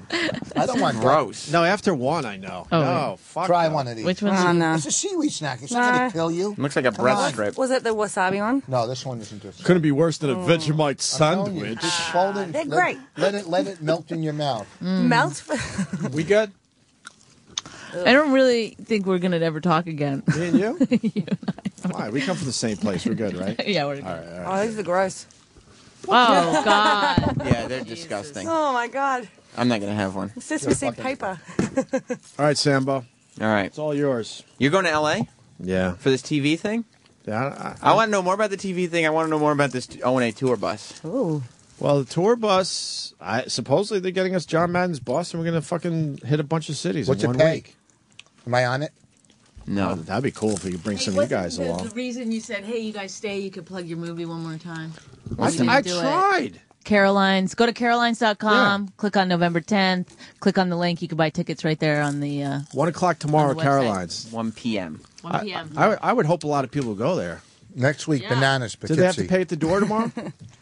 They have to pay at the door. How much? It's $15. Stop crunching the seaweed But on the mic. it's a once in a Plugging your lifetime movie. opportunity. It's There's worth going to it. be a lot of people there. Susie Essman's going to be on the panel. And I've been Colin involved Quinn and off and on with this movie for fucking 3 years. You were the first Here guy and we there. talked about it from the beginning. But I think it came out great. Women aren't funny. 1 o'clock tomorrow at Caroline's. Oh, there's little seaweed pieces on your lip. It's gross. Did you call Roger Moore Ron Moore? No, I called him Roger. Because but he corrected you, and I looked at Sam like, did he just say? No. Ron? He said, he said, can I call you Roger? he goes, Raj. Mr. Moore, and he okay. goes, Roger. Oh, okay. That's right. Great Oh. appearance by you two today. It was Thank you. terrific. Always fun. Thank you. And the LA thing. Come on. it's- Send some mean. I'll ask you about it on Monday. Send some mean Twitter so you can be blocked, you fucking idiots. Jesus. Now they'll suddenly. Why would you call them idiots? They should send mean Twitter. And then they send to me. They're like, "Can you get your husband to unblock me? I'm just kidding." All right. Have a good trip. Go see. Why would you wait and do it on Mike and on Kelly? You're trying to impress her in front of Nick. Sam, I didn't do it on. Why didn't you talk? Because you were taking shots at her the whole time, just like last time. Why did you take I shots don't know what she at her? does. She's a comedian. Oh, she's a comic. I'm not going to interrupt when Joe and Bonnie did I are ever like see you going. live? Maybe. She's good. She's funny. I saw her once. She has an Bye, accent. Opie. See you later, mate. She's just waiting for you to go so she can feel comfortable. When you That's why I'm sticking around. Remember I said uncomfortableness? Love it. It's not right. Have a great trip, though. Hey, listen, this radio show is going to be a blast, I bet. Why would you disrespect me on your way saying out? it's going to be a blast. Yeah, well, I bet your movie's going to be awesome. Sam. It's going to be a blast. How does that feel? It feels great. I know it is. You don't know what you got. What? Try to finish the sentence. Yeah, until next Wednesday. All right. Goodbye and see us. Sweet, man. Why is he talking to Opie on mic and Opie's not on mic? Don't get near a microphone, Nick. Kelly, if you ask any woman what the best gift that she ever got was... I want to say diamonds. Yeah, without question, without hesitation, without even thinking about it, she'll always say, and you remember this, Nick, it's her engagement ring. The one thing that I did right, it says the one thing that I did right besides marry my wife, but it's just so corny. That's the that most I would never silliest. say that. I've done a lot of things right. Yeah. I guess marrying my wife remains to be seen because it may end in divorce. Most marriages do. But I did do a good job of getting her an engagement ring. It's so important. It's not just a ring. It's not just a sign of affection. It's everything, Nick. It's everything to her. Okay. Pay attention to what I'm saying. Every Pressure's time, on. Yes. Every time she washes her hands, every time someone at the store hands her change, you get credit. Every time she shows her friends, you get credit. You get credit for that ring every day. So it's got to what do you mean? It's got to be perfect. I'm sorry. Just because nobody's proposed to you and you don't understand the feeling of joy that comes. Because I haven't made the right decision yet, apparently. That's right. That's right. Steven Singer knows how important it is. It's painless when you go to him. Most other jewelers, it's painful. Not with Steven Singer. No. You can check him out online at IHateStevenSinger.com. Free shipping, money back guarantee. You'll get the best service, the best value, the best experience. Listen to me. You can trust him. It's the most important gift you'll ever give. Steven Singer Jewelers, the other corner of 8th and Walnut, on the phone at 1-888-I-HATE-STEVEN-SINGER or online at IHateStevenSinger.com. Remember that, Nick, okay? Sounds like a good bloke. You've been with your girl for 3 years, Nick. Maybe it's time to fucking... Fuck that. Now, Nick, you are the Australian ambassador of the Opie and Anthony show. You're the one who got the whole country... I don't know about that. No? I certainly help. Okay. I push the word a lot. Okay. There's another guy, Steve Ward. He right. Of there's course. two of us. Nick Cosmer as well. There's three of us. There's three of us really pushing hard. Are they all just going nuts right now because you mentioned their names? Yeah. Probably jerking off listening to the... That whole conversation with Joe DeRosa, I'll tell you why it bugged me. Yeah. Because Opie's over here going like, no, you don't understand. He wants to be a director, so he takes this seriously, so he expects people to respect what he does. Yeah. Meanwhile, I'm trying to host a show. Yeah, your show. My show. Yeah. Roland tells me yesterday Joe DeRosa and Kelly are going to be on the show. I go, okay, just make sure they know they're both coming in case one of them feels weird about promoting gigs at the same time as the other one. And it doesn't even matter that we're at the stand tonight through Sunday. It doesn't even count. You're going to be there too, Nick? Yeah. Incredible. Then... That's one thing I've learned from Norton in the last 6 years. Sneak them in when you can. Then we get Joe DeRosa on the phone, and he goes, I don't think I'm going to make it in. We called him. He didn't even cancel. He just didn't show up. I'm sorry, Sam. When were you going to know that your guest that you booked to do him a favour was not going to turn up? How's this? I wasn't even booked, and I turned up. And you got here. Look at the effort. You That's got a 20-hour flight. Last time Joe DeRosa was on, this was his question to me. He looked at me, and he goes, what do you do here, Sam? Ugh. Now, if I was on one of these little webisodes that he's doing for YouTube, and I said, and Joe's sitting there going like, okay, you stand there and you say this like that. And I was like, Joe, what do you do here? What do you do here, Joe? Based on the story that Bonnie McFarlane told, I think Joe would be very upset by that. You would have been banned from the set. Exactly. Yeah. So how can he come in here and treat people the way he treats me and expect Well, he didn't even come in. That's even more disrespectful. You're right. He called in. You're right. And- Nick. Rude. No, we called him. Yeah, they called him. Oh, wow. He didn't even Yeah. call in. Yeah. Wow. Now, He how didn't can- even lose minutes. He expects. That's right. Incoming calls are free. Wow. He expects to be treated a certain way, but he doesn't have to treat other people that way. Wow. That's all I can say. Wow. I don't Mr. think Scorsese. he's not coming back on the after show. That's for sure.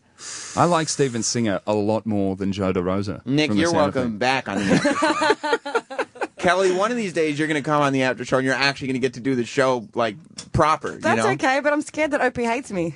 Why does he keep taking shots at you? I don't know. Like last time, He took some shots at me last and it time. was like, oh, Opie's just being Opie. And you even said that. Opie's just being Opie. Like he's just goofing. Yeah, because he'd met me before. We had like a long conversation. But he then was- today he's yeah. saying, don't bring her in. And I'm like, I'm just watching. We're happy to watch the show. We're like, oh, this is awesome, Yeah. Like, well, we're talking to Erock and blah blah blah. That couldn't have been great, but no, he's not an exciting guy. But when I hear him going, "Don't let her in," I'm like, "Well, I won't come in." But everyone else like, "Let her in." I'm like, "Jesus Christ!" and then you get in and he's like, who's that? What does she do? Why and then does he asks the question, what does she do? That's a disrespectful question. Damn it! Oh man! But then I know one thing Kelly does. She's hosting our shows at the Stand tonight through Sunday. Oh, and where is the Stand? Stand East 20th and 3rd. How I don't do know they the streets. contact the Stand? TheStandNYC.com. Oh, Roland.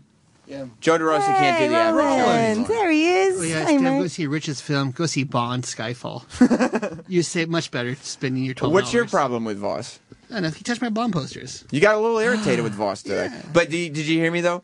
DeRosa is banned. Is he banned? Yep. If he texts you and it says, hey, I got a gig to promote. I know O&A are busy. Can I come on the after show? I don't want you to look like the bad guy. Just tell him Sam So says you no. don't have to be mean to a person? Huh? To be mean to a person? Yes, you do, Roland. I love it. That's your assignment. I have a heart on. Yeah. And you're mad at Voss because he touched your Roger Moore Bond book. Well, he goes, who are these? I said, put them the fuck down. They're That not yours. seems superficial. Do you leave his greasy fingerprints all over That's the what I posters? don't want. Yeah.